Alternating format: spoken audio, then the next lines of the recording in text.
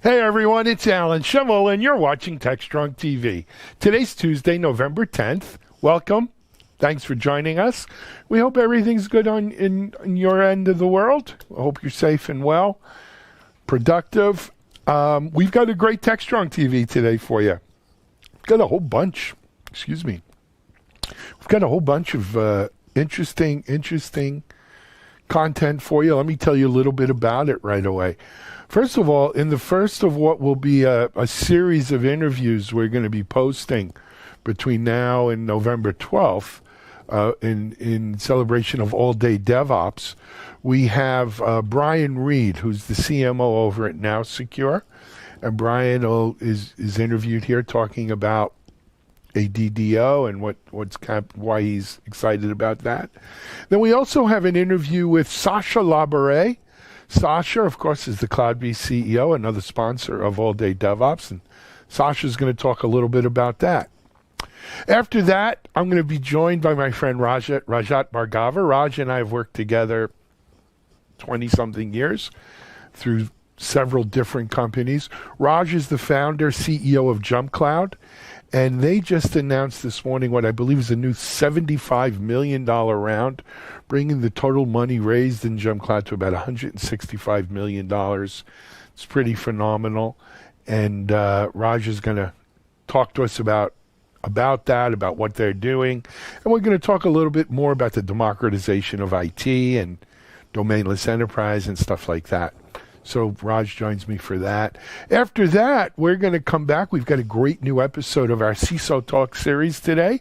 In today's CISO Talk, we're again joined by Julian Waite of Devo, Ben Carr, CISO over at Qualys, Wendy Whitmore, who heads up X-Force over at IBM, or from the X-Force IBM team. Joining, of course, Mitchell Ashley, CEO at Accelerated Strategies Group, Matt Newfield, my co-host, CISO at Unisys, and myself. We're going to talk about the recent run with ransomware and healthcare and the healthcare vertical, as well as ransomware in general. So that's a really good CISO Talk episode. After that, we have another great episode of Gary Berman's Cyber Hero Adventures show. And Gary's guests today are Gordon Lawson, CEO and President of Rangeforce, as well as J.D. Lovett, President, JDE Consulting, and Roger Hatuka. Excuse me, I don't think it was Roger. It was Rogev Hatuka. We'll double-check that for you. We'll get on it. Anyway, after Gary's show, Charlene O'Hanlon, our managing editor, chief content officer, will join us. Charlene has the news as well as webinar previews for the rest of our webinars this week, and a good interview with Keeper Security CEO and co-founder Darren Guccione. After that, Charlene has another good interview with my friend John Murillo from Palo Alto Networks. Of course, John was a co-founder, CTO for company Container Security was acquired by Palo Alto, and John runs things there now. Then we're going to head over to Mitchell in the Analyst Corner, and Mitchell has some great video and commentary lined up for us today. Just going over it here. Mitchell has Alex Reber, co-founder of For All Secure, as well as, it looks like, Casey Zerkis from RSA Content Strategist, and Christy Westfall, Vice President at Union Bank. And they're going to talk about the RSA 365 Virtual Series seminars that have been going on. So that should be really good. And then joining us today, it looks like we have a double barrel of Mike Vizard. Mike is interviewing from NVIDIA, Kevin Deerling, head of marketing for NVIDIA Networking. And then a company that I have been hearing a lot about and finding very interesting, Menlo Security Isolation, CTO, this is going to be a tough one for me, Kosik Gorsami, and how security in the cloud is evolving. Wow. We've got a lot on today. I think you're going to love this show. It's security heavy, but it is November. Let's take a break now, and we're going to be right back with our first guest. DevOps.com is the #1 online destination for DevOps education and community building. DevOps.com covers all aspects of DevOps, including DevOps best practices and tools, DevOps culture, DevSecOps, business impact, continuous testing, continuous delivery, and more. DevOps.com has the largest collection of original DevOps content, featuring breaking news, blog posts, podcasts, and more. Visit www.devops.com to learn more. DevOps.com, where the world meets DevOps.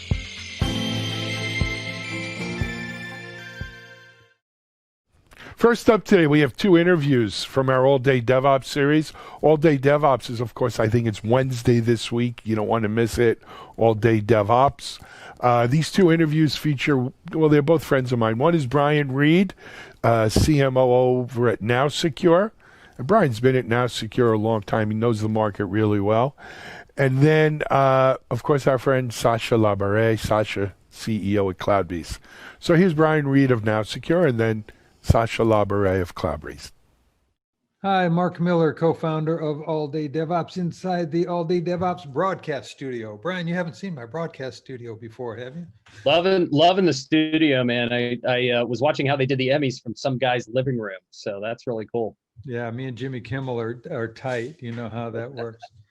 So I'm here with Brian Reed, the CMO of Now Secure. Brian, give everybody just a real quick 30,000 foot overview. What does Now Secure do? Sure, thanks. We're excited to join again this year. ADDO is an awesome event. Now Secure really powers mobile DevSecOps tool chains. So we provide automated security testing that plugs into your CI/CD and ticketing infrastructure. So you get automated testing of the mobile apps you build throughout the development process. And so we've been working with lots of organizations over the last 4 or 5 years, really trying to provide the capability to deliver higher quality software faster, right, with fast feedback loops in a mechanism that can run kind of uniquely autonomously in the background. So no new tools for a dev to learn, no new tools for security to learn. You just plug it in and it feeds you information so you can improve your pipeline performance. Great. I think one of the things that you guys stand out for in the community is you're focused on mobile. Mm-hmm. Absolutely. We're mobile first, mobile born. Our founder actually wrote the book on mobile forensics way back in 2009 at the birth of the iPhone and the Android. And so we've been working with organizations from waterfall to agile to DevOps to DevSecOps scenarios over the past 10 years, and really have had the opportunity to work with some of the mobile brands.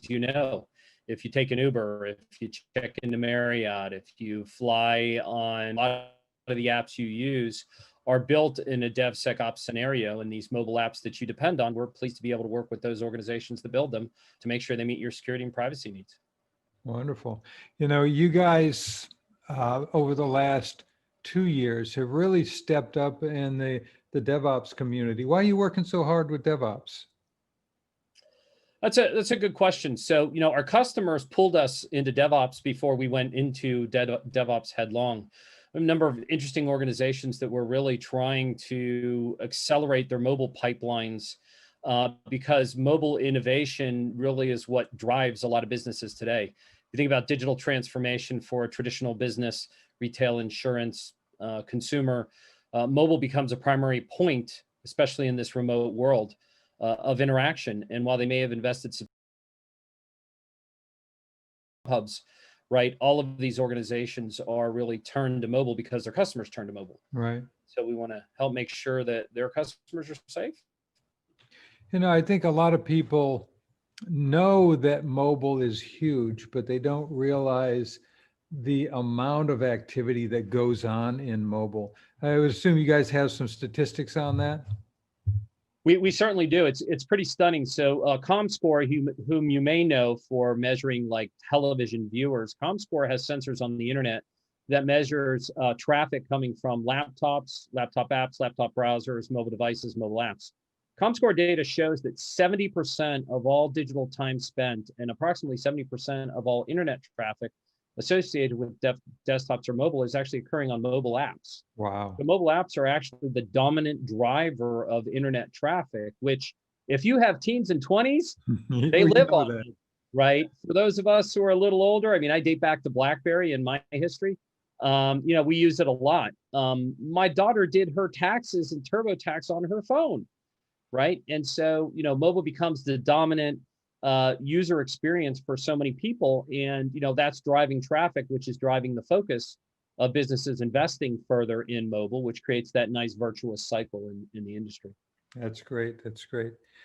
As we're moving into what's going on with the pandemic, it looks like it's going to be here to stay for a while. Has that affected your work environment?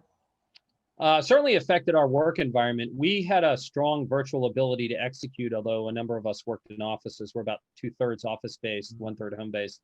But like we're on Zoom now, we're a Slack shop, et cetera, et cetera. So it was very easy for us to transition into a remote work environment.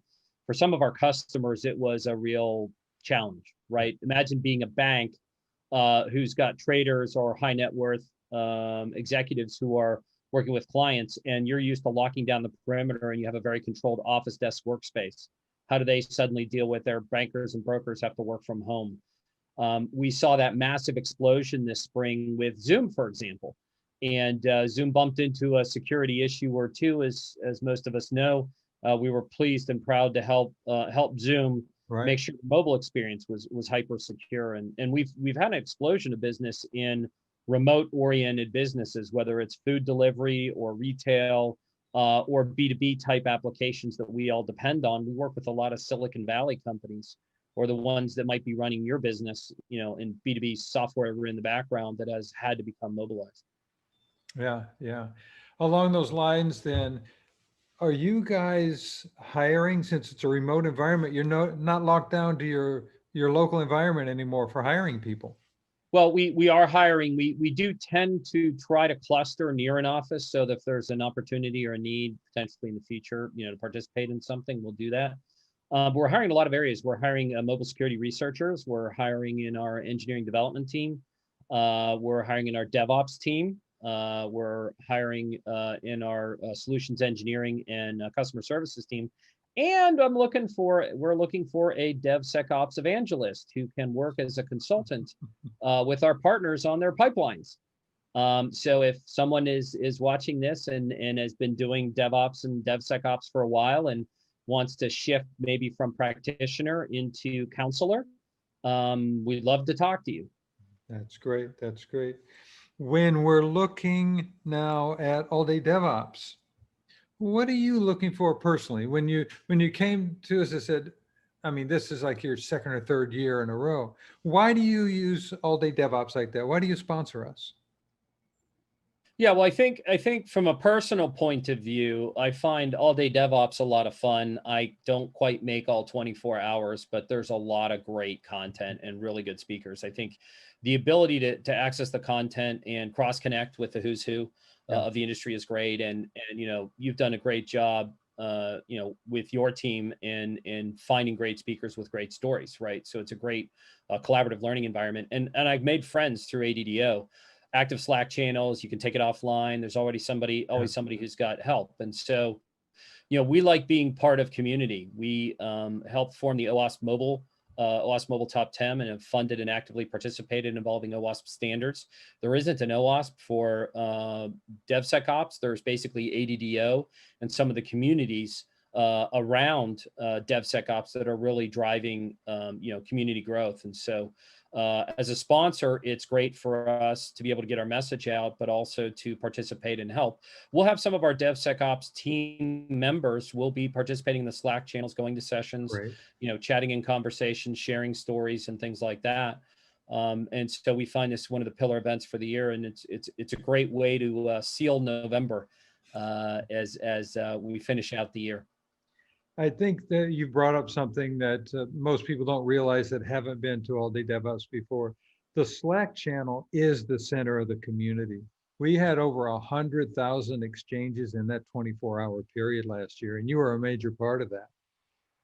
Yeah, no, I think that's really great. In this world now where we're living hybrid, digital, remote, right? My company runs on a heartbeat of Slack, and most of our customers we have Slack channels with. A lot of our vendor partners or supply chain partners we have Slack channels with, and it provides that sort of instant context, right? And as we look to ways to form community, Slack is something a lot of us have already. It's really easy to share. It's easy to link, and the ability to search and filter and all the rest. And so you get a lot of people who like to contribute. And so we love that model. We've seen a few virtual events this year that have also experimented with using Slack, and I think those that did it well, it made it that much better of a way to cross connect with people and make it more human and more personal.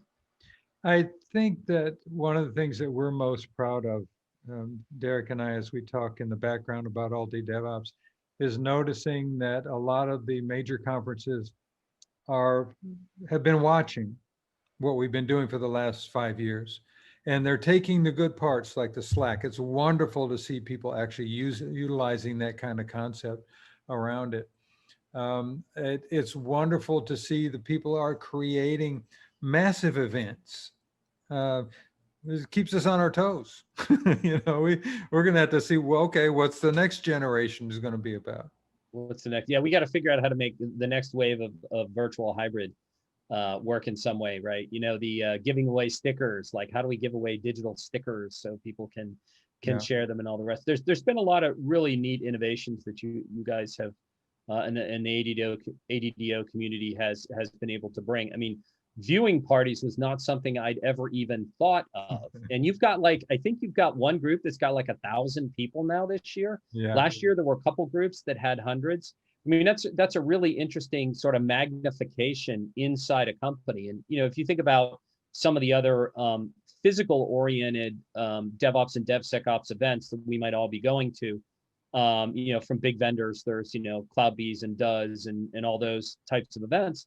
A company can generally only afford to send a few people, right? But the cool thing about ADDO, irrespective of the pandemic, is it's always been a virtual thing where a whole lot of people could participate. Yeah.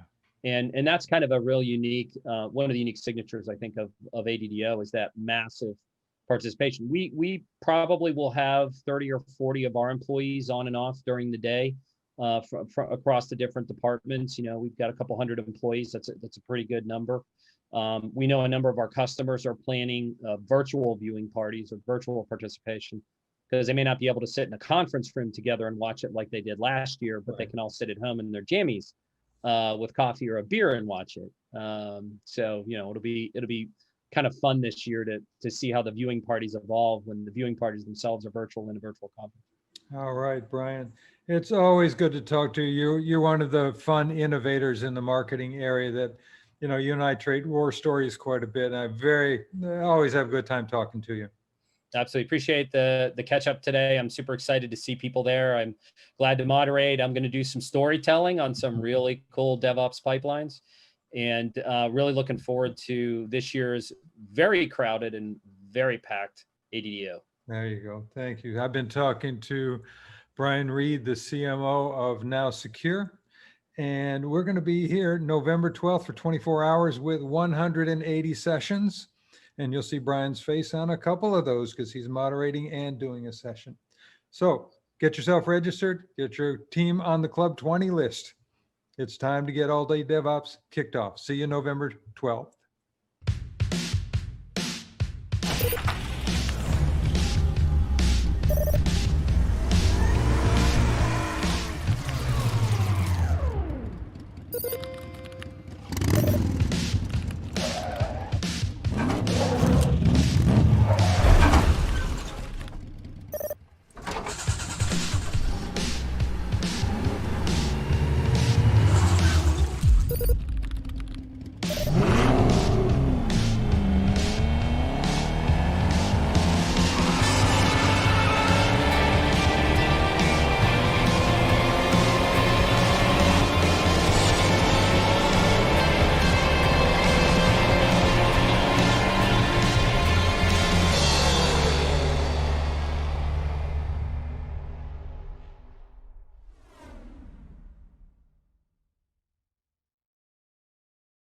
Hi, Mark Miller here, co-founder of All Day DevOps, and I'm really happy to have Sasha, the CEO of CloudBees, with me today. Sasha, thanks so much for the support. You guys have been with us since the first year. I know. Yeah, we feel like part of the club in some way, huh? It's pretty amazing. When we came to you guys, literally when Derek and I had the idea back in 2016, there wasn't even a hesitation with you and your team, with Andre and Heidi, who said, yeah, we're in. And look where it is 5 years later. Yeah, it's an amazing event, and that you're able to capture so many people to come and attend and spend a day there is a testament to what you've built, and it's really a place where people feel well and want to learn, want to share. So yeah, it's pretty amazing. I do have to compliment you guys on your event earlier too. You guys did fantastic. Yes, we had a target to hit, right? Because we knew you were doing well, so we're very competitive. No, but joking aside, it was a big shift, like many organizations, to switch from a physical event to an online event, and we didn't know what to expect. We ended up with 27,000 registrations, which is amazing. And lots of passion online, and we were talking about that just a few minutes ago, right? But people spend a lot of time online on video conferencing and so on, and yet there are a number of events where they'll gladly go online to spend more time online because it's a different type of experience, and that's a place where they feel well, they feel like they're going to be learning a lot. So I think again it's a testament to organizing the right type of events. It's interesting that you and the company originally for your conference, we're having two conferences, one in Europe, one in Las Vegas. You were able to combine them and yet have quadruple what the physical response would have been. Yeah, exactly. It's been, and it's more than this. So that's what made me really proud, because actually we were able to get people from area where I know exactly they would not be able to come to either conference, right? And it's not a matter necessarily of, oh, maybe we should do one in Asia, or maybe we should do in the world is huge, right? And people can't travel to go to those places. So to know that we're creating those events where a lot more people can get access to that knowledge, right? And the internet is the same everywhere. Well, almost. The knowledge is the same everywhere. So to be able to spread that knowledge is absolutely amazing, and is having a great impact in general on the software industry. So that makes me very happy. That's good. You guys did a fantastic job. As we're thinking about what's coming up for the next year or two, what are you guys working on? Anything new at CloudBees coming down? Yeah, well, we're talking a lot about software delivery management. So that's coming up. It's a matter of weeks now. So we're very excited about that. Essentially, I feel like at CloudBees, we're evolving from a process company to become a data company.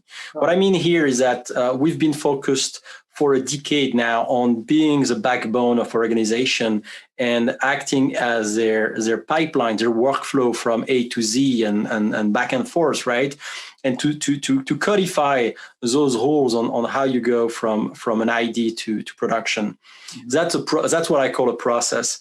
And what we're doing now is building this management layer on top of the software factory, if you will, right? And it's a lot about capturing the data associated to what you build, what you do, how you behave, and analyzing this data. And it's a shift, right? It's not more of the same. It's actually lifting this to a data space, and that's very interesting. Has the COVID pandemic affected your work environment? Were you guys remote before, or how have you adapted to it? Yeah, well, we were all working remotely. I don't think we have any two exec in the same city, so it was an easy one. We had very few people that had to work from an office, mostly the finance teams, and that was very easy to shift because everything was digital already. And where we realize it was the hardest is for people who do not want to work from home, right? And a number of people like to socialize, like to even take their car or bike or whatever to go to from one place to the other to disconnect. And you lose that essentially once you work from home. You lose that ability to split your mind, split your world, and we've seen this impact people. Plus, there is another whole anxiety, right? That everybody has. You can see kids, you can see people. Everybody has this background anxiety because it's those are unusual times. But the remoteness was not really a factor that slowed down anything. If you are working remotely then as a company, that means that you're hiring globally, right? Yes, we are. We've always been hiring globally, which means that today we're not the only one hiring globally. A lot of organizations have shifted to that model. So it's a change, and I see it as a good thing. Again, the world has lots of very smart people across the globe, and we're all proud of typically our nations and the quality of schooling and infrastructure and what's not. But the reality is that you've got smart people on 5 continents all across the globe. The internet is the same. A bit is a bit. An electron is an electron. And so it's a fantastic opportunity for a lot of people to be part of that digital transformation and be part of that adventure. So I think it's an amazing social change that's taking place. And you guys are hiring right now? Yes, we're very much hiring in engineering, in product management, in sales, in marketing. We have a lot of positions open. So, yeah. That's exciting. Finally, what are you looking forward to the most at All Day DevOps? I know you're doing a keynote, Ask Me Anything CI/CD, but what else are you looking forward to at the conference? So what I always love about All Day DevOps is to learn about experiences, right? DevOps is all about what did you do, what worked for you. There is no science that tells you if you do A, B, C, you're going to succeed, right? So DevOps is not about math. There is this saying that says, is it hard as math or is it hard as a diet? Well, DevOps is hard as a diet because you need to be consistent. You need to do it every day. You need to change behaviors. And so learning from how people did it and finding this motivation through other people's experiences is really great. So I'm really hoping to learn a lot about those stories and how people do things. It can be extremely inspirational. And I also think that the social aspect, and I know you care a lot about that, and you want to create special area where people can have some fun, is also very important. These social times that we typically get in face-to-face conferences, I think I'd love to find it in any conference. It's not always possible, online conferences, but I know it's something you're working on, Mark. I think that you are the only company that started off their conference with yoga exercises when we were in Las Vegas last year. Yeah, it's true. And remember, I talked about that in my keynote at DevOps World. It's something that's very true to me because we always, I think it's important to remember that because of what we're all going through, it's tempting in conferences to always have companies that come up and say, here is how we win.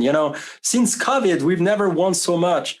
Well, yeah, but a lot of organizations haven't won so much, and those are a tough time. A lot of people haven't found a job and so on. So we thought it was interesting to talk about how essentially DevOps is also a way to increase the quality of things during, in your organization, and also to make sure that it's important your systems stay up, right? You can't make sure that you're going to have the right people available at any point in time. People might be remote, people might not have internet access, people might be sick. And so you need to make sure that your software delivery is safe and resilient. And so we talked a lot about resiliency.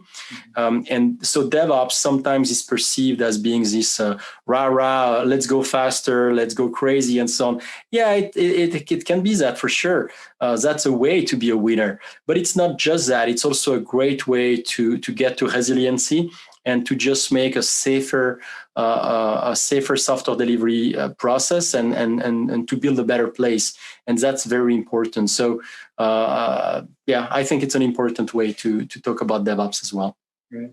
Well, Sasha, it's always good to catch up with you. Sorry we can't do it in person this year, but very much looking forward to your keynote.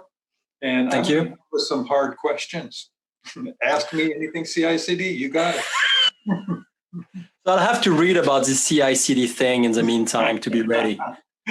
All right, great. I've been talking with Sasha, the CEO of CloudBees. He's going to be doing his keynote first thing in the morning on November 12th with All Day DevOps. If you haven't registered, it is time to register. Sasha, we look forward to seeing you there. Thank you, Mark. Thank you.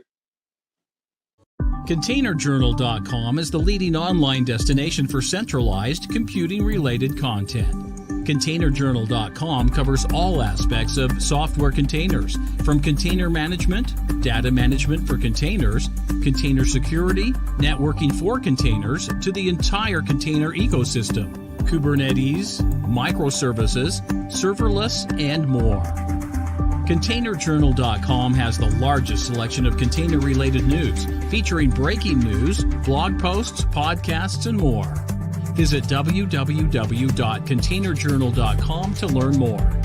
ContainerJournal.com is operated by MediaOps Inc., the team behind DevOps.com, Digital Anarchist, SecurityBoulevard.com, DevOps Connect, and DevOpsDozen.com.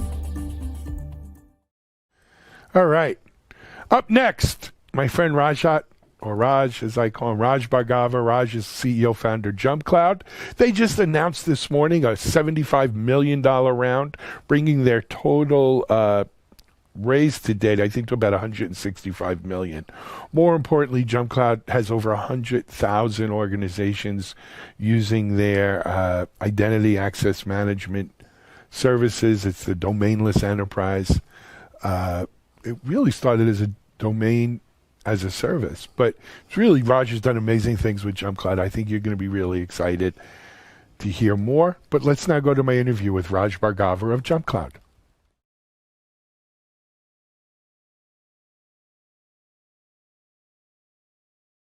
Hey everyone, welcome to another segment for TechStrong TV. We're breaking some big news today on TechStrong TV. First of all, let me introduce you to my guest.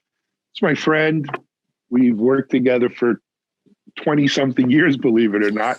Rajat Bhargava. Raj is the CEO, founder of JumpCloud presently. He's founded and CEO several companies before that. Hey, Raj, welcome. How are you, man? Good. How are you? Thanks for having me. My pleasure. Raj, I think most of our audience knows JumpCloud, but just in case it's a first impression for some, give them a quick little background if you don't mind. Sure. So JumpCloud is a cloud directory platform. We're securely and frictionlessly connecting users to their IT resources. So whether those are their desktops, laptops, servers, web applications, on-prem applications, files, network access. So think of us as the backbone of a network. So when a user needs to access an IT resource, basically we're the platform that helps them do that. I think back to the backbone of the network and what that meant when we were at Interlion 23 years ago. It's a little bit of a different backbone today, right? It's all software. Well, it's dramatically changed, right? I mean, It's basically access to IT resources is the core thing these days. So, it's funny. I was thinking about this the other day, and you'll like this, Alan. You think back to Microsoft and their vision way back when was a computer on every desktop, right? And then we got to mobile, and we said the vision is, a mobile phone in everybody's hand, right? And now I think the vision is, how do we give people access to the resources that they need to do their jobs, right? That's the next frontier. Yeah. But if you think about it, that was always the reason behind all of those things, right? Why did you need a computer on every desk? Why did to you get need work done? To get access, and you need to have access to. Well, back then the information was on the desk. Now it was, right, because the application lived there, your data lived there. You didn't have to go into a network, but now everything's network. It's in the cloud. We're all at home now, working remotely. So the world has changed a lot. Absolutely. Just as a quick side note, because we got more important stuff to talk about. So I started binge watching, like all of us do these days, it seems, this show. It's an old show that was on AMC, but I think it's on Netflix now, called Halt and Catch Fire. Did you ever watch this show, Raj? No, I've never heard of it. Oh, go watch it. It's 4 seasons. It starts around with the start of the PC era. Yep. Like IBM PCs, and goes all the way through like maybe Google, Yahoo. Okay. So early 2000s. Late 90s, early 2000s. Yeah. Yep. The birth of the browser. I mean, you and I lived through that, right? Yes, we grew did. up through it. Go watch, the personalities involved. They moved from Texas to Silicon Valley. It's a great VCs, the whole thing, Raj. You'll enjoy it. And for our audience, Halt and Catch Fire. Anyway, though, so Raj, JumpCloud's done a tremendous job. Something like over 100,000 organizations are using JumpCloud in some form or another, in their network, in their organization, to help with this, backbone, as you say. And that's great. Congratulations. I remember when you started JumpCloud. So it's an amazing accomplishment. Big news today, though. So why don't you share that with our audience? Absolutely. Thanks, Alan. Yeah, obviously we've been incredibly fortunate. The business has taken off over the last 6-7 years that we've been at it. Today we're announcing that BlackRock is investing in the company. They're leading a round, $75 million round. So we're super excited to have BlackRock involved. GA, General Atlantic, is also participating. They were our lead investor in our past round. So it's an exciting moment for JumpCloud and an important milestone for us as we continue to, drive more innovation into this category and, continue to expand the footprint of our business. Sure. And, by my back of the napkins, that's about $165 million invested in. That's right. Yeah. It's about $165 million total investment over the life of the business. Fantastic, man. That's great. Of course, for those of you out there who don't know my friend Raj, this isn't the first time he's been involved in a company with billion-dollar type of valuations. We did it together at Interliant. Yes, we did do it in Interliant. Yeah. I was telling someone the other day about service metrics too. And service metrics, yeah. It's a passion, right? It's a labor of love to go build a business, and it's not easy as a lot of entrepreneurs know. And a lot of folks that are a part of startups know that it's not easy. And, you're always, you're fighting the trends, you're fighting bigger organizations, you're fighting inertia. So, anybody that's out there being an entrepreneur, I always have a lot of respect for that because it's hard. Absolutely. Especially look, 2020, it's what a crazy year. But but you and I creates opportunity, right? Right. You and I was just going to say that 2 or 3 of the companies we've done, we started right in the middle of recessions or bad times. And, that it's a good time to do stuff. Well, our past companies still secure that we did together. 2001, right after 2001, 9/11. That's when we started. And then we faced the recession in 2008, 2009. And so it's, there's always opportunity out there. It's not easy, even when times are good or when times are difficult, but there's opportunity out there. And I think, you look at a lot of the great companies that were started out of 2001, 2000, around there, and then 2008, 2009. And, there is opportunity. And I'd say, I think we're going to see a lot of companies started right this year that are going to make tremendous hay. I think, one of the big things for us that we've been very fortunate about with JumpCloud is that this massive shift to work from home is really starting and accelerating the growth of what we sort of term as the domainless enterprise. And you and I have talked about that a bunch, but there is a fundamental shift in IT going on, and COVID is accelerating that. Sure. Just a quick word on domainless enterprise. Raj and I, and actually Mitchell Ashley from Accelerated Strategies Group, we actually did a webinar on the domainless enterprise. It's available on demand over on DevOps.com. If you go to DevOps.com, look under past webinars and search domainless enterprise, JumpCloud. Rajat Bhargava. I'm sure it'll pop up and you can watch that. It's also available on Digital Anarchist, our mobile app, etc. So go check that out if you want to know more about Jump Cloud and what we mean about the domainless enterprise. Raj, so I guess that, playing journalist here, what do you, fantastic news on the money raise. What do you do with it? Yeah, I mean, that's the core question, right? And ultimately, the path for us is we're going to continue to expand the business. So we are going to add almost 500 people in the next couple of years.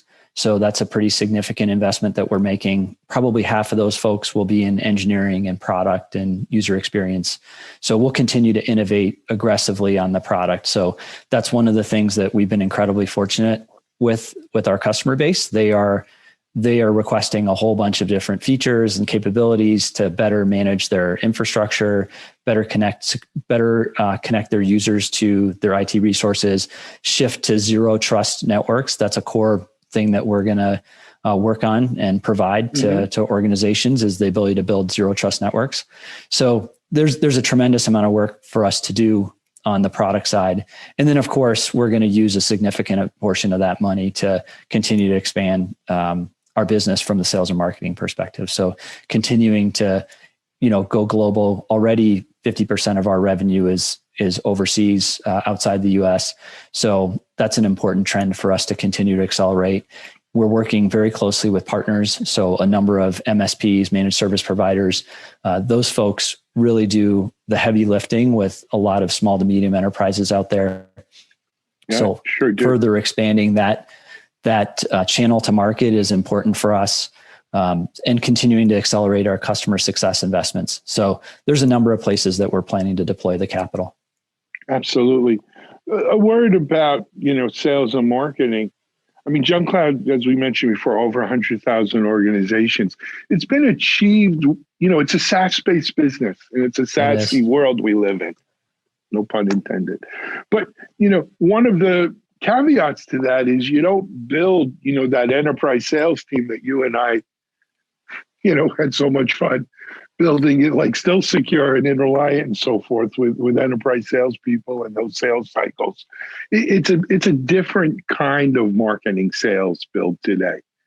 It is, absolutely. So the core fundamental pillar of Jump Cloud is product-led growth. So what that means is the product leads the way. So the ability for our target audience, which is really DevOps folks, IT admins, operations folks, to come in and try the product, use it, and see whether it works for them. And then they can sign up either with a credit card or they can give our sales team a call. But it is product forward, if you will. So we're making sure that the product is in an organization's hands. They're using it, they're falling in love with it. And then if it works for them, they can go ahead and procure it, hopefully through a really easy mechanism. They can just enter their credit card, or they can give us a call, and hopefully it's really fast and easy. But you're right. There's a fundamentally different go-to-market motion than there was traditionally. And obviously we think that motion is an incredibly important part of the future of our business, but of the industry. We just don't see, especially if you think about COVID, people wanting to have, that on-prem sales presence and professional services presence to make sure that the product gets implemented.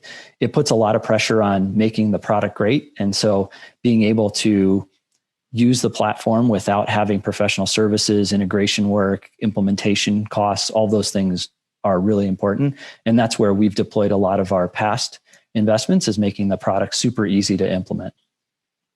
I think most people in my audience would agree, Raj.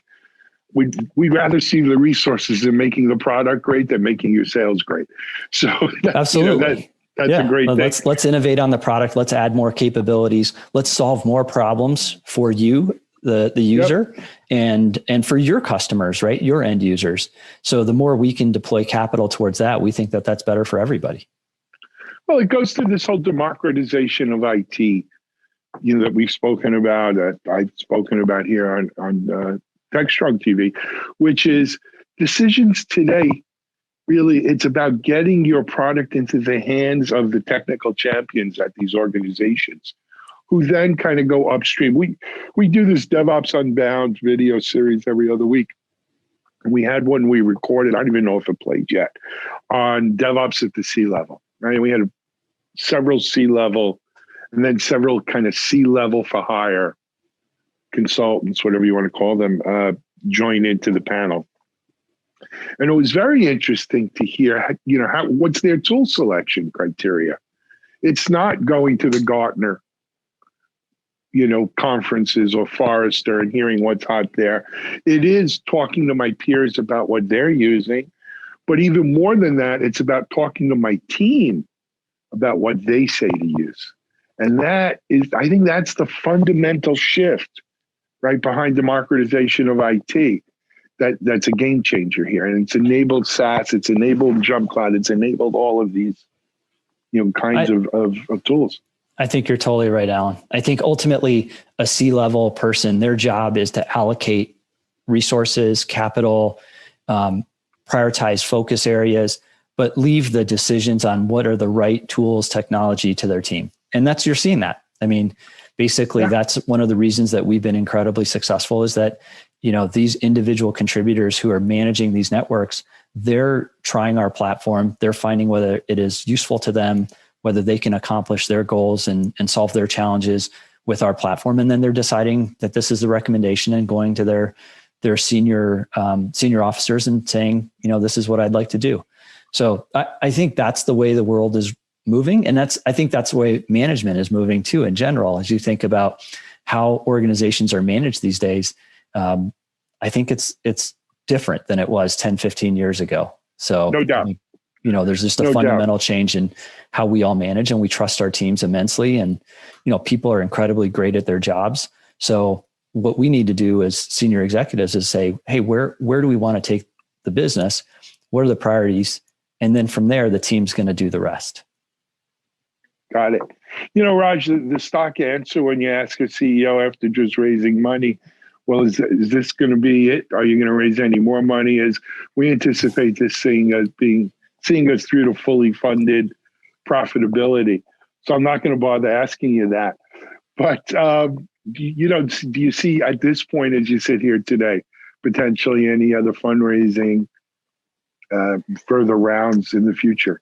No, it's a great question. I think we've got so much work to go do to, invest this capital appropriately and grow the business. And, it's important for us. I mean, we really care a lot about our end users and customers and making sure that we're solving a lot of their problems. I mean, one of the stats that we're incredibly proud of is that 87% of our customer base is either recommended us or would recommend us if asked. And that's an incredibly important, statement for us. I mean, we want to continue to grow that. We want to make sure that we're providing and solving the needs that these customers have. And if we can do a great job with that, the rest sort of takes care of itself. So that's priority number one. Cool. Excellent. Anything else we missed, you think? No, I don't think so. No? All right. I'll tell you what we missed. People who want more information about Jump Cloud, where do they go? Go to jumpcloud.com. So, and you can try the platform for free. We give 10 users, 10 systems free forever. So, don't take our word for it on whether it's a good platform or whether it works for you. Just try it. And that's an important aspect of how we go to market is just try the platform, and it's free to use. We don't hassle you. We don't turn it off. You get to use it at your own pace, and all the functionalities in there, including our premium functionality. So we give you everything that the platform has in store when you use a free account, and we want you to love it. So go check it out, jumpcloud.com. Delivering delight. All right. Hey, Raj, congratulations. Congratulations to Larry, Greg, the rest of the Jump Cloud team. Kim, keep doing what you guys are doing, right? You're doing it right. Alan. Yeah, I appreciate it. Thanks for having me. All right. Rajat Bhargavar, CEO, co-founder of Jump Cloud, or founder of Jump Cloud, here on TechStrong TV. We'll be right back with another guest.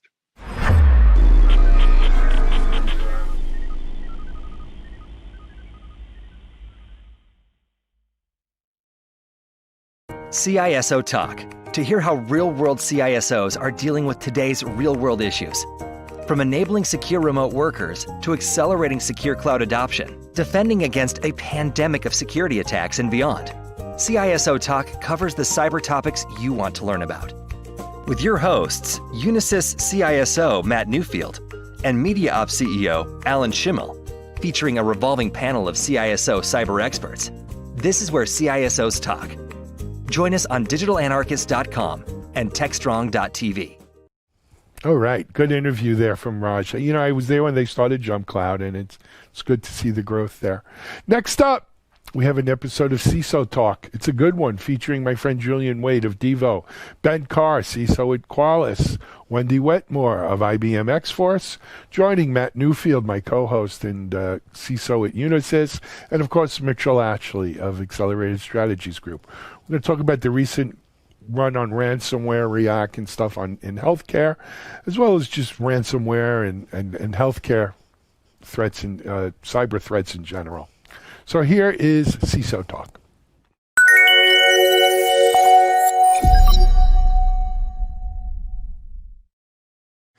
Hey everyone, this is Alan Schimmel. Welcome to CISO Talk.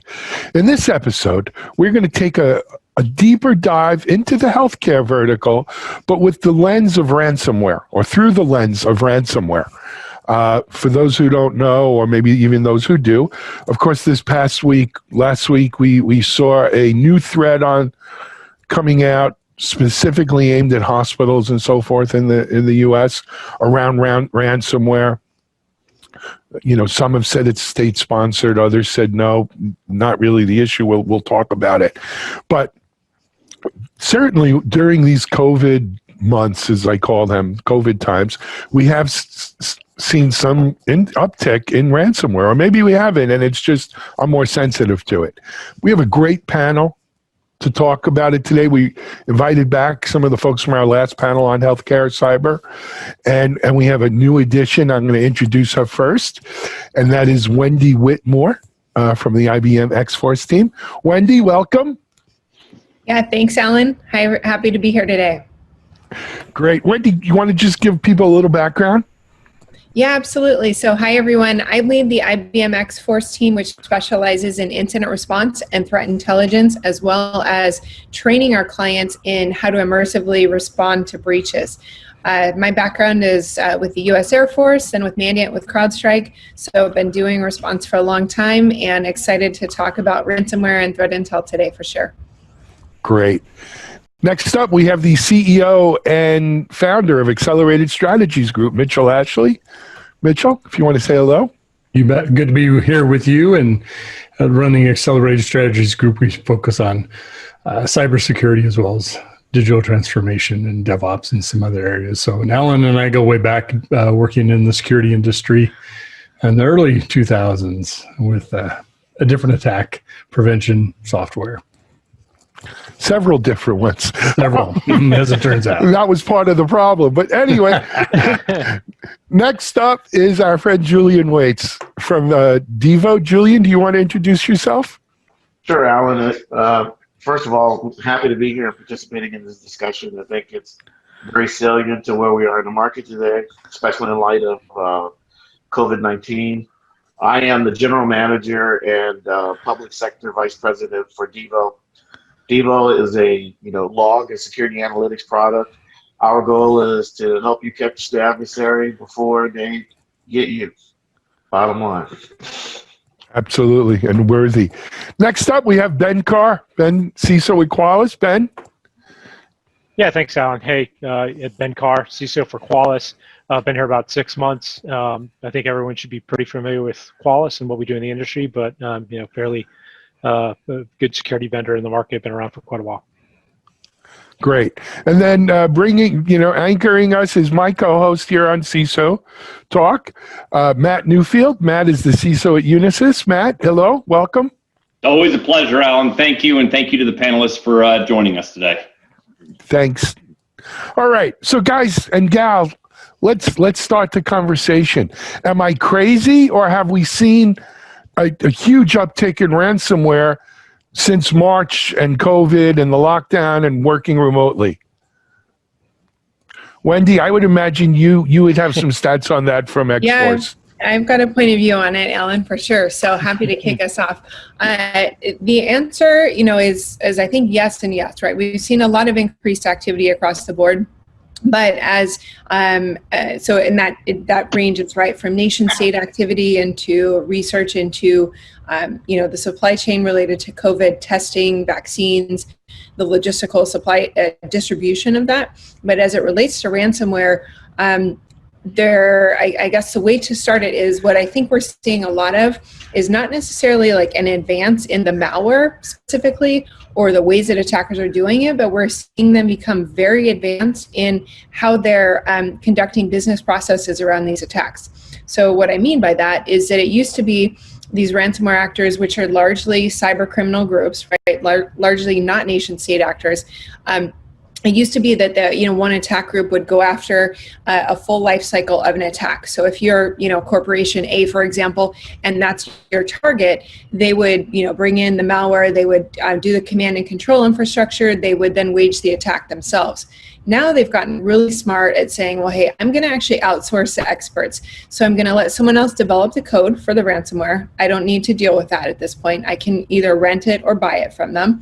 I can also rent the infrastructure with which the communications occur and to wage the attack. So if I can outsource those, then as an attacker, I can really then focus in on my end target. And what that means is that once they get inside the environment with initial stages of attacks, largely still through things like social engineering, phishing, that type of initial infiltration vector, then they can spend a lot more time actually focused on how can I get to the most interesting data in an environment and determine what I can encrypt that's going to cause the most damage if I do it. And then once I do that, so what we've seen is these increased dwell times, right? It used to be kind of an average of like 5 to 10 days for these ransomware attacks. Now it's in weeks to months that these actors are staying in environments before they actually start detonating the ransomware malware. And that means they're collecting intelligence the whole time.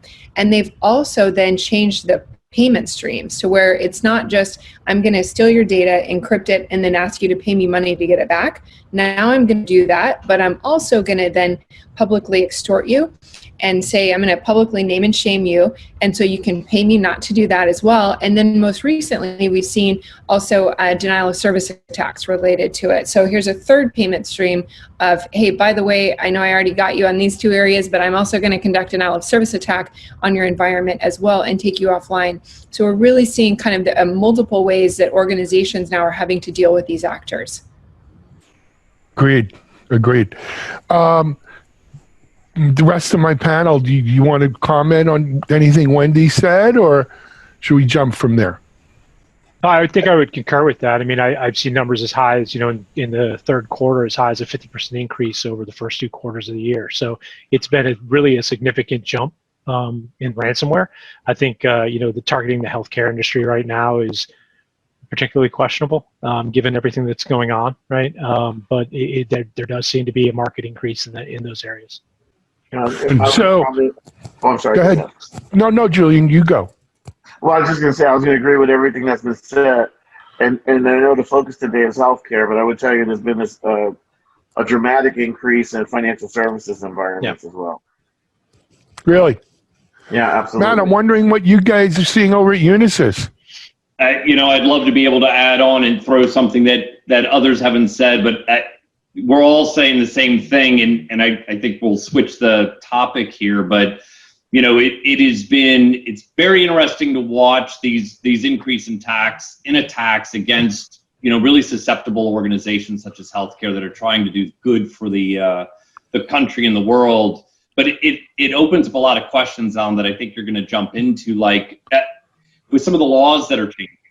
Wendy and Ben and Julian, you hear about these laws, and Mitch, where you can't actually pay some of these threat actors. Yeah, I think you're referencing the OFAC advice that came out on the 1st of October. Yeah. Mm-hmm. And how's that going to change? And there was another set of articles that have come out recently where there are a lot of organizations, both state organizations as well as cyber organizations, that are saying you should never pay anyway, because if they say pay me and we'll delete your data, well, how do you know they deleted your data, and why would they delete your data, and what's going to stop them from exposing that data later on? And And there's been talk I hear in some of the federal circles where they're like, the only reason you would pay to keep that data out is to try to hide the fact that you had a breach.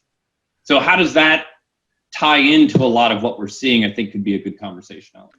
Yeah, and I wonder in a way if that OFAC advisory, if that was almost in a way, I mean, in retrospect, I look at it and say, well, was there some air cover there, right? Was that an effort to kind of tamp this down with the increase of ransomware, the publicity around it? And, I think, I've been asked in the past by boards, like, do we pay? Like, what's your advice as a CISO? What's your advice as an expert in the area? And I think, typically it's always been, that standard terrorism response of, we don't pay ransomware terrorist demands. But at the same time, I think some people look at it and say, is it just less costly to get out of it, right? And I think it may be, I don't want to ever think that the, Department of the Treasury is thinking in a necessarily a super smart direction, but maybe that was some type of air cover to be able to say, in these public incidents as they're happening, we're not allowed to. We're just not allowed to pay, right? I mean, that'd be a good way to tamp it down in some aspect. I just wonder if that's going to manifest. I think there's also just the need to get back to business, right? Getting data encrypted so you can begin operations, stop losing money, whatever the impact is. That's also got to be, of course, a big motivation for us. That's always been the cybersecurity, right? That's always, look, I remember seeing reports 20 years ago when we were seeing, 15 years ago when we were seeing the big retail breaches before Target, right? Yeah. Old time retail breaches where the attitude was, well, this could have been pretty easily stopped. But from the retail industry, it represented about 0.05 of an impact on revenue. And it's going to cost us about 0.10 to really implement security. Screw it. For a 0.05, we write it off as a rounding error. Question. Do we fix the gas tank, or do we weather the lawsuits that'll come from the gas tank? And for too long, that was a real security. That was the problem we faced in security as CISOs. We didn't even have CISOs then. As security folks, that was the problem, right? It was. Yeah. Is the fix more costly than what I'm fixing? But the problem now, real quick, Alan, and I'll pass it back to the group here. When you talk about in the past that breach, that ransomware stopped us from delivering business, right? Whatever company that may be, that's one thing. But when you're talking about, and let's go back to the original topic here, healthcare, human life records, and you're a hospital that maybe had the money, maybe didn't have the money, maybe had the expertise, maybe didn't have the expertise to prevent it. And everybody's an armchair quarterback in the cyber world. They always come in and go, why didn't you? How did you not notice? But now you've got people's personal medical records out there. And I can see, and I've been part of conversations where, like, I want to pay the ransom to protect the people. We're going to expose, we have to come out. But I don't want their medical records out there, and making that illegal to do so potentially could open up some very interesting, I'll just leave it at conversations. And I don't know. I'd highlight even a step up above that, Matt. It's like, if you think about from a medical side, I think, if we go back in history and look, 10, 15 years ago, there was a lot of concern, and there still is significant concern over power grid, right? And the implications that could happen and what could happen if the power grid went down. But I want to say it was maybe a month ago, there was a report out of the first patient that had actually potentially had a health impact, had died as a result of a cyber incident. And I think, from a healthcare perspective, one could think there's nefarious purposes behind that of, like, if you actually cause an impact where it's injuring a person's health, well-being, or life, like, does the pay or not pay thing go out the window at that point for a healthcare institution, right? And that's really where I think some of the litigation may get to. That situation too was actually in Dusseldorf, and the patient died because he had to be moved to another hospital. He couldn't get the services where he was going. So it was just being available, more or less. Something happened while he was there. That's pretty interesting. Julian, you wanted to mention. My point was, and there's no insurance for that, right? Can you get insurance for ransomware? Of course. But can you get insurance for, ransomware that ultimately causes someone to lose their life? No, that's like insuring the entire business. And so I agree with Ben that I think the IRS Department of Treasury provided this air cover, but I consider it unethical for a health institution not to look at the health of their patients first. Mm-hmm. Yeah. So let me put the cherry on this, and we'll continue. We can't have this conversation in the vacuum like this is normal times. This isn't normal times. We're in a worldwide pandemic with ICU beds at a premium. And today's ICU beds, what makes them an ICU bed? Well, besides there's oxygen and everything, the technology in there, they don't run without great technology and telemetry. That's what makes a great ICU, right? And when you're talking about encryption and being able to shut down this kind of stuff now, it's a guttural instinct, I think, for humanity to say, what kind of scum would do this during now, right? I get it. Never miss an opportunity to miss a crisis. But to do this now, that I think is what, in normal times, it's a terrible thing to do. And now it almost rises to a crime against humanity to me. Yeah, but, right. I think a lot of this. Go ahead. Well, I don't want to cut you off, but I do think I said my piece. I think more and more of it is becoming nation state related. You think so? Yeah, I think for our adversaries is a great time to really take us to our knees.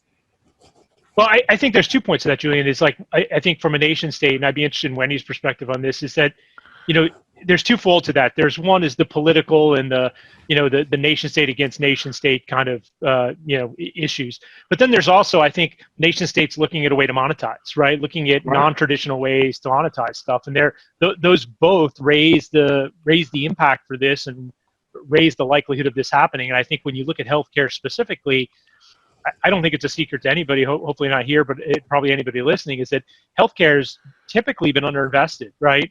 From a cyber perspective, it's significantly so, right? And I think they've looked at it from a HIPAA leakage violation perspective. They've looked at it at patient records, right? And I think we need to elevate that discussion out of, it's not just patient records, right? It is patient sustainability and survivability in some cases.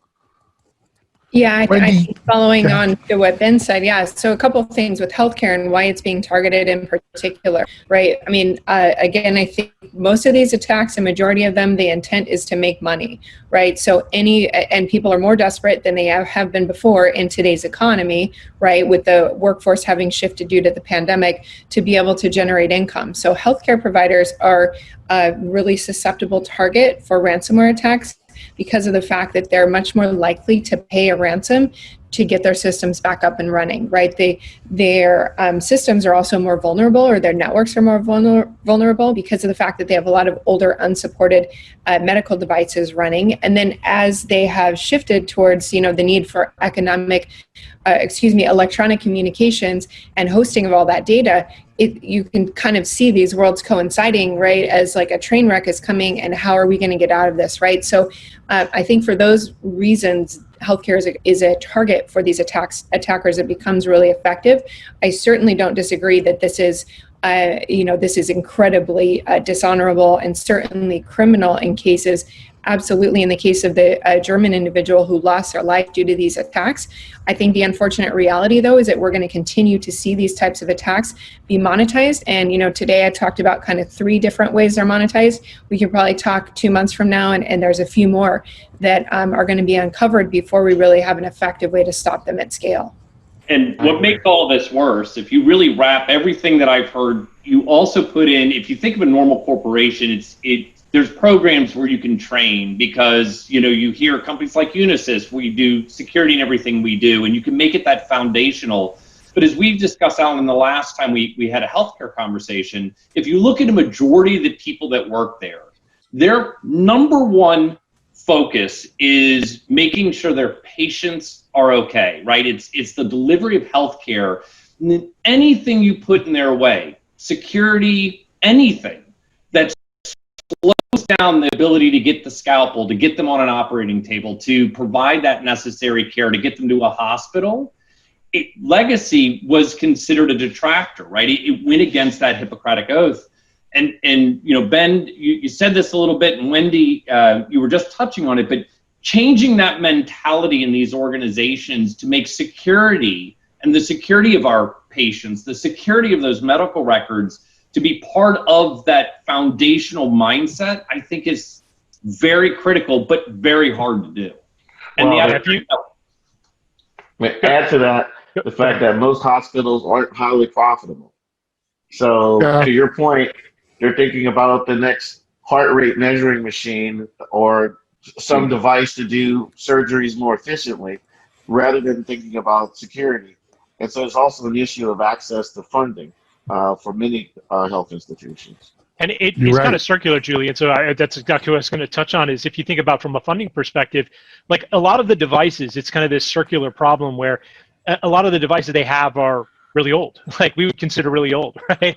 You know, sometimes 20-year-old devices in the environment. And the problem is they weren't built for security, right? And so they're not patched, they're not updated, they're not fixed, there's no funding to do that. And so those are the devices that they're not scanned, they're not, you know, secured, they're treated as kind of like, don't touch this device because if it goes down, it'll cause impact to patients.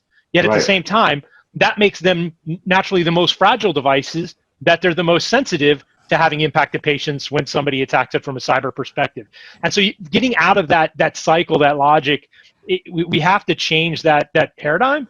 And really, you know, it goes back, it's the same thing in IoT, it's the same thing in healthcare. It's making sure that we're addressing this root capacity, root capability to be able to secure devices when when they need connectivity.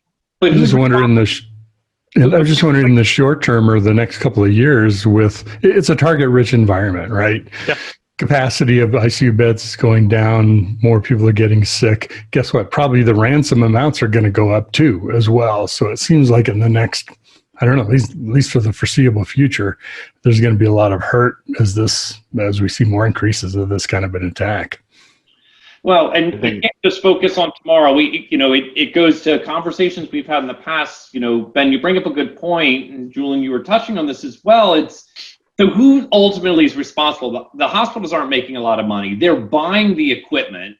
The manufacturers are not developing equipment that can be secured. You know, we've all seen a lot of the agreements and licensing for this equipment has operating systems that can't be patched. If you touch the OS, you're in trouble, or there may not even be a mechanism to provide an upgrade, even though they're sitting on a modern operating system at the time.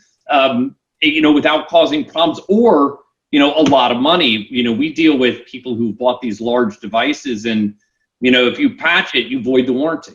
You void everything. And it's so who's responsible? The hospital has to deal with that. Why aren't we holding the manufacturers of these devices more accountable for the vulnerabilities they're introducing into our healthcare systems? So I think that's critical in healthcare, but it's critical across almost every industry, right? Like I did that when I was in a role at public companies where, you know, we would deal with vendors and they would come in and we would that was part of the policy. Like you had to meet, you know, security protocols and policies and the ability to patch or address things within a certain time frame, or you were a much higher risk threshold, or potentially we wouldn't do business with you, right? I mean, I think people have to start taking those approaches to dealing with companies, because I think that's the reason we're not holding the manufacturers of the devices responsible for actually taking due care in a long-term sustainability model. Yeah, but I think until there are more people, and I hate to say this, who are injured or impacted by this, there's not going to be much change in the. Always the same story, man. Yeah, it really is. Yeah, it's until there's public outcry. No, I learned this early on in the security. So Still Secure, the company Mitchell and I did together, was my first pure play, we didn't call it cyber, security company. And the thing I realized early on, because we thought everyone would want to buy a $6,000 appliance. What's to think about? But the thing we learned early on is that our best customers were people who had been hacked. Right. Best day to be a security salesperson was the day of or after the attack. Yeah. So I started thinking maybe we should have some of our good security people go pat people, and then that's who our salespeople would call the day after. Someone told me we could go to jail for that. We didn't do that. We did not do that. We did not do that. But seriously, That's always Well, you been can the problem here. You can draw out the graph of adoption, right? It's a quick spike, 100% vertical, and then it falls off rather logarithmically, right? As people forget no, about it's crazy. But you know, one of the things we didn't have then that we have now is sort of the whole threat intel industry, right? The idea of forewarned is forearmed, as best we can, given limited budgets, resources, everything else. Wendy, how much is that helping in this current environment? Yeah, that's a great question, Alan. I mean, we certainly like to think it's helping a lot, right? But I think you've got to parse it by, the types of attacks. So from like a nation state actor perspective, right, we've got a tremendous amount of intelligence on that. And from a perspective of working with organizations to give them heads up on activity, really strong there as an industry, right? I'm not just speaking particular to my team. I think though, like when you get into threat intel, this is kind of an interesting discussion, taking it back to the Department of the Treasury and OFAC guidance, in that, their guidance is if you are a company who's a victim of a ransomware attack and you pay an actor a ransom that we have imposed economic sanctions on, then you're potentially exposing yourself to fines. Well, I mean, how do we actually all agree that we've got, complete threat attribution, right, on that actor, especially when these are usually like cyber criminal groups, right, that are conglomerations of probably a number of different countries, right? So I think in some cases, that kind of works certainly in the organization's favor. The fact that, we're still not too always a science when it comes to those things, right? And from the perspective of saying, yeah, we've got one member who maybe was part of from an Eastern European country, or a multitude of them, and which of those countries then are open to economic sanctions or under them, gets pretty confusing. But no doubt, I mean, you look at like the election, I would say, and kind of bringing that back to a current, today and yesterday type of activity, I think the fact that we went through the election without like a major takedown of, election results, of services, certainly there was a lot of activity leading up to, going into it. As part of it, there's a lot of disinformation campaigns, different discussion. But the reality is, I think we, in the United States, kind of successfully thwarted a major attack on Election Day. And that was primarily due to a lot of the threat intelligence that was out there, and then close coordination between private and public sector organizations. So I think there's a tremendous amount of progress made there. Absolutely.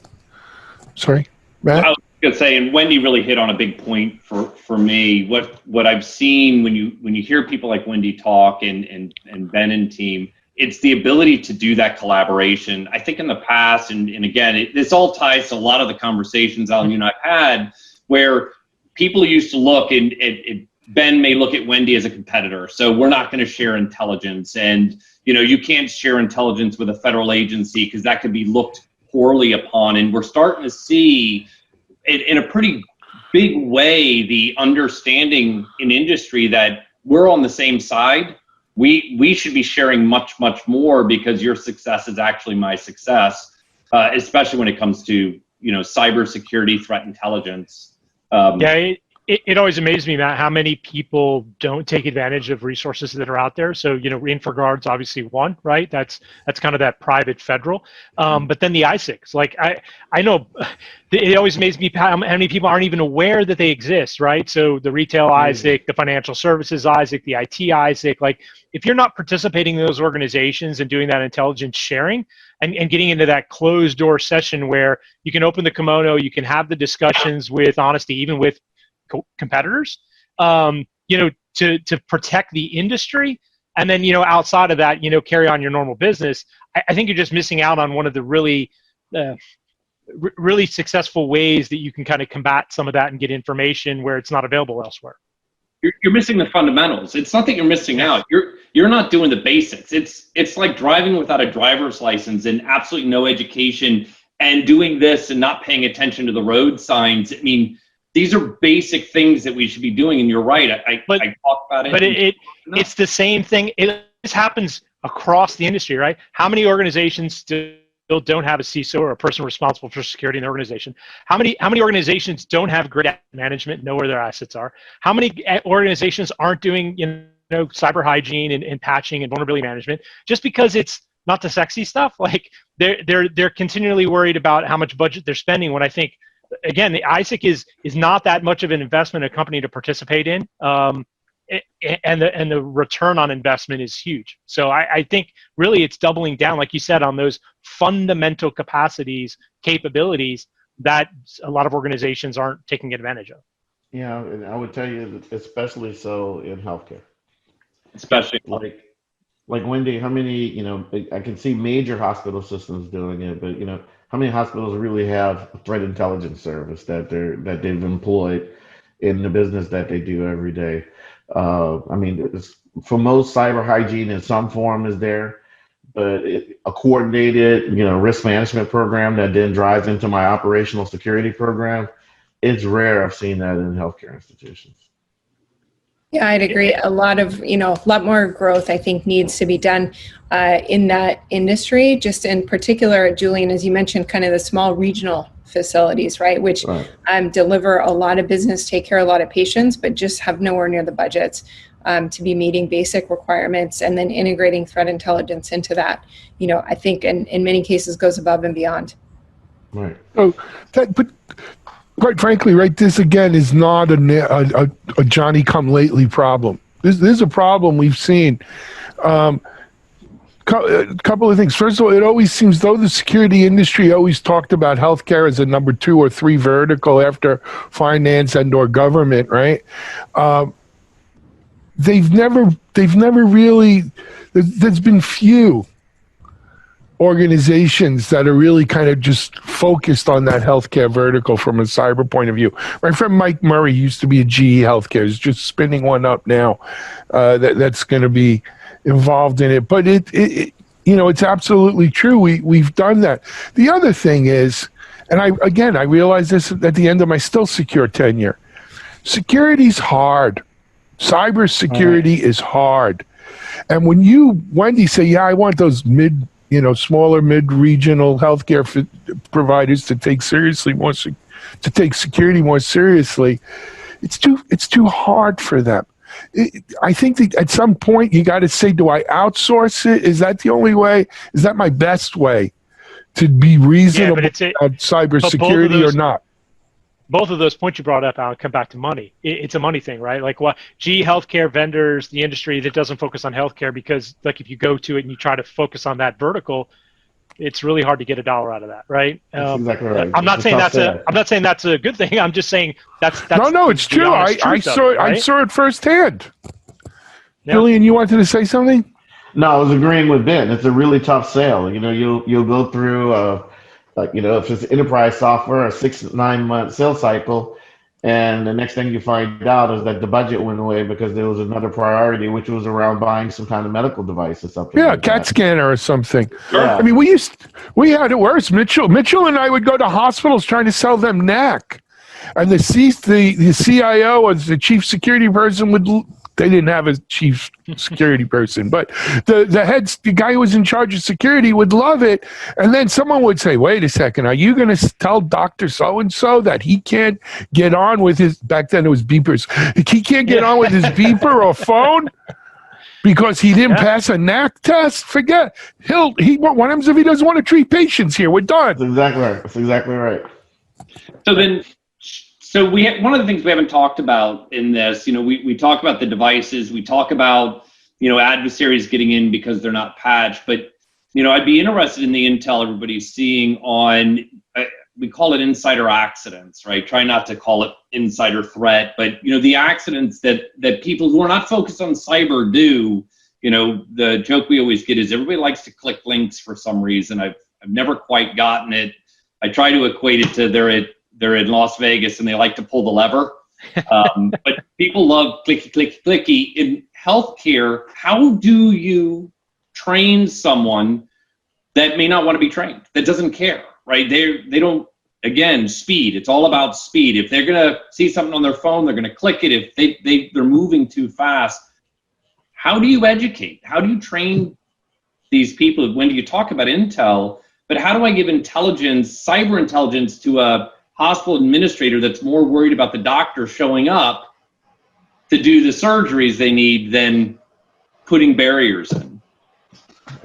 Well, I think one of the things that we focused we focus on talking to our clients about throughout the pandemic, regardless of what industry they're in, it's just the need to actually do simulation testing, right? The need to walk through these. Cybersecurity is not just a technical issue at this point, right? In order to have a successful response to it, you've got to bring leadership in, and you've got to have different owners of business understand that everyone plays a part in this. So it would be, I'd have that same message, right, to a healthcare organization, that we've all got to realize that, as a doctor, for example, they may own a particular type of data or sets of data in applications and be responsible for that. And everyone has to realize that they play a role. And ultimately, the success of organizations in responding, to breaches is how fast you can detect and how fast we can limit the impact of that access, right? Well, whatever the access may be, into the rest of the environment. And I think it's really critical that organizations, understand and adopt that. And just like, I wouldn't run a marathon tomorrow without ever having, run a few miles to train for it, right? I wouldn't expect an organization to go through a breach the first time and do it extremely successfully, right? We've got to practice these things. We've got to understand where some of the gaps exist in our environments. And ideally, we do that prior to an attack. Yeah, I think tabletops are a really great idea, Wendy. And then, as you said, bringing the executive teams in, right? Bringing the board in, letting them actually walk through it in a real world example that's simulated, letting them understand and letting everybody get that muscle memory how to respond. I'd also, you mentioned training, Matt, and I think the way we do training is pretty poor in general. Like it's really dry. It's like compliance training every year. Like no one wants to go through any compliance-oriented training, no matter whether it's security, IT, diversity, whatever. Like just nobody likes it. And I found a couple companies that do it more with like live action comedy, and I found humor to be a really successful way to broach that gap of people wanting to consume the training. So I think like our approach to how we bring not just the board and the executives, but the day-to-day, the nurse, the doctor, the orderly on, like how do we bring them in to want to make that part of their everyday work life, right? Like just to be the awareness, raise the awareness some. I think that's really key in that, like we haven't done the job of the psychology of our job, right? Yeah. It's been very technical. And I think that's failed us at the business, like going in and being able to talk business at the business. And it's failed us at the HR level of being able to interact with our customers. Like how often do we say, oh, that's the stupid end user? It's like, well, the guy's not stupid. He doesn't know. He doesn't have all the experience and the knowledge and the training you have. And like, we need to treat them in a different way and understand there's a psychology behind it, that we need a broader spectrum at our management levels within security to consume that and then figure out a way to bring it out to the rest of the org.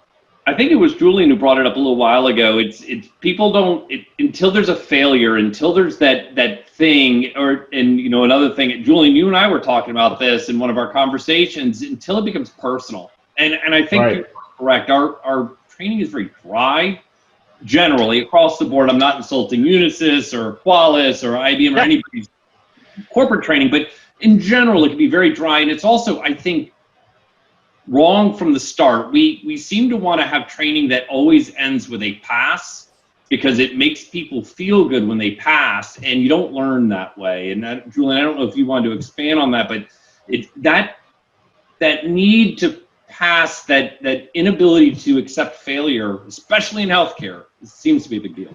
No, because a lot of times what you have, if you just deal with doctors, right? Many times you have doctors who are highly technical. They're very savvy, but they don't know anything about security. And so there's a bunch of assumptions that go into it. And unless you can somehow pull them into the process of wanting not to be the problem, they continue to be the problem. And, but I mean, I hate to keep going back to it. I still think that if it's not driven from the top, and in healthcare institutions, as you know, most doctors they aren't employed by the hospitals they work for. They're contractors. So trying to force them to do anything can be impossible.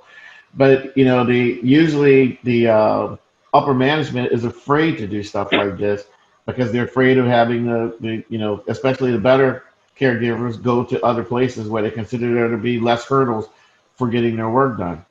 But it's got to start at the top. Unless they change that mindset, it's just going to continue to be bad, and we're going to see more and more ransomware in hospitals.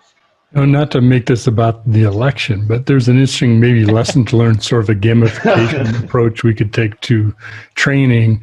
I saw some news programming on TV where they were showing individuals different posts on Facebook and things. Is this a fake or is this real? And they'd vote, and half the time, 3/4 the time, they'd be close, but they'd be wrong quite a bit. And the lesson wasn't, here's how you recognize it. I think the lesson was, just don't trust it if it's not a known trusted source. That's what you really need to. You don't need to know, don't click on anything. You need to know, only trust what you know is true, is a reliable resource. And that's, so that gamification made it real to people without them feeling stupid. Because they didn't know, right? Most people are not going to be able to recognize a phishing attack that's done really well. Well, the other thing I would highlight it and jump off of that would say, like, if you have an issue that you're trying to figure out in security and how to address it better, who do we reach out to? We reach out to people we know and other security professionals, right? And I actually think sometimes we need to reach out to people outside the industry to answer some of these problems. So I read an interesting article, I think it was in World War II. They did an analysis of bombers that had flown back and where they had gotten hit, right, bullet holes. And so they wanted to find out, where do they enhance the armor on the plane to increase the odds of the planes coming back and landing safely. And so you would naturally look at that picture and the average and say, all right, well, wherever the bullet holes hit the most is where we need to add armor. But that's counterintuitive, and it's involving a bias that you have to say that those planes landed. What you really need to analyze is, where don't you have any holes? Because that's the planes that actually didn't make it back. Right. And that's where you need to actually apply more armor, right? Is because the planes that made it back with those bullet holes, they had sustainable injuries, right? And what we need to do is leverage, I think, professions, like, again, I think, psychology, behavioral analysis, right? Data science, right? To understand, like, the things that where we're missing this, because it's obvious we're missing things on how we educate our end users and consumers. We're just missing that, especially in healthcare. Again, I think, Julian, you hit it off. Like, they're not even necessarily employees of the organization, right? It's a conglomeration of these different groups working together in this kind of body, this entity, but you don't necessarily have control over it. Exactly. It's tough.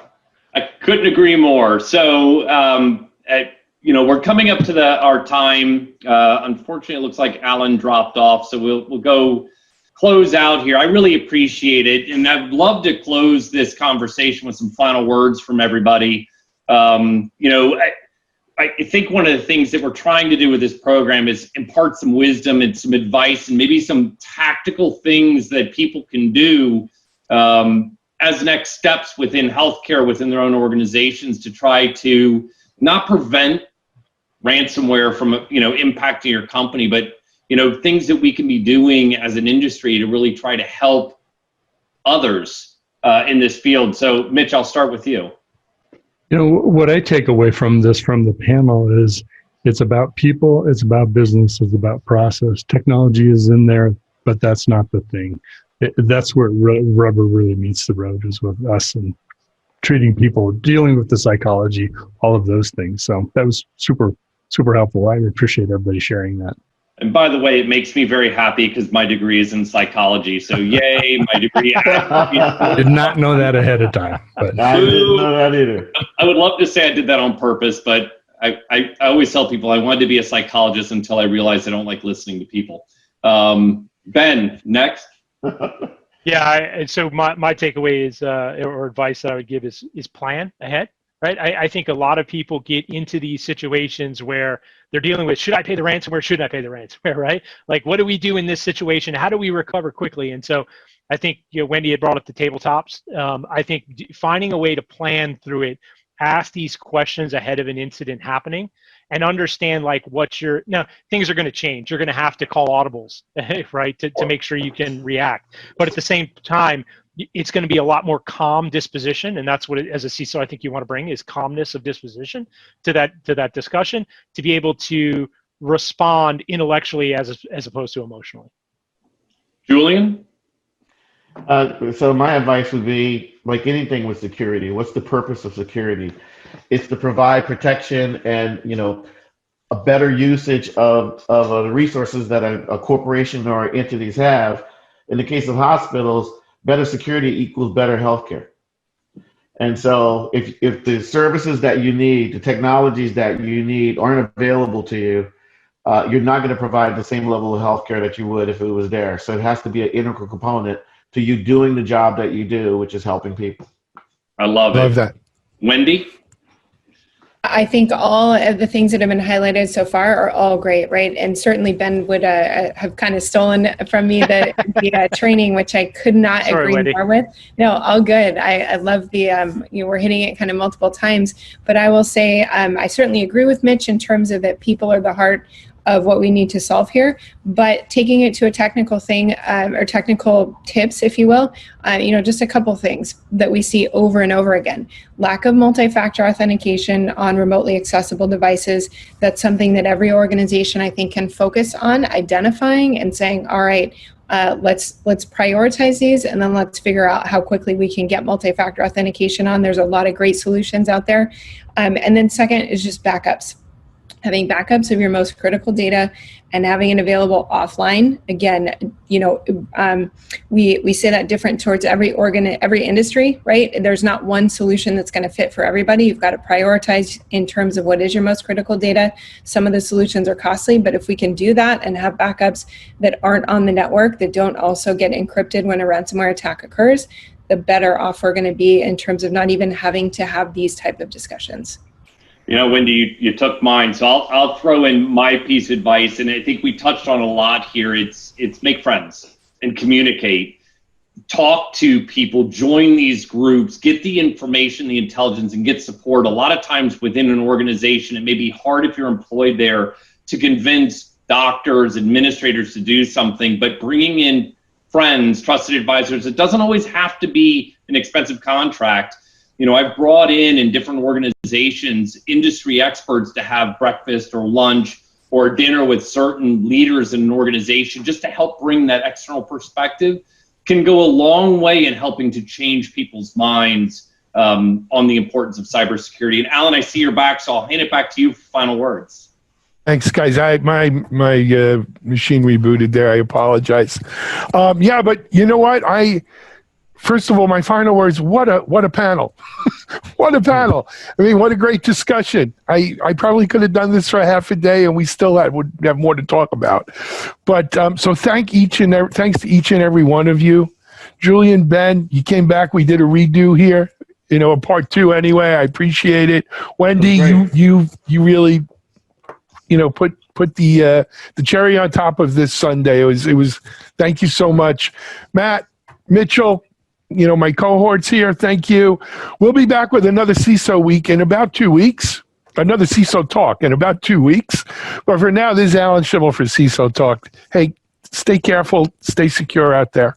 We'll see you soon. Bye-bye, everyone.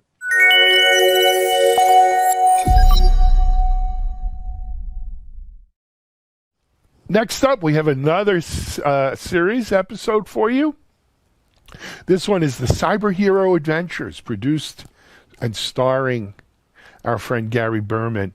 In this episode, Gary has Gordon Lawson, CRO President of Rangeforce, as well as J.D. Lovett, President, JDE Consulting, and Yogav Hatuka, CEO at Newledge. Here is Cyber Hero Adventures with Gary Berman. Hello, and welcome to the Cyber Hero Adventures, Defenders of the Digital Universe show.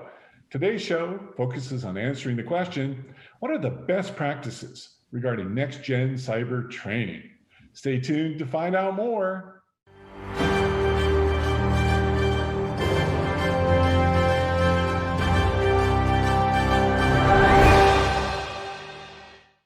I'm your host, Gary Berman. Our mission is to shine the light on the people and organizations who keep us safe online while at work, home, and school, and to serve as a business-to-business networking platform for the cybersecurity and information technology communities. We've learned that 55% of human communications is nonverbal. That's why we include a video feed. so that you have the option of seeing our guests or simply to just listen. You never know who you're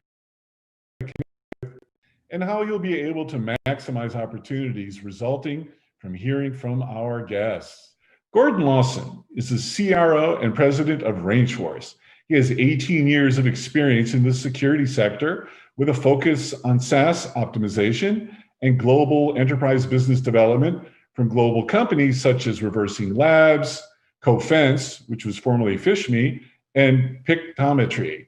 As a naval officer, Gordon conducted operational deployments to the Arabian Gulf and Horn of Africa, as well as assignments with the Defense Intelligence Agency, U.S. Marine Corps, and Special Operations Command. Hi, Gordon. Welcome to the show. Thanks, Gary. Appreciate it. JD Lovett is a veteran with over 30 years of experience supporting DoD as an IT cyber communications specialist. He has filled a number of technical roles within the industry, starting in desktop support and PC repair. He moved to network administration, network engineering, firewall operations, network architecture, and network auditing. In 2008, while working on his graduate degree, JD proposed a new design to facilitate NetOps testing and to sandbox issues. That program became the Department of Defense Cybersecurity Range, CSR, where JD was the technical director until 2017. JD continues to work across the industry as a consultant with his own company, JDE Consulting. Hey, JD, welcome to the show. Morning, Gary. Yogev Hatuka is the CEO of Knowledge, an Israeli-based cybersecurity awareness and training company. They've taken experiential learning to a whole new level, creating engaging training experiences based on immersive and interactive technologies that are delivered through virtual reality, escape rooms, and 360-degree apps. In the name of transparency, we've just entered into a wonderful joint venture with Knowledge to bring the characters and stories from our comics to life and to include a leading-edge awareness and training component in virtual reality as well on computers or mobile devices. Hi, Yogev. Welcome to the show. Hi, Gary. Thanks to be here. Thank you. Gordon, we're going to learn a lot about what you do today. But first, I'd like to know why you do it. What is your mission? Tell us your origin story. That's a great question, Gary. Well, I think the first thing that's important is that there's opportunities in life where you maybe get exposed to something and you weren't necessarily expecting it. And my opportunity with cyber occurred about 10 years ago. I had really focused, even as a military officer, I'd focused a lot more on physical security, and especially in the wake of 9/11, a lot of the anti-terrorism force protection type issues, and was working in that field. And I was going on a flight over to the UK. I was doing some work with the UK military, and I sat next to one of the founders of Cofense. And we struck up a conversation, and he started talking about what they were doing in the anti-phishing space. That really got me involved into the cyber world, and it really is just it's very much like physical security. It just moves at the speed of light, right? And so it's a much quicker pace and happen much quicker. As I got exposed to that and learned about it, it was just so fascinating. And obviously it's a field that's growing so much. And the training side of it is so, I think, interesting and rewarding because there's so many people out there that need new skills. Veterans need these skills. People that maybe don't have access to traditional college education need these skills. And if you can get this exposure, like we do at Rangeforce, where you can literally, in a Netflix-like way, learn how to do botnet takedown or PCAP or command injection, you can learn those skills at home and get certified around it. It's a really powerful way to I think, provide a great opportunity for the future.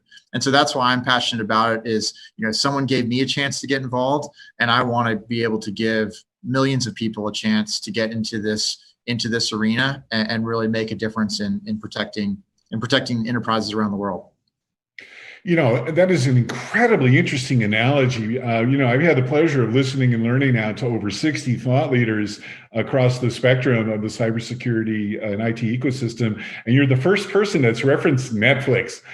Tell us, how does that work? How does someone have on demand in the way that you're describing? Well, sometimes when I'm doing public speaking events, I'll put up a picture of, I'll date myself a little bit, Who's the Boss or Growing Pains, some of those great sitcoms from the 80s. And I'll say, hey, how many of you all sit down with your family at 8 o'clock on Wednesday night to watch a program? And of course, no one raises their hands anymore, right? Because people watch it, whether it's a DVR or it's basically an on-demand type system.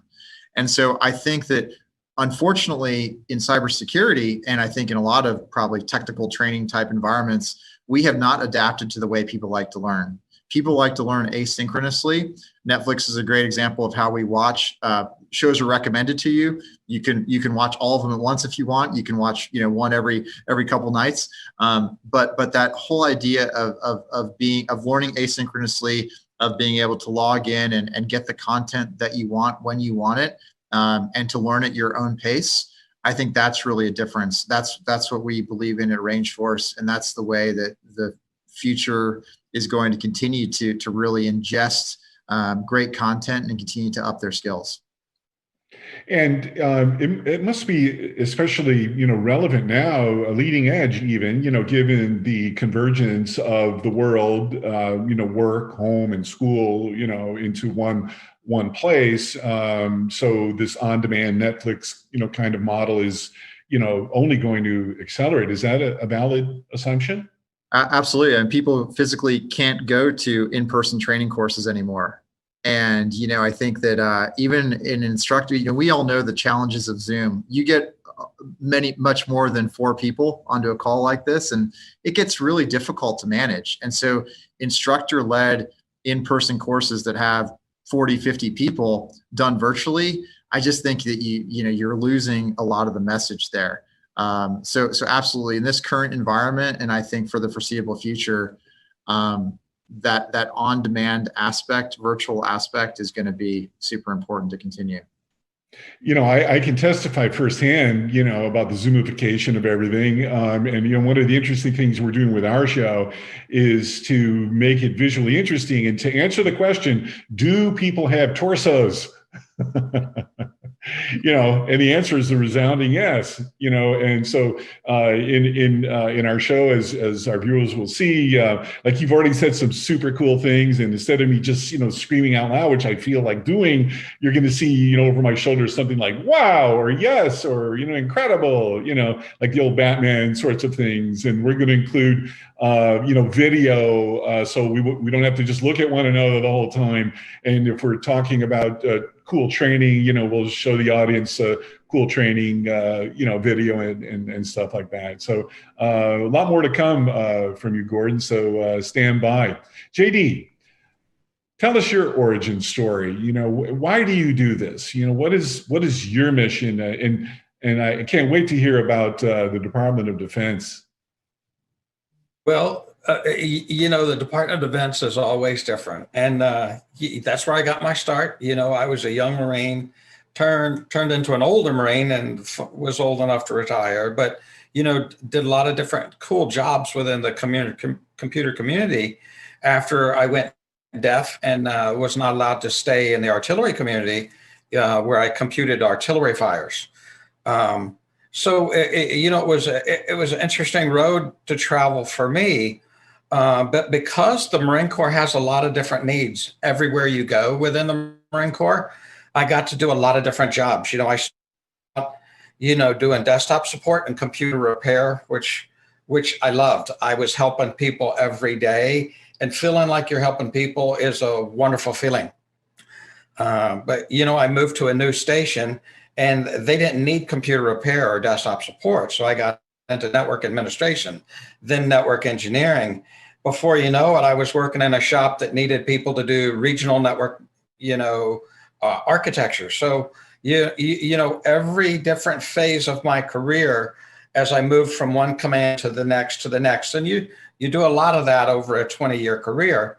I got to see a lot of different things, and it helped me develop a perspective that was maybe very different than your average Marine network professional. And that's why I was able to move into network assessment. I joined a team back in 06 into 06, 07 that let me travel around the world helping Marine and DoD networks secure themselves from hackers. And it was fantastic. I got to review their networks, help them find their gaps, their vulnerabilities. And then, we would shift into fix mode, and then we would show them what they did wrong on the firewall, show them what they did wrong on the router, on the switch, what's wrong on this server's configuration. Why is this web server running protocols that aren't secure? We would spend a significant amount of time fixing the problems, not just finding the problems, giving them a report and walking away. That really helped me learn that, it was something I was passionate about. And it was funny, it was during that time that I ran into some DoD executives at a breakout session, and they wanted to talk about why our different lab and training systems, were failing DoD warfighters. Why could they not do a better job predicting how the fielding of that new cyber-centric system would operate in the real world? So, after some thought and review, I proposed that, the reason they didn't work is because they weren't network-centric systems. And because they weren't network-centric, they had trouble capturing what we called network reality, or the fidelity of a network that you would normally engage as a cyber warfighter. So, it's no secret that DoD always has a ton of money. So, after I wrote a white paper to tell these executives, about an approach that I thought would be much more effective than the approach that they had been using, mysteriously came up with, $10 million to do a pilot, and then asked me if I'd be interested in running this pilot. And of course I said yes, because it's not that often in DoD that somebody comes to you and says, hey, you want to do this? And oh, by the way, if it's successful, we want you to stay here and teach us how to do it. So that's how the DoD cybersecurity range came about. We built a small pilot in Stafford, Virginia. And after the pilot got tested independently, JITC sent some wonderful professionals down and said, does this meet, the general's requirements for the pilot? When it did, it was a fantastic feeling, because, we proposed a whole new approach to building a cyber range, and then, independent, auditors validated the approach, and that let us say, okay, we finally can have a system across DoD that's, because it's network centric, it will give us better results when we're testing a network centric system inside of it, right? So, being the technical director then at this facility and allowing me to interact with network and cyber professionals across the spectrum was tremendously exciting. It allowed me to interact with people that you wouldn't normally get to meet or see or interact with, because these guys and gals are typically on the front line of the DoD fight. And they don't take them out of the fight very frequently, but a couple of times a year, DoD does this thing called, exercises, and they do these big enterprise exercises. The whole community comes together. They send personnel in, they take over a piece of this exercise, and then they practice their skills in this virtual environment. And that really opened my eyes to the training gaps that we had across DoD. At the time our system went live, right after our validation event, that was, October of 2010, if you looked at the systems we had then, they were puny, they were largely ineffective. And most of us technical professionals, when we did the review at the end of the exercise, we always talked about a negative training value, because these systems didn't allow the warfighters to use their normal everyday tools that they use in the real world to fight. So Instead, they brought them into this virtual world that was supposed to mimic theirs, but sometimes did, sometimes didn't. And then they had to learn how to use this new lab, this new tool before the event, and that created a lot of training negatives. And those of you who've been associated with training for a long time, you know, anytime you inject negative, it's very easy to lose that technical professional and for them to just drop their pack and say, hey, I'm going to get no value out of that. And unfortunately, for years, that's what we were seeing. Well, on that, just to build on that point, JD, you know, one of the things that to me is incredibly striking is in the ecosystem and the conditions that you just described. Not only the things don't work, but this can actually be life or death. Is that right? Absolutely. These folks, you know, we're trying to fight on the front lines. And, you know, when you're on the front lines of the engagement and you know, we don't have a system that's good to maintain you, it was obvious. Let me share a story. You know, here I am. I'm the technical director of the DoD Cybersecurity Range. And I'm interacting with these professionals, Army, Navy, Air Force, Marines, and the government civilians that support them in all those organizations and in DISA. And over and over and over, I'm hearing about the good things at the cyber schoolhouses, but nothing since. So I make a point to update my schedule. And over a 6-month period, I visited all the cyber schoolhouses we had in DoD. And I talked to the people that were managing those cyber schoolhouses, the leadership, the instructors, and then I talked to the students.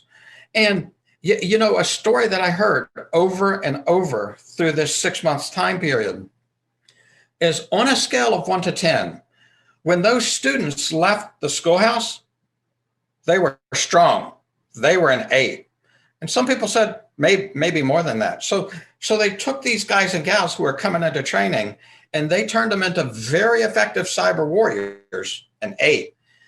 But when they reconnected with those students 12 months, 18 months, 24 months later, those students reported that their skills had deteriorated significantly when they were in positions where they weren't directly on the keyboard doing the job, supporting what they learned in the schoolhouses. So now, 18 months later, that guy was no longer an 8. They were closer to a 3.5. Wow. And as a DoD professional who's focusing on training and how do we make training better, that's appalling, right? It created what I called an emergency situation, and it meant that we needed to take wide action across DoD to try to make a difference. Well, we're going to come back to that because there's so much we could do, you know, 5 hours of listening and learning from you, and we'll come back to talk about that in just a few moments. Yoga, tell us your origin story. You know, how did you get into cybersecurity training, and why do you do it? I think everything starts from the challenge that from the hacker side we have all the times. And in the end of the day, as my other guys here explain about the experience, we understand that technology backed and you know, to invest a lot of money and millions of dollars in company in technology and cyber technology don't close in the end of the day the weakness that you have in your company, and you all the time need to train and be up to date for if this your cyber team and if this your IR team. And but in the end of the day, we can see that the human source in your company that don't be at non-technic, they don't know anything about cyber threat.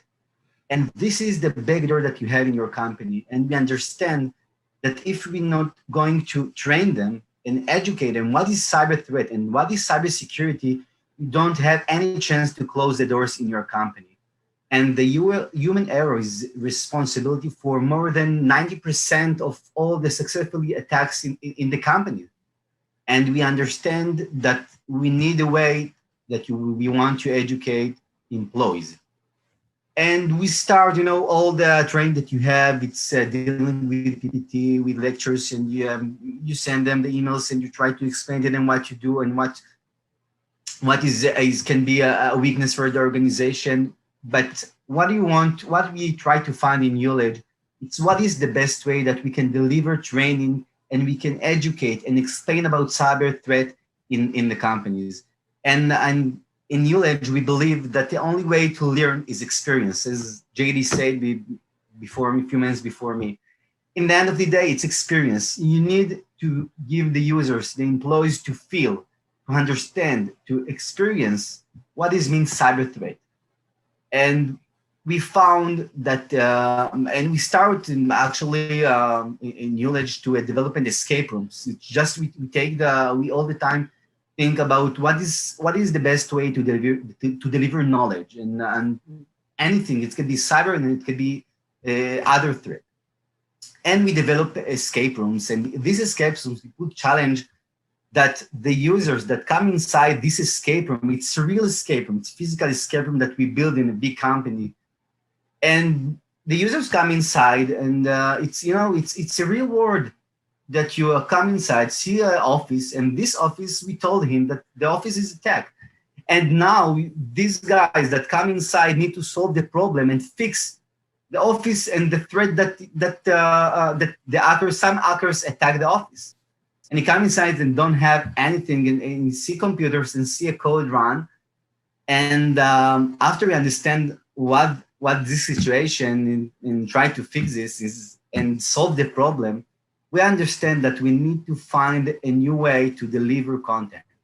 And this is the reason that we take this experience to another whole level. We develop many scenarios. We start from phishing, for example, and we take these scenarios on a real virtual reality world.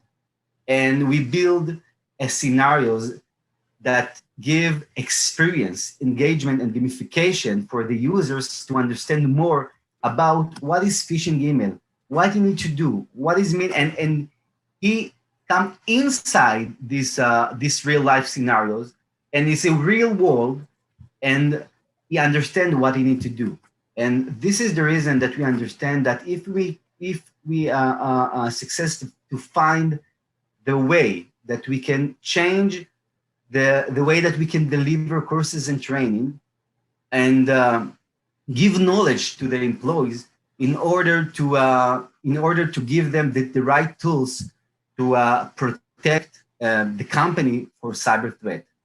And this is our main goal in the company, that we focus on cyber awareness training for employees, to give them the right tools in another way, in a new way, a new technique and gamification tools to dealing with cyber threat. So given your emphasis on virtual reality, which I love, is now that everybody's at home, do people need to have the Oculus viewers, and like how does that work? Exactly, it's a good question, Gary, because this COVID-19 is like accelerator, as we spoke before, and we find that a lot of companies and a lot of our clients don't have any option to deliver our content by VR. And what we are doing is we are developing a training arena tools that we can deliver all our content during web, mobile, VR, or cardboard. So all our content can be delivered to everyone in any device, in any time during these days. And we find out that our clients prefer that their employees can choose what is the way that you want to get the knowledge. If you have VR, you can use VR. If you have web or mobile, you can connect to our system and get the knowledge, what our scenarios, escape rooms, and other interactive app that we have and developing all the time. And what is very unique in our system, in this arena, that everything is connected to one dashboard and one leaderboard, and we can analyze all the score and all the challenge that the users use in our system and doing the scenarios. Is actually doing and play game and get a knowledge with a game in full gamification interactive tools. And did I hear you correctly? Did you say the word cardboard, like a box? Yeah. What is that? Cardboard is like a Google box that you put on your phone. You can take your phone and you can choose if you can do our scenarios by touch or put the phone throughout the cardboard and put it in your eyes. Is actually like VR, but not really VR. But cardboard give you the option to see 316 degree our scenarios and doing these scenarios just with your eyes. Wow. And if you don't choose your cardboard, you just can do it by touch or in your mouse, in your computer at home, and doing all our scenarios inside. Wow, it sounds cool. Gordon, one of the things that I've listened and learned about and heard repeatedly is this notion of fidelity and visibility that JD mentioned a little bit earlier. I have learned that for large enterprises, they might have, I think the mean number was 47 products or solutions inside their security stack, and in some cases, even more. Why is, our security stack integrations important in your view? Yeah, no, it's a great question, Gary. Well, I think the first thing is CISOs are spending a lot of money to make sure they get the right mix of tools, whether that's, perimeter controls, network firewalls, next gen AV. They got to make sure, and they're being held accountable, that those controls have to work. So, for example, at Rangeforce, what we do is we've built vendor integrations into our training modules.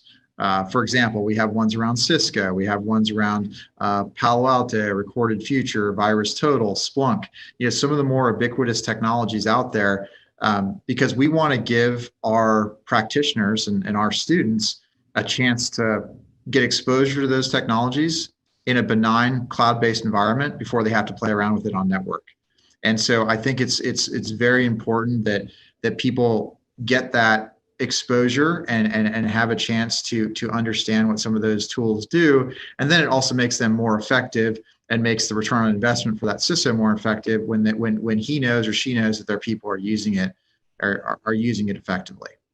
Indeed. And, go ahead. Someone's going to say something? Okay. And what do you think are the biggest issues, around the notion of getting people trained? I had learned that maybe 80% of the billions of dollars that are spent in cybersecurity are allocated towards products and technology solutions. Yet, as Yogev mentioned earlier, maybe 90% of the hacks are actually caused by simple human error. And it seems like there's a misallocation of resources. Is that a valid thought? Well, I think you have a couple issues there. So what Yogev is addressing with their company really is that end user, that non-cyber practitioner who maybe just needs to understand where the threats lie. And that sort of training is super important to do that often and to get people exposure to it. I think when it comes to people that are actually sitting eyes on glass, hands on keyboard in Security Operations Center, JD hit the nail on the head. These are folks that maybe they didn't go to military, or maybe they went to a military schoolhouse years ago. Maybe they went to a different certification course a year or two ago, but it's all about continuous practice. It's all about building muscle memory.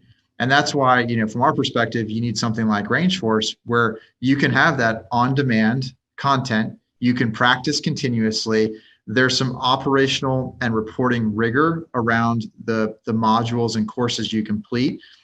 So that it's not just kind of a free-for-all, if that makes sense. You're not left to your own devices. There's definitely a clear path, and everyone kind of gets on that same baseline and has an opportunity to improve. So I really think it comes down to practice. If you decide you want to lose weight and get more fit, you don't go on a diet for a day. You don't work out for a day. You do it. You build habits, and you do it every week. And that's the same. It's the same thing in cybersecurity. We need to encourage people to get into those habits and to get that continuous exposure. And that will prevent, I think, many of these incidents that we're seeing, because what happens is that these attacks that occur, people are seeing it for the first time, and it's the real thing, and that's just badness waiting to happen. Indeed. And for our audience, so that you know, we'll have in our show notes information on how to access Rangeforce and Newledge and JD Consulting as well, so that you can connect with them.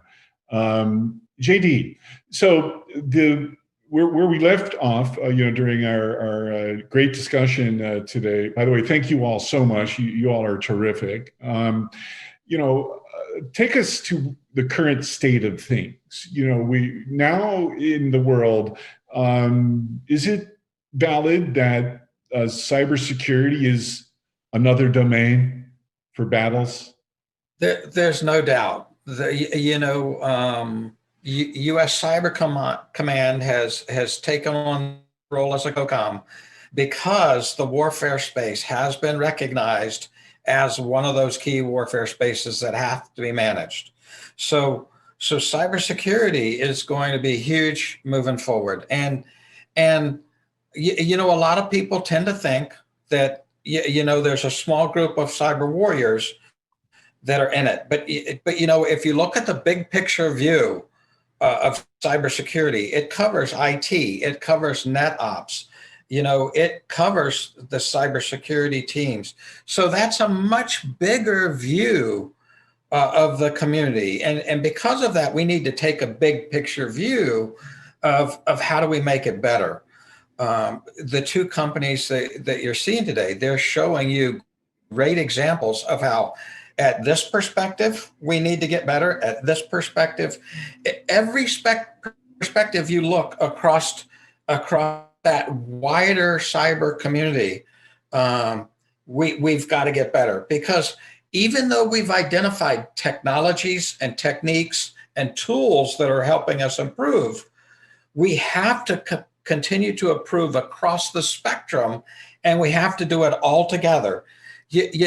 In 2014, the Department of Defense, as a department, started a network transformation plan to be ready for the future. And it worked because it was led by the DoD CIO, and all the services were engaged and participating in that plan. If we're going to be successful in cybersecurity, we have to do something similar. We have to be led from the top, and everybody has to buy in. But if we do that, and if we engage the right technologies, the people, processes, and technologies, then we can be successful. Well, you're touching on a number of important points, and I'll ask all of you to comment on this question, which is, it's widely documented that there is a significant shortage of talent in the cybersecurity ecosystem. What are your thoughts about how to make cybersecurity cool? I'm doing some things with the National Initiative on Cybersecurity Education as part of NIST. And in November, they have a week that's called National Cybersecurity Career Awareness Week. With the goal of encouraging young people to take STEM courses and people who are in university or colleges or of the age cohort to look at careers in cybersecurity. And the interesting thing I learned about that is there are actually 57 defined career paths in cybersecurity. So it doesn't just have to be technical. I'm just going to put that out there for anyone who has some thoughts about that. Yeah, maybe Gary, if you don't mind, I'll go first here. I think the first thing is that I think the younger generation does view cyber as cool. This is if you think about folks under 30, certainly probably get a little older than that now. These are people that have grown up on computers since birth, and I think that is they have that exposure. A lot of these folks have that acumen already, even if they don't know it, just because their fingers have been moving fast in video game consoles for years. And I think that the difference with cyber is you may not have the same graphics, but you're still solving a problem. And people that have that acumen to work through a problem tend to do very, very well, I think, in the space. People with mechanical aptitude tend to do very well in the space. And we see that when we work with organizations like NPower and Seven Eagle. These are folks that deal with veterans and underprivileged youth to have zero cyber experience. You get them into some of our modules and you can see these kids are eating it up. And that's really exciting to see that. They have zero experience. The other thing I'll say is my 13-year-old, we have 310 range force modules. My 13-year-old, who had no cyber experience, has done about 35 of them. And whenever, of course, we have a promotion for like a new T-shirt or something, he's the first one on it. In fact, I see him on the system when he's supposed to be doing homework. So we have a discussion. But I think that we're doing a disservice by not getting this out to a broader swath of the community and really letting them play, for lack of a better word. Give them something to play around with. If there's acumen there, then we can really harness it, and we're going to have an incredibly well-trained future workforce in the space. Absolutely. Right. And Gordon, I'll just point out that, if you look at a picture of who represents cybersecurity 20 years ago, it was typically older military guys that were the face of the community. And, what I love seeing today is that now we have a lot of young people coming into our career field, and that's fantastic. An infusion of new blood is always tremendously important. But what I also love seeing is, 20 years ago, women were maybe 5% of our career field. Now they're a significant number. So I hope to continue to see diversity coming to our community and it become a community that people of color, and that women, that all kind of different people with different perspectives will come to it, because when you come to a new field with a different perspective, it improves the field. Indeed. That's a great thought. Yogi, do you want to add something? Yeah, I'm actually agree with Gordon and JD, and I just want to say that I think on the cyber field, we can split our audience. If we focus on youngest and children that know about cyber, a lot of the oldest people around the last 20 years and know more than what other guys know. And after that, you have the cyber expert. And I totally agree about what Gordon say about if you want to combine the right solution for you, you need to train them and you need to choose the right technology to protect your organization. And the third one is non-technical. If users, employees, end users, whatever, because, for example, in our company, we all the time need to think, what is the way that we can take the cyber training, the cyber area threat, and give a new life, a new way to give the non-technical people that don't know anything about Windows, about servers, about this system that we call them cyber, because this is a big word, a buzzword. And we need to find a way to touch them, to give them the tools to handle with the weakness that then, in the end of the day, they don't know about them anything.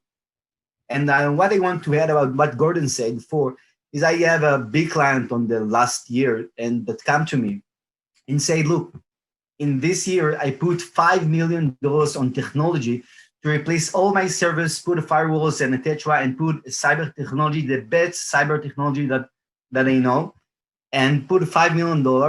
And in the end of the day, the CEO of the company just click on a phishing email, and for any reason, the system don't know about this email.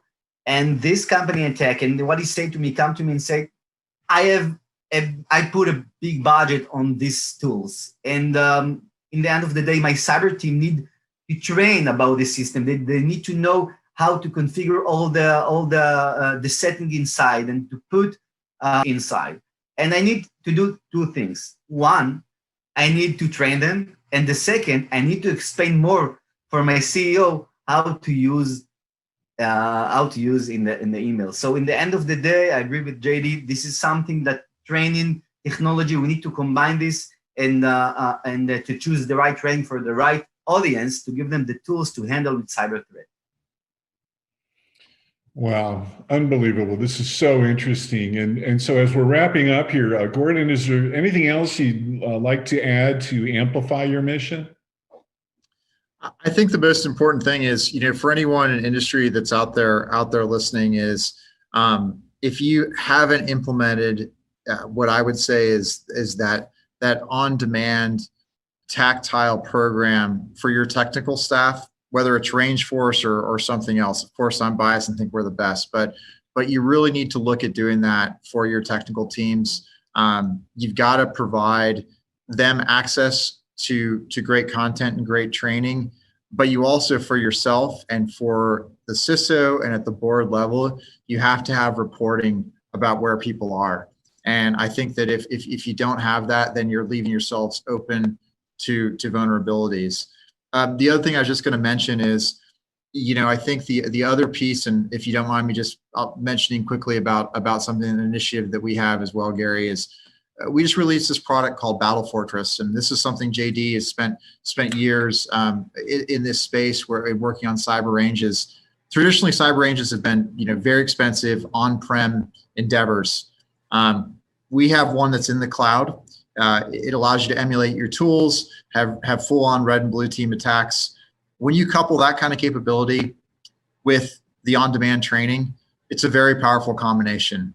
And so, we would love for the people that are listening to reach out to us if you're looking for something like that. And if you're a student, if you're looking to change your career, if you're a veteran, reach out to us as well, because we want to give you a license immediately and get you into the space. And I just think it's really important that we have a mission here to make sure that we find the best future enterprise defenders, identify that talent, and bring them into our community. Absolutely. Thank you for doing that. JD, is there anything else you'd like to add to amplify your mission? Yes, Gary, thank you. I'd like to say two things before I close.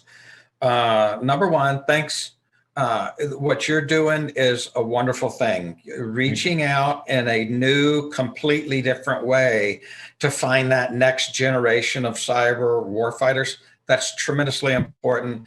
And you're reaching a segment of the community that they would never see us any other way. So without this effort, it would be lost. So thank you, Gary. This is huge. And number two, I want to say something to the different companies out there. If you're a company and you're wondering, should I be engaging DoD? I will say this very simply. If you're a training company and you've got an innovative approach, or you've got a way to engage students in a way that's different than the way it's being done in other places, absolutely, you need to engage DoD. DoD is going to spend something like $5 billion over the next 2 years supporting cybersecurity training. And there aren't enough companies that are doing it for us now. And we've got a ton of gaps, and we would love to see the technology, the processes, the people that you're bringing to bear. And if they'll fill a gap for us, then we will use them, and we need them. Wow. JD, first of all, thank you so much for your kind words. The cybersecurity community has been incredibly supportive of our, initiatives, and it's only going to get better. So thank you. Yogev, you're going to have the last word. Is there anything that you'd like to add to amplify your mission? Yeah, I just want to say thank you for you. I think that you are doing awesome work with your comics and your TV shows, and the message. This is something that it's amazing, because it's something that's very unique and give the right tools to the employees. And in the end of the day, I think the human factor in companies and organization not must to be the human error. We can, if the companies give the knowledge to them, they can be absolutely the human firewall in the companies. And this is our main mission. This is what I feel, and this is what we want to do in the different way, in engagement and gamification way. Well, our last and one of my favorite questions for our guests, I'll start with you, Gordon. You know that we create comics, the Cyberhero Adventures, Defenders of the Digital Universe. And so I have to ask you, who's your favorite superhero? So, I mean, this is a tough one, and I'm going to pick one, but I'll give you my second place too. But, you know, I'm a technology guy, so I think you got to go with Batman because there's no inherent physical attribute. It's all about technology that makes him better, right? But then the other one, and this is the one I've always loved since I was a kid, is Wolverine. I just think he's very, very cool as well.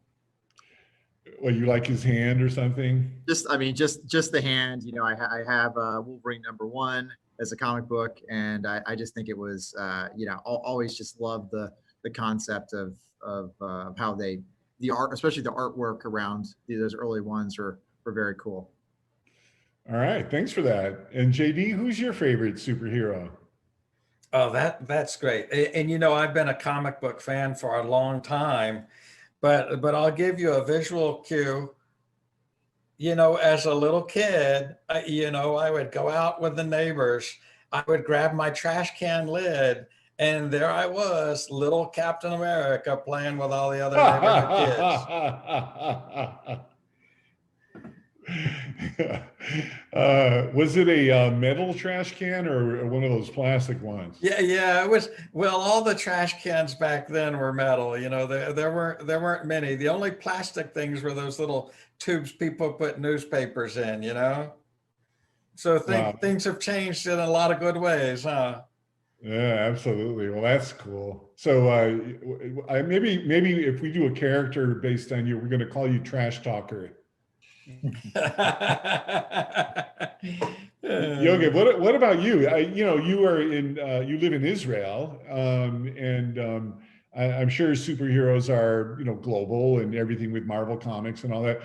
Who's your favorite superhero? What do people in Israel kind of talk about? In the last few years, I all the time think that I really like Superman because I all the time need to defend everyone. But in the last few months, I think that I'm going to change it to Phoebe the Fisher because on the last month, I totally go deep to Phoebe, and I guess that you can share with in a few weeks we can share with everyone about why is the reason that I really like Phoebe and believe why we need to protect from Phoebe. So. So I guess that they're going to change my hero. Well, this is actually our first scoop, you know, although I had inside information on it. But Phoebe, we created a character that is part fish, part human, and she has 3 weapons. She has a harpoon, which is used for whale fishing, which of course our audience knows is going for, you know, big people. She has a spear, which is for spear fishing, targeted, you know, sorts of attacks, business email compromise, things like that. And then she has a fishing rod for spray and pray, you know, kind of fishing. So you're her first fan. So thank you for that. And thanks for helping bring our characters to life. Well, for more information, as I mentioned earlier, we'll include our guests' contact information in the show notes. Thanks so much to Gordon, JD, and Yoga for this incredible show. If you would like to be a guest on our show, just send an email to Gary at cyberheroescomics.com. Thanks, everybody.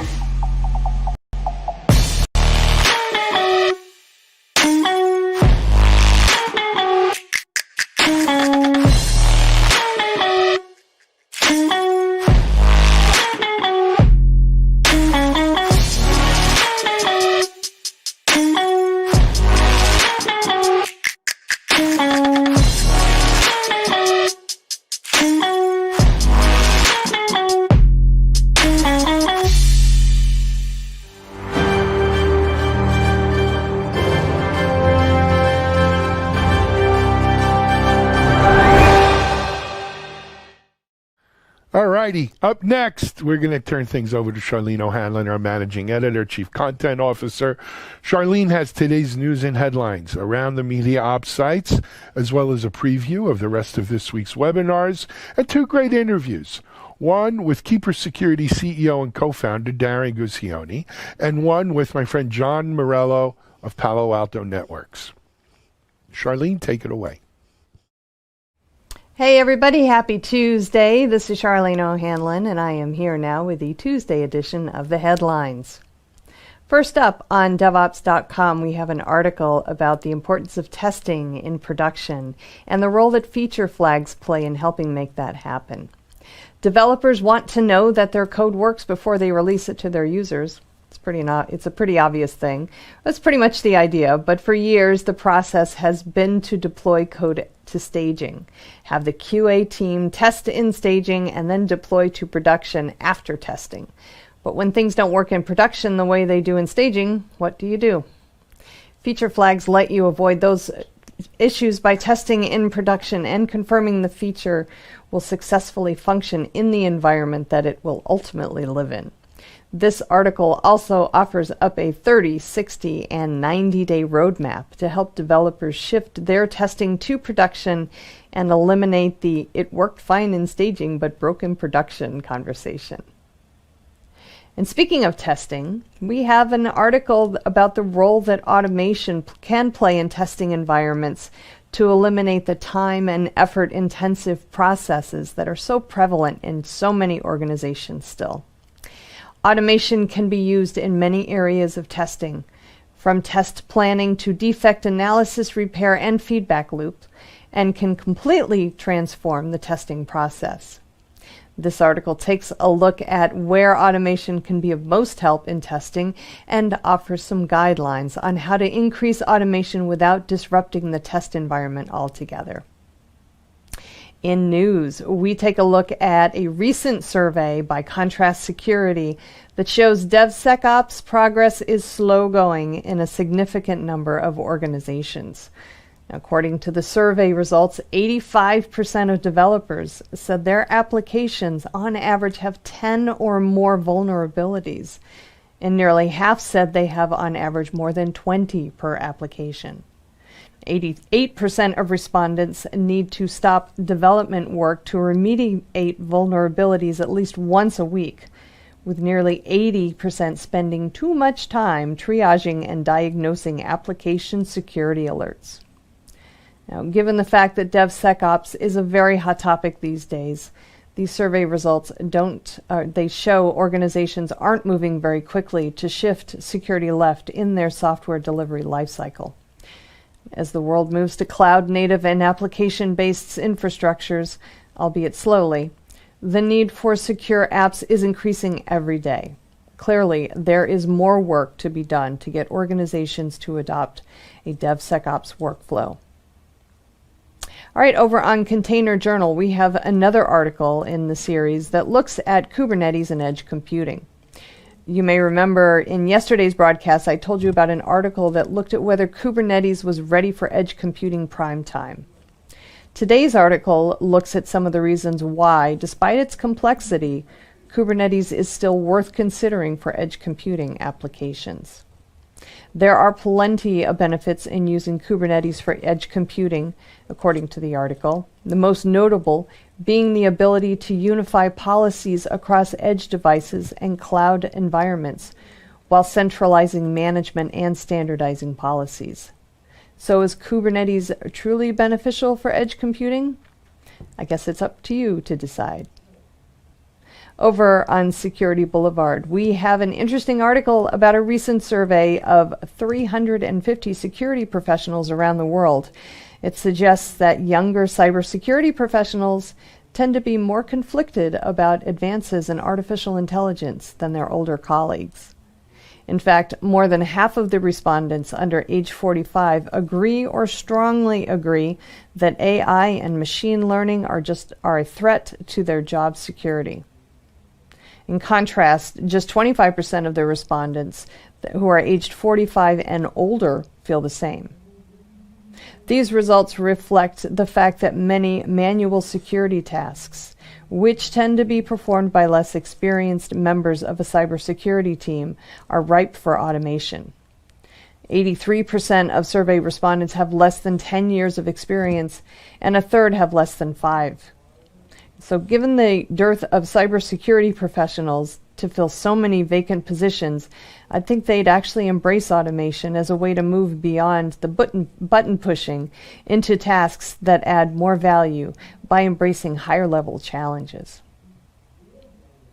We also have an article discussing how organizations can determine where their most important data is by looking at their cloud spend. The first step to securing your infrastructure is understanding what assets need to be secured, and finding and classifying data is an important part of that process. Only when you have visibility into your data can you decide what data is important to protect and how much protection is required. A crown jewels analysis is a great way to do that, but what do you do when you have 50 assets that are flagged as highest priority? Simple. You look at how much money you're spending on cloud costs for each asset. Specifically, utilization and performance metrics as they relate to how much money you're spending to service that system. The higher the cost, the shinier the crown jewel. All right, that's it for today's headlines. Lost my train of thought there. Please check back on Thursday when we will have more headlines for you. But until then, have a great day and please stay safe. This is Digital Anarchist. Hey everybody, welcome back to TechStrong TV. I'm Charlene O'Hanlon, and I'm here now with Darren Guccione, who is the CEO and co-founder of a company called Cybersecurity. Darren, thanks so much for taking the time and talking with me today. Really appreciate it. You're welcome. All right, you guys are located in Chicago. I love Chicago. It's such a great town. So tell me a little bit about Cybersecurity and what you guys are all about. Sure. Yeah. So we make cybersecurity software that protects individuals, families, and businesses against password-related data breaches and cyber threats. So our software operates across really the entire ecosystem of a company, for example, on every smartphone, tablet, computer for every single employee in the organization. Think of it like a ubiquitous digital vault that runs on all of those devices. It fully integrates with any type of single sign-on solution or Active Directory or any type of identity application, so it's very tight. We do focus on the area of cybersecurity called identity and access management. But yeah, we've been in business now for 9 years. We've got right around 1.4 million paying customers globally. We publish the software in over 100 countries, 21 languages, and yeah, we did this study recently with the Ponemon Institute, surveyed right around 2,200 different organizations across the United States, Europe, Benelux, Scandinavia, Australia, and New Zealand. So love to talk to you about it today. Yeah, great. Let's dive right into that, because I'm really interested in finding out about what you guys have learned, specifically as it relates to remote work security and really where corporations or where organizations, basically where they're falling down and where they're shining. So why don't we go over some of the highlights of the report? First of all, maybe a little bit of background about the report, when you guys actually put it out in the field, and what your target audience was and all that good stuff. Well, we do this report every year. I believe this is the 4th straight year that we've been doing this report. Initially, we started with the United States, but as we branched out globally, it became apparent to us that we needed to expand the scope of the report. So typically, we'll spend about 90 days of field work. We send it out to, roughly no less than 10,000 different businesses. We have typically a very strong response rate. So I'd say the response rate, I think, was over 20% this year, which is fantastic. Wow. That is so more companies, are participating in this and getting to know us. But yeah, we are the ones that sponsor this every year.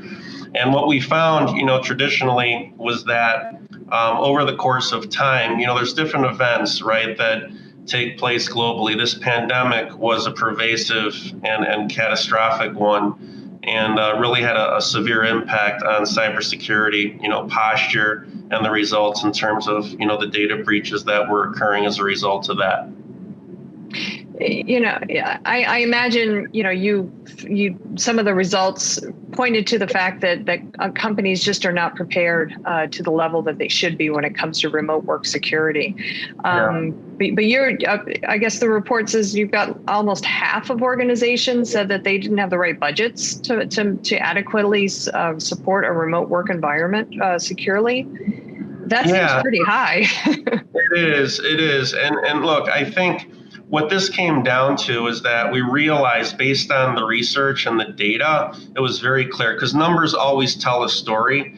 And what the pandemic did, because there was such a massive immediate migration to distributed remote work structure, this was the issue. It really opened up and exposed the weaknesses that companies already had.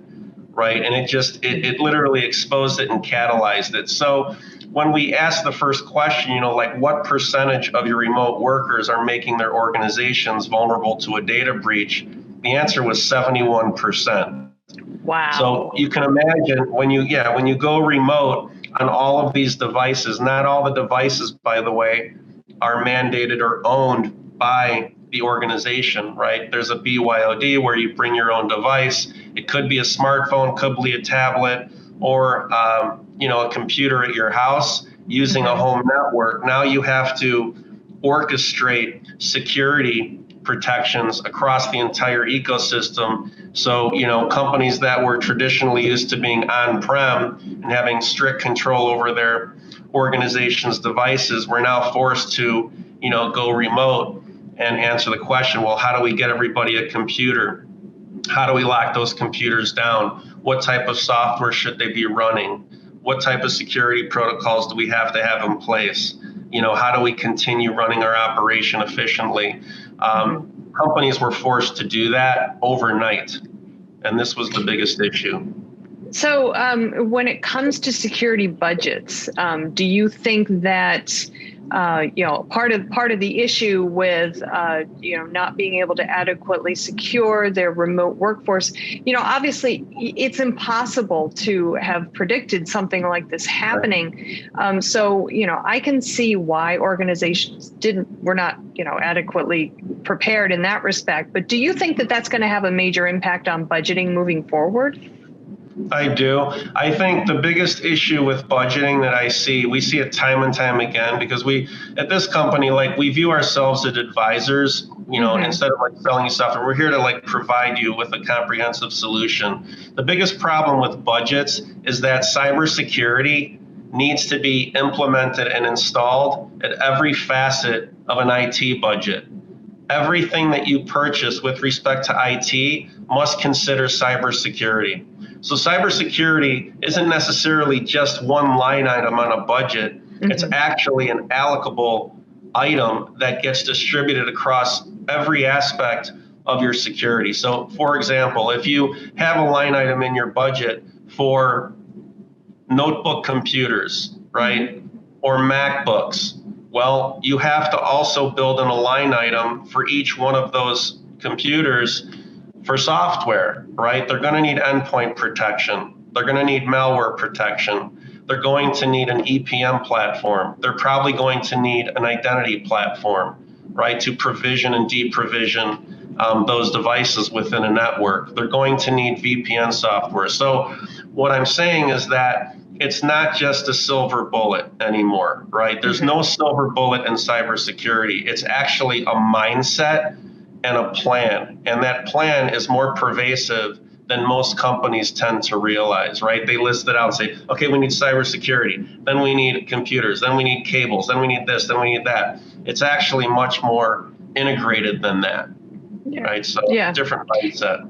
Yeah, well, that makes total sense, and especially if you look at not just the types of security, but the breadth of security offerings that are out there, and just the entire. If you're securing the entire network, not just the network itself, but the endpoints and everything that connects to it, and even third-party security. There are so many different facets to cybersecurity within an organization. It's almost mind-boggling. So where do you kind of see that changing in the next year and moving forward, recognizing that we're probably going to have a remote workforce, moving forward that's either permanently remote or will be kind of elastic, bouncing back in and out of the office? Yeah, I think it's going to be a hybrid, just like your latter point. I think that it'll be in and out of the office. I mean, that's how we're operating today, by the way. So we have a very controlled office setting for those people who want to come in, but I would say 90% of our team is remote. Mm-hmm. At the end of the day, there's a nucleus of cybersecurity software, and there's a nucleus of cybersecurity protection. Every budget needs to start with identity and access management, especially because you have distributed remote workforces, right? So you need, IAM is all about making sure that the right person on the right device from the right location accesses the right systems at the right time, right? It's all about control, enforcement policies, permissions, and distributed identities, right? Just to make sure that everything's locked down. So this is really, I think, the core of every cybersecurity strategy that we're going to see. It starts with identity and access management, and then you branch out from there. What about security of, other networks that organizations, the workers are using to connect to the corporate network? I mean, obviously, identity and access management is great to access the corporate network, but there's, what about the security in between, if you will? Well, we always recommend that you authenticate and connect through a VPN, just to make sure that the connection is completely hardened and secure, right? Mm-hmm. Because most of the networks that, we're operating in at your house traditionally are not going to be nearly as secure as something inside. So the way that you help bolster that is using, products like, a Fortinet gate or something similar to that, where you can, VPN in and really lock down that connection to make sure that, you have full end-to-end encryption, not just in terms of the data that's running through, right, from your device into a network, but the files themselves have to be encrypted. The connection has to be encrypted as well. It's not just, people think, well, if I'm on a 256-bit AES connection, let's just say through, an HTTPS connection, is that enough? No, it's not enough. You have to make sure that the files running through that connection are also encrypted. All right. Well, moving beyond, the hardware, the software, the applications to lockdown security, I imagine there's a healthy dose of culture that comes into a security posture within an organization. And the COVID pandemic, I would hope, has actually opened a lot of organizations' eyes to having a security-first attitude and approach to, to their entire networking infrastructure and connectivity for their employees. Do you see that coming down now that do you see it now being more of a top-down attitude towards security? And how does that kind of, trickle down, if you will, to the employees? I mean, are we going to see an increased amount of education to the workforce to make sure that however they're connecting is as secure as possible? I mean, I think so. I hope so. Right? I mean, it's, we saw a 400% increase in the number of attacks, from between March. Yeah. Starting in March, over the next 90 days, there was a 400% increase in attacks. I mean, phishing, ransomware, you name it, was up 400%. So whether or not an organization wanted to do it, I don't think they don't have a choice anymore. They have to do it. At the end of the day, if you have one team member, right, on an unsecure network working out of their home on a device that isn't properly protected, you're doomed, right? So you could have the best protection, on so many different systems, but it only takes one now. It only takes one for a cyber criminal to create major problems for an organization. So it's important to lock everything down. That's a scary statistic, 400%. Wowie zowie.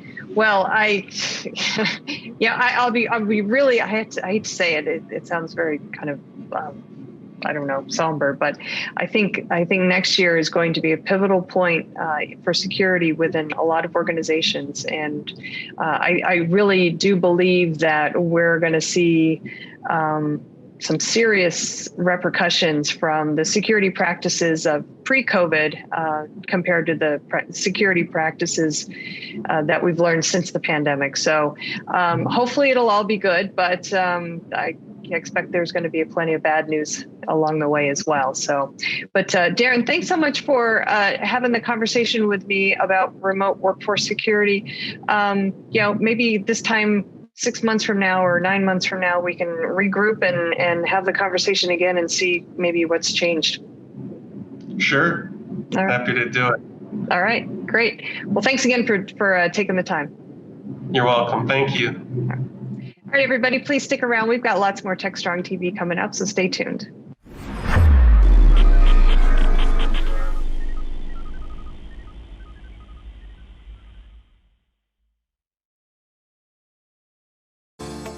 Disruption is occurring across every aspect of IT. Open source, cloud services, DevOps, and cloud-native software architectures are democratizing IT and radically transforming how business is done. The old ways of creating software and doing IT are being replaced with agile, flexible, faster, and cheaper methods, benefiting vendors and users alike.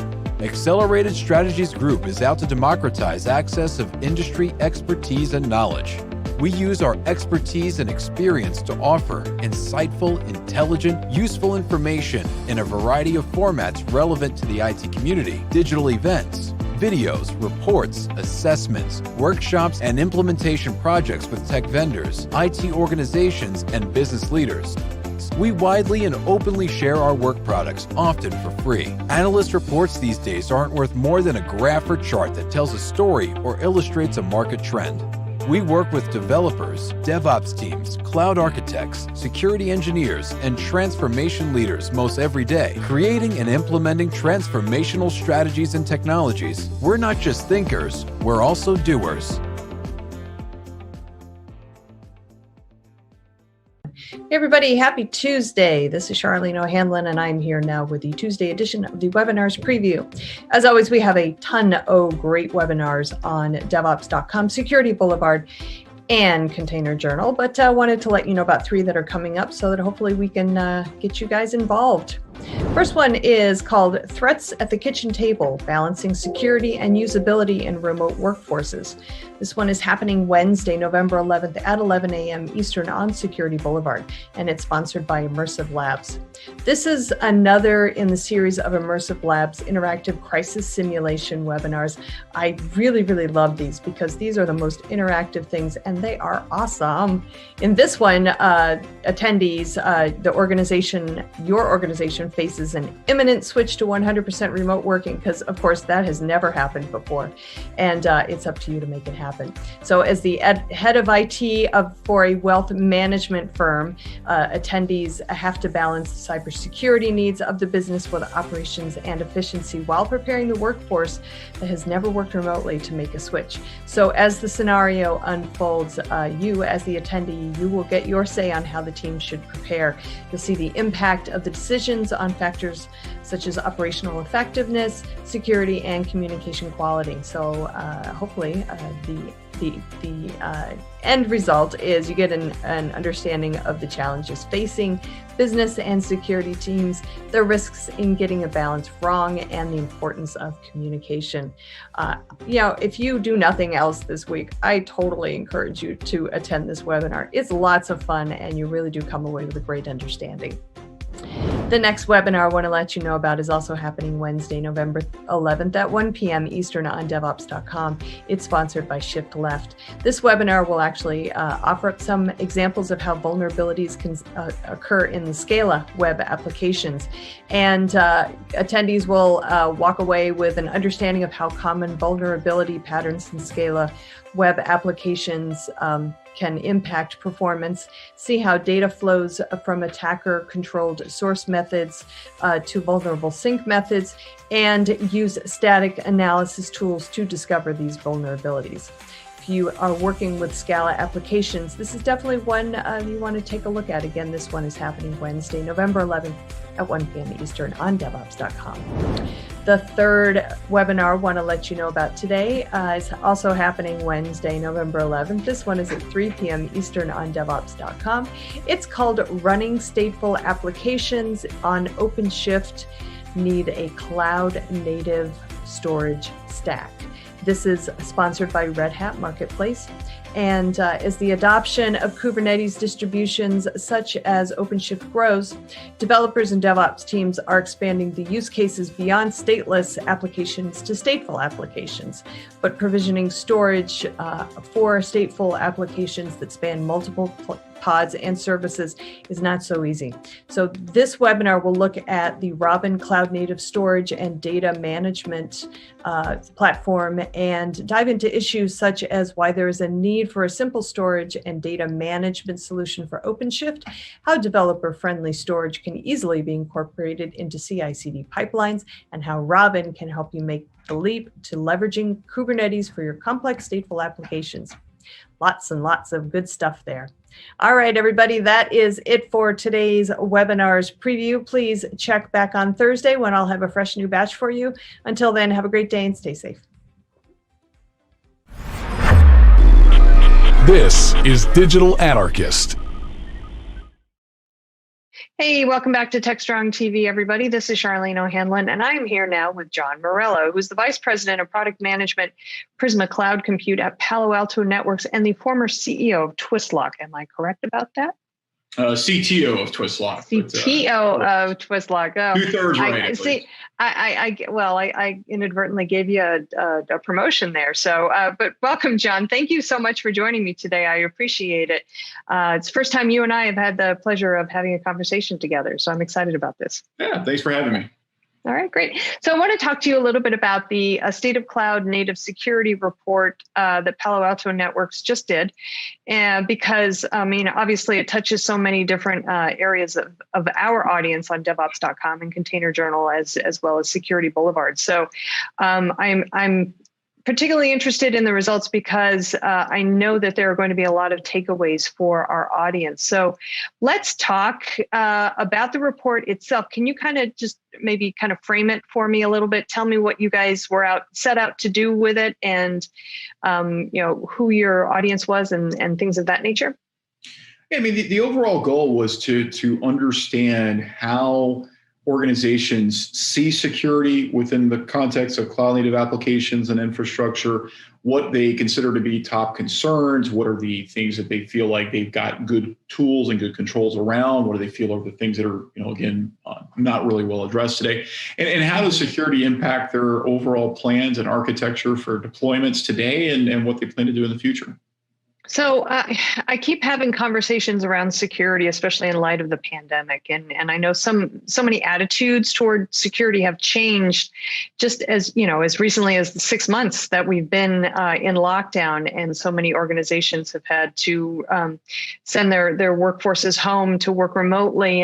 And so I think there's an overall general maybe heightened concern around securities. In the cloud native space, have you guys noticed any differences with that? Well, I think the attackers and the threats always tend to follow the money, and the money is sort of a proxy or for the infrastructure and for the applications that are deployed. And as you've seen more organizations adopt cloud native tech stacks and run their applications in that manner, you've seen more attacks kind of come through and more focus on those areas. And when I say cloud native, I'm talking, if you think about like the CNCF, the Cloud Native Computing Foundation definition of that, we're talking not about just like standard infrastructure as a service. I took a VM, I exported it from my own data center, and I imported it into AWS or something, but instead utilizing, more modern techniques, things that are like based on infrastructure as code, such as with CloudFormation templates, in Terraform to deploy the underlying infrastructure, utilizing containers and serverless functions to run the application, real integration with CI/CD flows. And so as that's become much more of the default posture for organizations to deploy their applications, attackers have come along with that. And before we were acquired, when we were still Twistlock, we did quite a lot of research on that over the 4+ years of the company. We did some analysis, for example, with Docker, where we presented around some threats that we saw with poison Docker registries available on the public internet. There's been a real rise of crypto mining abuses, particularly with container environments, because container infrastructure is well suited. If you're an attacker and you can just somehow convince somebody to run the container, then like you make it very easy for them to run your entire stack of crypto mining software, so that you don't have to deal with the difficulties of sort of installing that and running that in normal infrastructure. So the threats and the relative level of risk, as more and more infrastructure and applications transition to cloud native, the corresponding level of risk probably increases as with that as well. I'm not saying it's necessarily in lockstep, but certainly more attractive to an attacker if you can use a technique that might work against millions of endpoints than something that can work against a few hundred endpoints. So that would require then that organizations really take a different view of security in a cloud native environment, if you will, and using those tools. Do you think that companies get it? When we're talking about that they really do need to kind of take a different tack when it comes to security and securing cloud native environments and technologies? I think they get it, but I think there's also some challenges that make it, that make it harder to do security in a cloud native world. Cloud native is just a new set of technologies. It's neither good nor evil. It's neither, more secure nor less secure. It really comes down to like how you use it and how do you deploy it, right? And, the things that are really different about cloud native is you have a lot more entities that you're dealing with. If you take your traditional, very basic sort of 3-tiered application you might run in more legacy architecture, maybe you have a couple of VMs for the front end, a couple for an app tier, and a couple for a database. So you have, let's say 6 things that you're dealing with. If you take that same application servicing the same user population, and you decompose that and really run that within microservices so that you can iterate more rapidly and upgrade individual components and scale them out and so forth, you might have literally an order of magnitude more things, right? Now you don't just have 2 web server VMs. Now you've got tons of different containers and microservices that are all working together to deliver that capacity, which has all kinds of great technical benefits, right? You can scale out, you can scale down, you can be more efficient, you can more rapidly iterate on the application, but it means that there's a lot more stuff that you have to deal with. And so traditional security tools and methodologies that were very focused on manual efforts and kind of this notion of a static environment, I have these assets and I have configured them this particular way, that doesn't really translate very well into cloud native when you've got a lot more of these things. Additionally, those things change much more frequently. Again, that traditional server that we just talked about, a lot of organizations might just update the software on that, once a quarter, once a year, sometimes, like maybe not for multiple years in a lot of organizations. One of the reasons why you adopt cloud native is you want to be able to iterate on that application more frequently. So not only do you have a lot more of these things, but now they're changing on a continuous basis. You're pushing out new images, new components to this application, on a weekly, daily, maybe even hourly basis. And so the baseline, again, if you assume, as a lot of traditional security tools do, that you have this kind of static set of resources that are manually configured and don't really change very much over time, it's very difficult to be able to apply that security tooling and methodology to cloud native. And then the third piece of it, I think that's really different, is with cloud native, the developers themselves are far more responsible for security than they've really been in the past. Historically, most organizations had a devs team and an ops team, and those teams typically were more or less siloed. Development team built something, they tested in some test environment, and then they gave it to some dude in an ops team who would go and install it. And then maybe some other dude would go and scan the environment and say, oh, there's a missing security update. And that ops guy would go and install the update and keep that environment up to date after we're deployed. In this cloud native world, one of the reasons why people can iterate on software so rapidly is the developer themselves is far more in control of that. And they're also really this, this container image, the serverless function, it's basically a sealed artifact that they create, they test, and they just go immediately run that thing in production, and you don't really change it. If you want to fix it or create an update for it, you destroy that thing that you've already run and you provision a new one. And so again, the challenge that you have with traditional security tools and methodologies is a lot of those tools assume they're being run by a security team, that they're focused on what's already been deployed, on remediating issues when you can change the environment that's already been deployed. And that's not really relevant for cloud native apps. So again, it's the number of entities, the rate of change of those entities, and the responsibility of developers that really make securing cloud native applications potentially more challenging for organizations than the ones that were utilizing traditional security tools and methodologies to try to do so. Yeah, and that makes total sense. And I firmly believe that, just the ephemerality of containers alone in that environment is tripping up a lot of folks when it comes to security, because they, how do you secure a moving target, basically? And one that disappears, it's like, it's I think, that's a huge hurdle for organizations. But, I also wonder if, because of the complexity of securing these environments, is there some sort of secret sauce maybe that the bad guys know about that we don't? Because they always seem to be one step ahead of us, especially when it comes to these kind of next generation environments. And so how is it that they're able to stay kind of that one step ahead of us? Well, I think in InfoSec in general, attackers have all the advantages and defenders have virtually none of them. I mean, the attackers, it's low cost, it's low risk, it can be automated. And, for most organizations, the challenge is not like the technology itself, it's the people and process of how they use the technology and how they manage it. That almost always is the greatest weakness. But I don't want people to think that cloud native is somehow less secure, or that it's worse, or that if you use it, that you're going to somehow be in a worse situation. In fact, quite the contrary. Those challenges that I just talked through, those are real challenges. Those are things that are different about securing cloud native apps. But cloud native also gives you the real opportunity to do security in a much more efficient and much more effective and comprehensive way. Cloud native applications are very declarative. As you build your app, you're creating, manifest and tagging it and labels, things that historically were often just afterthoughts that now you can leverage because your developers are doing that as part of their normal workflow. You can leverage that as a security tool to be able to understand what the normal behavioral pattern of the application is.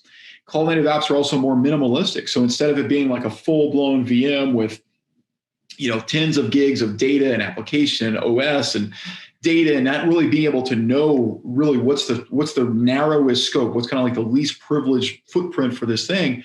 Cloud native is much different, right? You're talking about a container image that might just be a few tens of megs, or a serverless function might just be, less than a meg.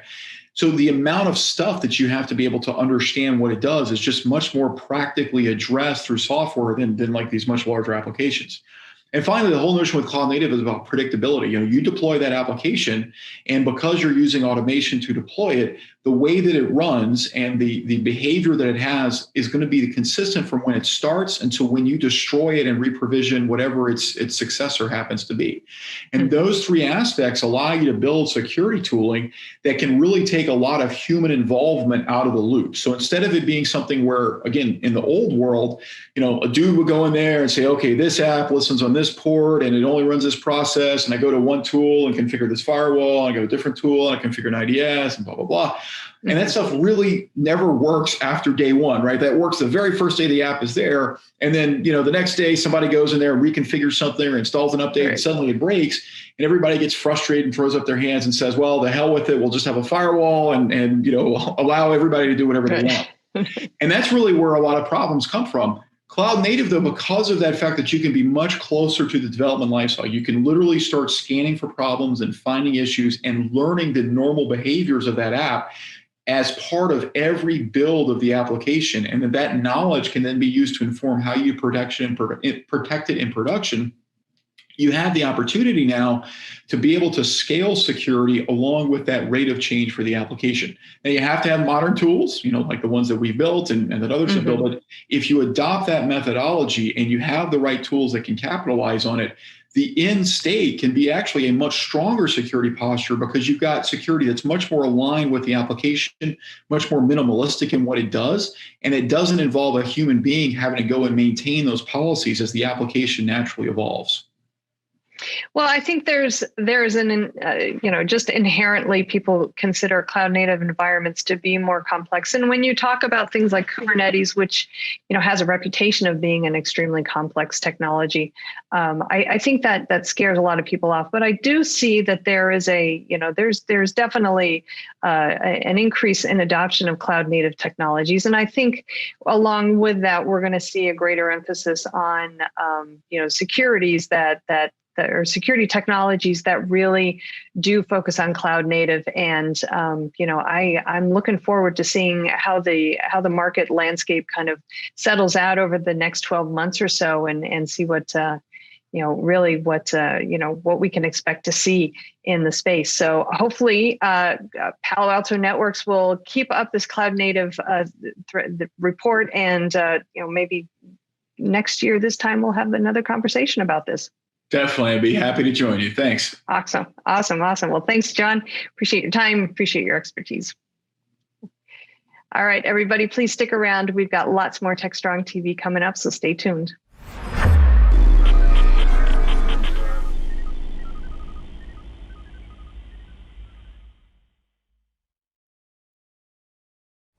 Thanks, Charlene. Great stuff today.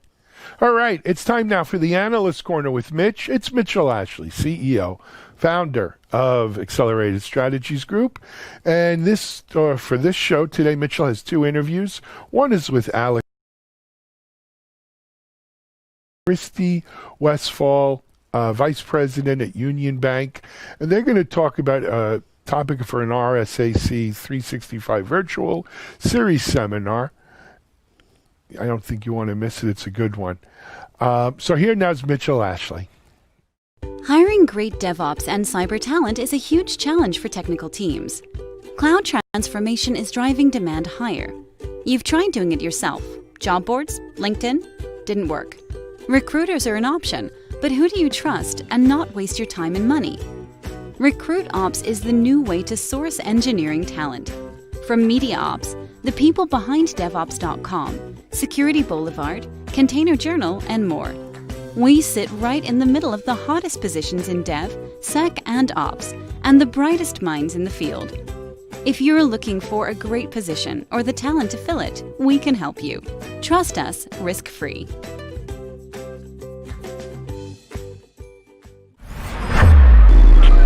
This is Digital Anarchist. I'm joined today by Alex Haber, who is co-founder of For All Secure. Welcome, Alex. Good to be talking with you today. Hi, Mitch. I'm excited to be here.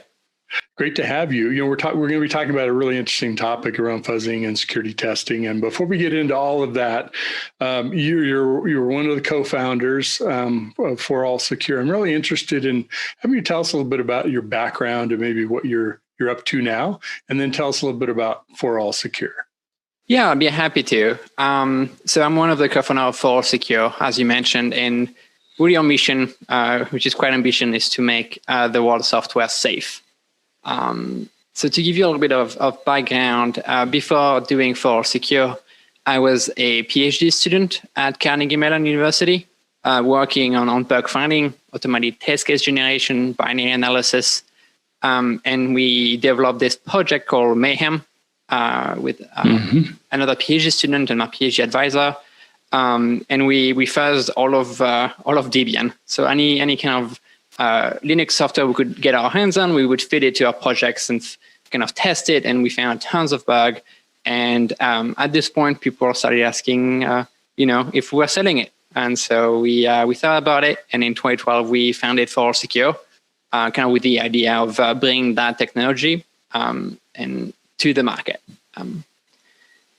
Around that time, DARPA announced the Cyber Grand Challenge, which was about autonomous security. So kind of can machine play a cybersecurity game of attacking other systems and defending itself. And we spent 2 years on this, and that was really helpful to improve our technology and providing funding for that. In 2016, we won And kind of since then, we've been bringing what we've done at the Cyber Exchange to our commercial and government customers. It's great. It's been a little while, but I had David Brumley, your co-founder, CEO of the company, on having similar conversation. And he described that whole journey of creating mayhem and winning the prize, which came with some award money and led to you all forming the company, which is a great entrepreneur story. Especially, it was great to see that coming out of academia that way. So that's very cool. Well, tell us, what are you doing now? Are you still really active, highly active in the company? Are you working on other things in parallel? What's your keeping you busy these days? Yeah, still full time on the company. It's been a number of years now. Working kind of on the technical side. How do we improve our product to bring value to the customers in terms of finding bugs in their software before they deploy it to the world, right? And so fuzzing, the technique we use, has been very popular among kind of the offensive side of the world to find bugs and find bugs that you can exploit. And we're trying to bring that technique on the defensive side and integrate it into the development lifecycle. We've seen a lot of companies doing it, especially big ones, very successfully. And we see the value of it, and we've been trying to democratize it in other companies. Yeah, well, good. I'm glad to hear you're still really involved with the company. There's been a lot of, we're all searching for how do we make our systems more resilient, more secure, more safe. How do we create software that's more secure? How do we help developers, whether it's educating developers on writing secure code or putting scanning technology like 4All Secure has to do validation of code and looking for security vulnerabilities, things like that. I know one of the areas that's of great interest to you is fuzzing. And while that's not a new subject, for the folks that maybe aren't up on the latest of fuzzing, give us a kind of current modern day definition of what fuzzing is. So fuzzing is a technique that generates test case for your software automatically. And those test cases will exhibit different behavior of your programs. So for instance, if you have a service in the background that might be, resizing images, which is very common for web services. You handle PNGs, you handle JPEGs. While the fuzzer is going to generate inputs for all those file formats and see if anything bad happens. Yeah, I always think of it as, we might think of all the possibilities we would put a test program together, and fuzzing is really taking it to a whole nother dimension of all the variations that potentially could be applied to code and vulnerabilities and trying to break it. Yeah, exactly. The power of fuzzing is how many inputs it can test so quickly. And so it's a somewhat old technique. One thing that I learned recently from a talk from Microsoft is that people who used to develop programs in the early days, they had inputs on tapes and they kind of got the tapes that were in the trash can and fed them to your program to see how they would behave. It's kind of like at the early days of fuzzing. And then there's kind of a seminal paper that appeared in the 90s where people were just feeding completely random inputs to Linux software and found a number of issues. But something happened in the past 10 years that kind of revolutionized fuzzing. And it went from being blind to having a way to guide the search. And so before fuzzing, the input generation was completely random. But now it's using coverage information to guide what input to try next. And so if it tries an input and if the fuzzer tries a new input, let's say a random input, and finds new behavior, a new function being executed, new part of the code being ran, is going to keep that input and it's going to mutate it. So it's kind of like an evolutionary algorithm in that sense. And the effect it has on the capabilities on bug finding is tremendous. Mm-hmm.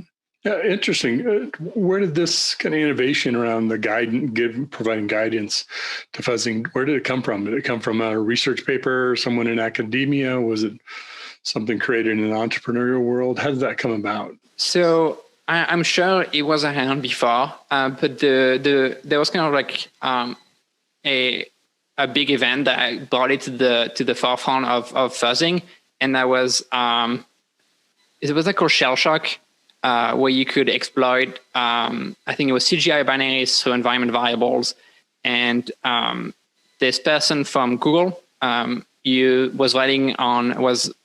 developing a tool called AFL, which was implementing this technique. And he used it to find variants of the bug that was supposedly fixed, and was able to find a number of them. And I think that's where our community in the security side as well, kind of like the broader industry, realized the power of it to find new issues, but also to make sure that you fix existing issues correctly. Very interesting. How is fuzzing making its way into security testing, vulnerability testing, creating better software, maybe even better software stack, right? Because it's also about the full stack of what we're running our applications in. What sort of state of the art today? What are some of the improvements that have been made, and what do you think is going to happen next? So we think the most important aspect of fuzzing and like how it can have an impact on our industry is by integrating into your development pipelines and kind of doing it continuously against your software. And so how that would look in practice is you have a piece of code, you would write a way for the fuzzer to feed data into your function, into your application, such that the data will be processed in a meaningful way. And that you do only once. And then as part of your build process, you're going to compile this against the new version of your binary, and you're going to run any prior test that fuzzing was generated automatically to make sure that no regression was introduced, nothing bad was added. But you're also going to start a new fuzzing job in the background. Fuzzing is kind of a slow process. It might be too long to block a pipeline on, because as a developer, you like your pipelines to be fast so that your code gets shipped and you get quick feedback. But on new versions, what you want to do is kind of run it in the background all the time to make sure that any new function you added, so that would not be exercised by your existing set of test cases that you have.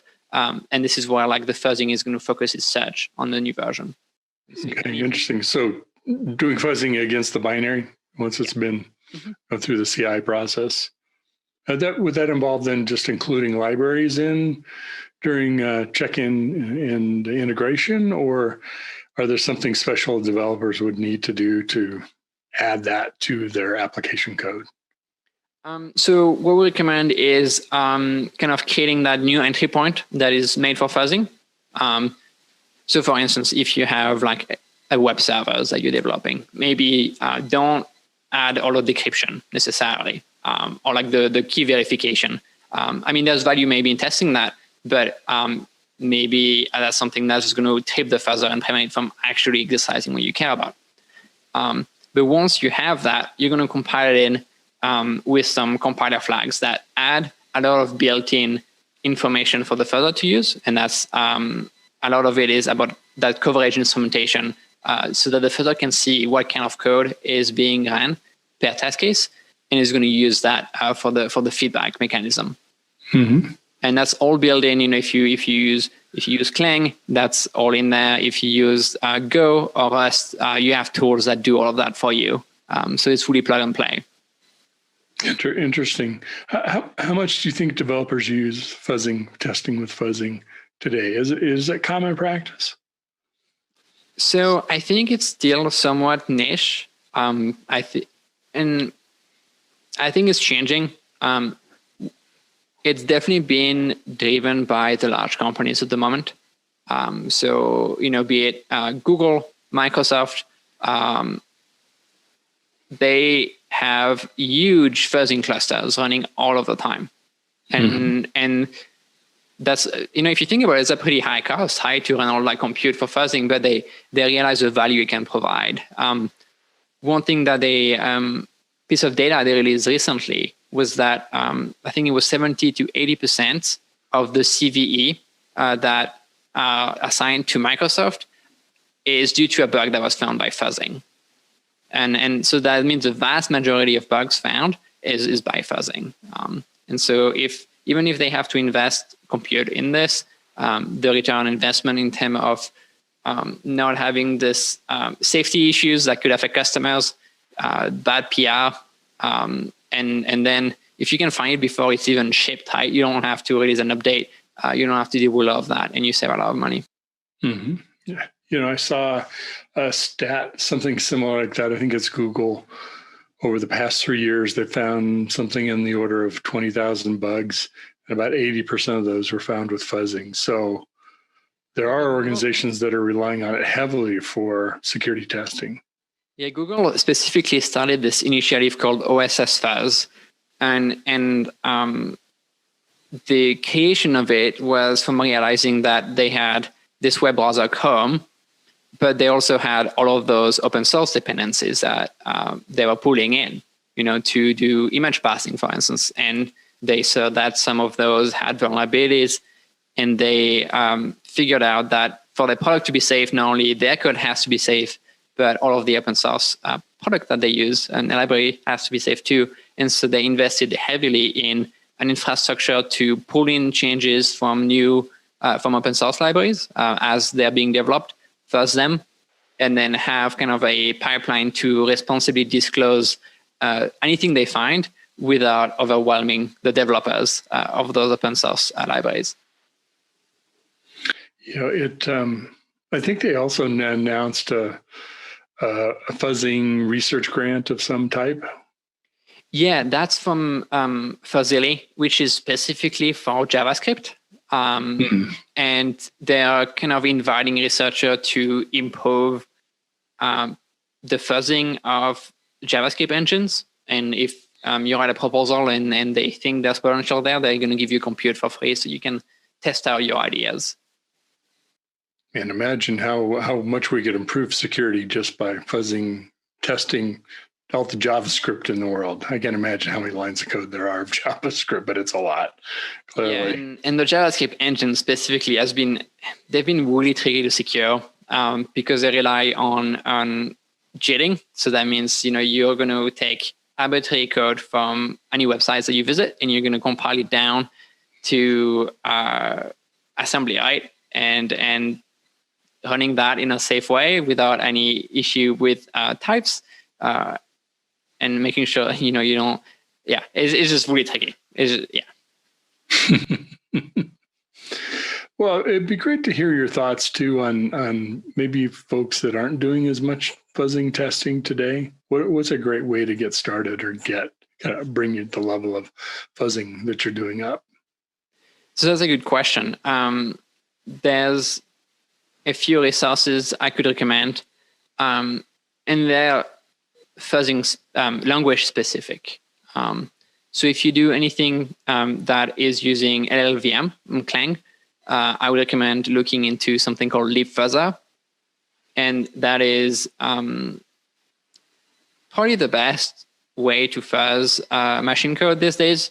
It does it in memory, which means it doesn't have to restart the program every time you try a new test, which speeds up the testing tremendously. It has this coverage feedback that I mentioned, and it finds a ton of issues. All of the OSS Fuzz project that I mentioned is, as far as I know, based on that. And then if you use Go, you should consider looking at GoFuzz, which has found a number of issues. And it's interesting because Go is not a memory and safe language, right? And so a lot of the safety issues that you're thinking about when you're talking about fuzzing, use after freeze, invalid writes, you don't really have that as much in Go, but they found nonetheless a lot of crashes. And so it's kind of like stability and reliability issues in Go programs and in standard libraries. And then really showing the value of fuzzing in memory, safe languages even. And then more recently, Rust has been kind of a recent community to adopt fuzzing, it seems. There's a lot of work done on Rust Fuzz. And that is also based on libfuzzer, but with a Rust-specific interface. It's been really awesome to see, languages picking that up, and this community kind of creating all those tools for developers. I'm curious to also get your perspective on Where's fuzzing going? Where are the areas that are being invested in for research right now? And what do you think we might see in the next 2+ years in terms of the evolution of fuzzing?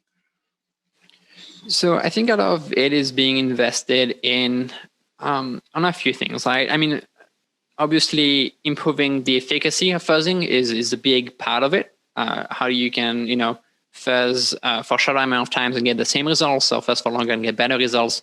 But also a lot of time is invested in making it more accessible to developers because we want to see it used pretty much everywhere where memory unsafe code is being used, and even in places where memory safe code is used.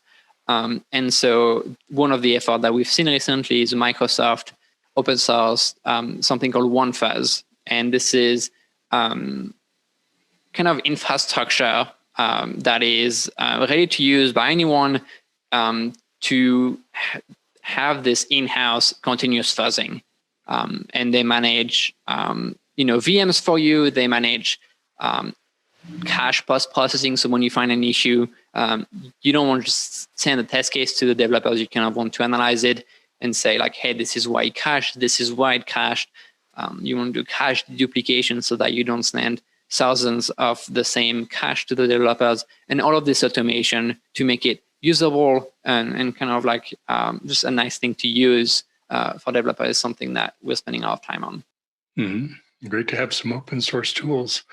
Especially from Microsoft, right? Especially from Microsoft, absolutely. I'm curious, do you know, is OneFuzzing, is the tool more oriented toward an Azure environment, or different Microsoft technologies, of course, C# and other platforms from Microsoft, or is it more generically usable for like JavaScript and Go or other things? So at the moment, I think they support only Azure. I think they're not like tied down to it though. Like if someone was willing to invest the effort to add support for Google Cloud or AWS, I doubt that, it's an open source project, people can change it. I think they would welcome that.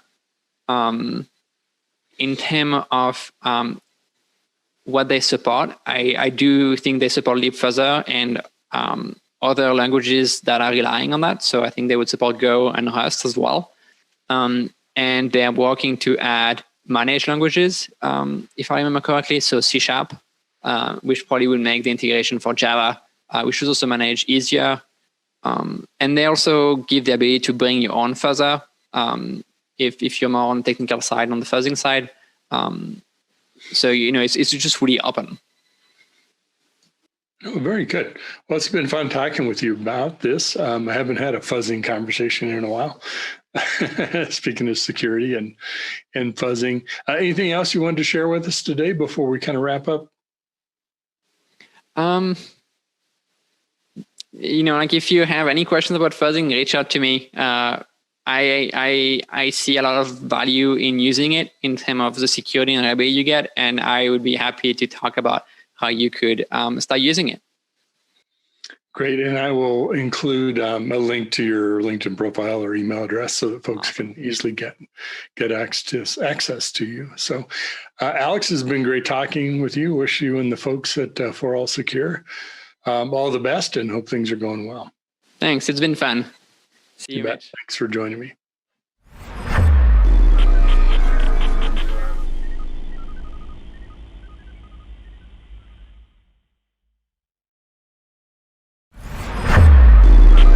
This is Digital Anarchist. Hi, I'm very privileged to have two excellent folks joining me today. We're going to be talking about an event that RSA Conferences is putting on. First, I'd like to introduce Casey Zerkis, who is Content Strategy with RSA Conferences. And Casey, it's great to have you on. Please introduce yourself. Tell us a little bit about you and what you do at RSA Conference. Thanks, Mitch. It's such a pleasure to be here. And I'm thrilled to be talking about this. Is the first of our virtual series offerings, our RSAC 365 virtual seminars. And moving forward, we'll be having one of these per quarter, but this is launching our seminar series, and we're super excited to be focusing on reducing cloud risk, what you haven't thought of yet, on November 17th. Excellent. And of course, we love RSA events. I think I've been going to RSA since back in the mid 2000s and in the US anyway. Great to see some virtual activities happening. You said this is a series that you're planning on offering? Yes. So back in when we launched the call for speakers for the US event, we also announced our RSAC 365 Cybersecurity Learning Program. And that entails a lot of different offerings. We have monthly webcasts and podcasts and blogs. And we also have the virtual seminars, which are half-day events that we'll do quarterly. We have another full-day summit coming up in January where we'll have multiple tracks and interactive opportunities. So we're really off and running with our virtual offerings and super excited to be engaging with our community. Fantastic. Lots of great content. Looking forward to this as well as the other events. And we have joining us here is Christy Westfall, who is VP of the Incident Response Team for Cloud at Union Bank. Welcome, Christy. Thanks, Mitch. Appreciate it. Glad to be here. Yeah, tell us a little bit about yourself. Union Bank is obviously a bank, but tell us a little bit about Union Bank and sort of the markets you serve, or a little bit about the company. Yeah, so again, I manage the incident response team for Union Bank here in the US. Our parent company is actually MUFG Bank out of Tokyo. So we have an opportunity to do a diverse amount of incident response with our global affiliates, as well as here within the US, where we have on-prem and cloud incident response. So a lot of opportunity there. I've been a lot of great practical learnings and experience, I imagine, too. Now, you're program committee chair, right? Is it for this event or for the series? For this event. Yeah, and I've had, I talked previously, actually earlier this year at the RSA conference on cloud incident response. I've had quite a journey to get to this point, in that when Union Bank started out trying to basically build out our infrastructure in the cloud, we as security folks kind of had to learn a new language, right? And that it was really interesting, because every time I went to the AWS training sites or any of the AWS education series, you'd look up incident response specifically, and they would talk about things, not that we would normally look at for incident response, like identity and access management. Well, that's a whole other team. Why are you asking me for that? But that's actually pretty critical to being able to respond to an incident, because IAM drives everything in the cloud. So that was quite the journey, and then getting through all that and learning all that. So I learned a lot, and I love to share lessons learned. That's one of the things I do. So whenever I get a chance, I do that as well. And that's kind of what also drove the content for this particular event is, yes, we understand traditional incident response. We understand traditional infrastructure support, but it's always the little things and the things we don't think about that get us.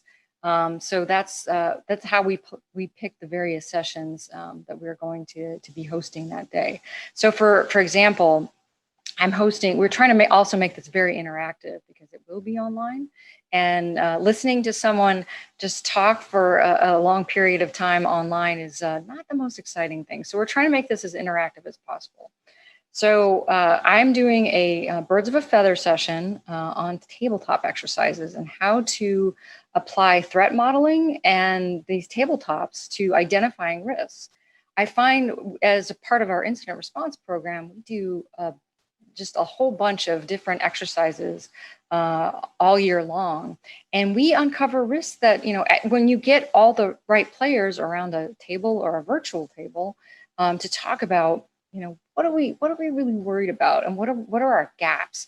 It's amazing what you can understand, what you can find out. So the goal of my birds of a feather is to kind of drive that conversation, how I've had some success doing that, but I also want to hear from participants. What have you had success with? How are you implementing these tabletops? And so that's kind of a little bit about what I'm talking about. I think that interactivity certainly makes it more engaging, right, over a virtual event. And especially a topic like this. I'd listen to somebody else talk about it alone. If you bring it to a group conversation, certainly you'll learn from a lot of people at the same time.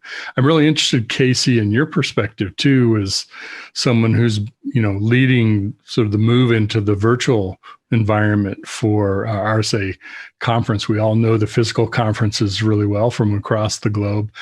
What's your thoughts and experience going into an event like this of both how to work with Christy and designing the topic and how to bring that to the audience, and maybe what you've learned so far that's worked really well for people that have been both engaging as an expert, but also as a participant in the audience? It's really interesting, Mitch, because we, when we decided that we would embark upon these half-day seminars, traditionally the seminars that are offered at conference are indeed half days. They're 4 hours of content that is designed with sort of an arc. Everything is interconnected and it's intended to be consumed all together. And so we had that in our minds as how we wanted the seminar to unfold. And we looked at, who are some really key players in the industry that have been able to share their experiences and shared it well. And that's where, we looked at Christy's experience with, as she mentioned, RSA Conference 2019. And, she did do a great learning lab and got rave reviews. And so we went to her and said, if you were going to attend a seminar on cloud security, what are the things that you would want to be talking about? Like, what are the topics that are most troubling to you, the questions that you have, the things that you're struggling with? And that's where the whole seminar curriculum, if you will, started to come to fruition. And she just, was very thorough and rattled off a lot. I think it was like 13 different topics at first. And we were like, okay, how are we going to cover all of this? And it was really Christy's idea to bring in that interactive element, which traditionally we wouldn't really have in a physical seminar. But because we're offering it virtually, she felt it was really important. And so we decided, okay, maybe we could take some of these topics and have them delivered as traditional sessions.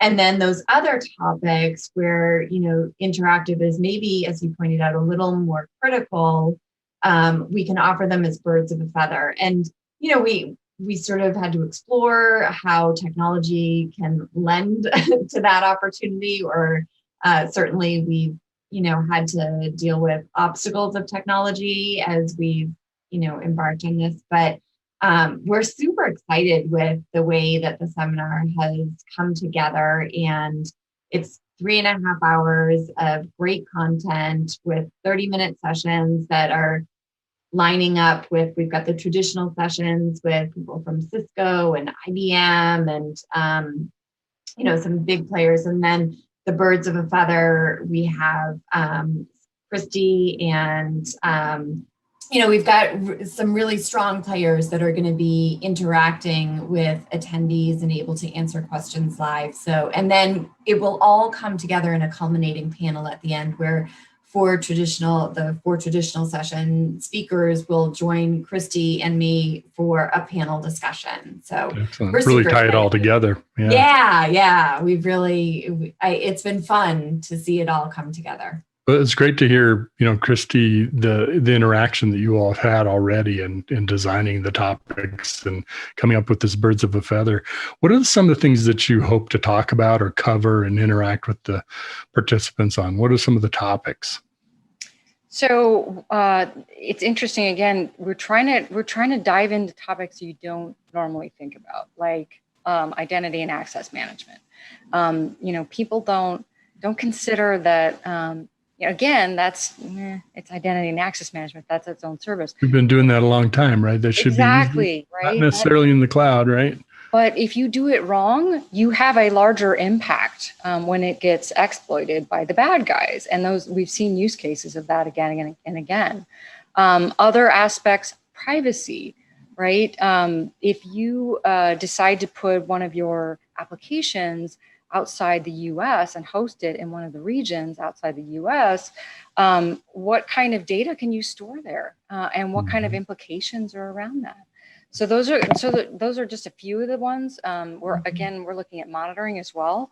How do you make sure that you're monitoring the right things and at the right times and reacting at the right things?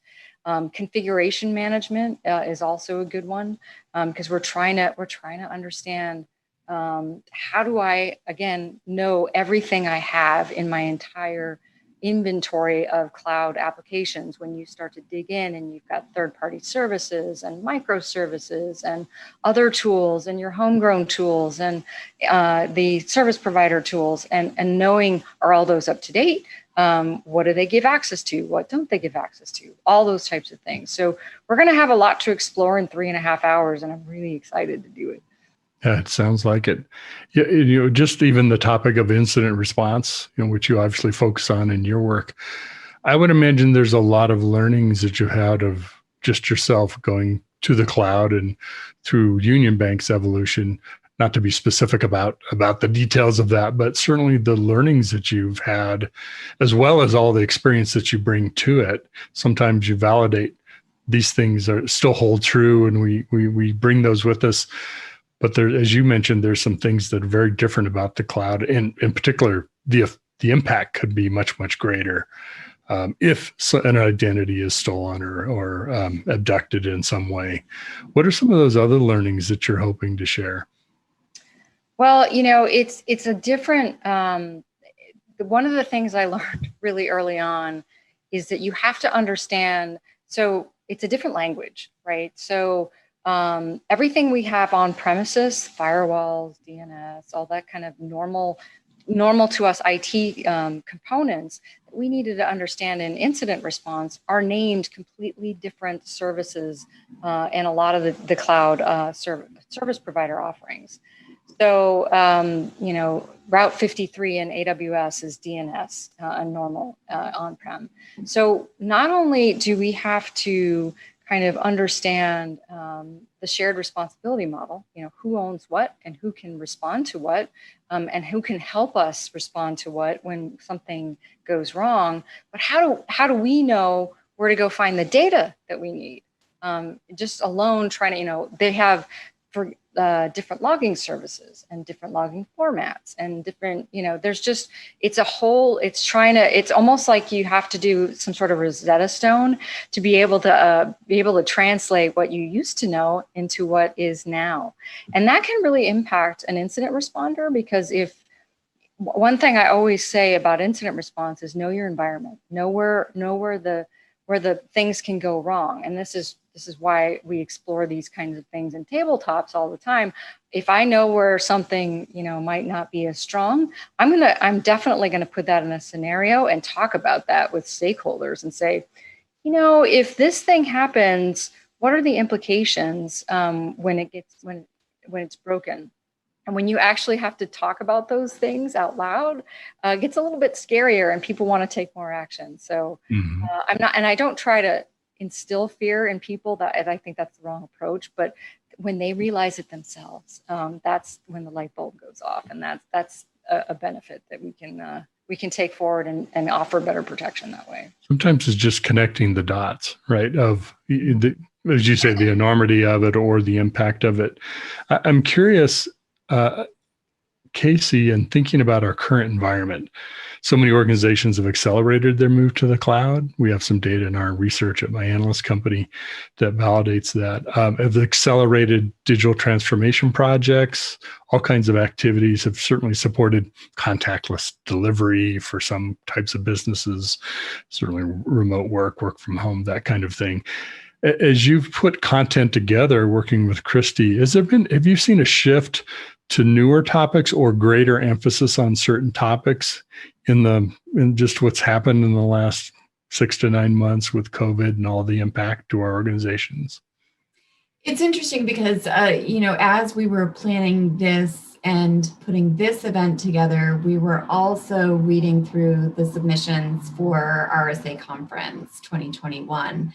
And so I felt very validated in the curriculum we designed for this seminar, that these are submissions that are coming through that we're seeing for 2021 as well, like just these same ideas about staffing problems and access control and identity. And, we definitely have also gotten a lot of submissions through for our RSAC 2021 and our 365 program about, resiliency, which is, of course, our theme for 2021, but also, just addressing that issue of COVID and, are you prepared for a cyber pandemic? And so I think that it's hard for that topic not to be front of mind for everyone. We're still living it. And so we would like to think that, by the time May 2021 comes around, that no, we don't need to talk about securing the remote workforce anymore. But, the reality is that we're still living in this situation, and these are still topics that people are challenged with, and they're working through, they may have rushed to the cloud and made some rash decisions along the way. And now they're taking the time to look and say, okay, what did we do? Why did we do it? And how are we going to fix the implications of those choices that we made? So, yeah, I think we're spot on with launching this program with reducing cloud risk. It's nice to have that validation too. Yeah. You think this is content that's going to be meaningful and useful to folks. I'm curious too, Christy, from your experience, as Casey mentioned, the rush to the cloud is something that many folks have experienced. Sometimes it's just rushing to make a decision on what online meeting system we're going to use, what collaboration tool. We're in an evaluation process that was taking months, maybe a year or more to pick a tool. And suddenly now in a week, we're going to choose, whatever it is, Slack or Team or some other environment to collaborate. Now you can step back with a month or two, post those decisions and start to think about, now, what do we need to go back and relook at or readdress? Have you experienced that kind of a process as you've lived through this rapid execution, living in the COVID era?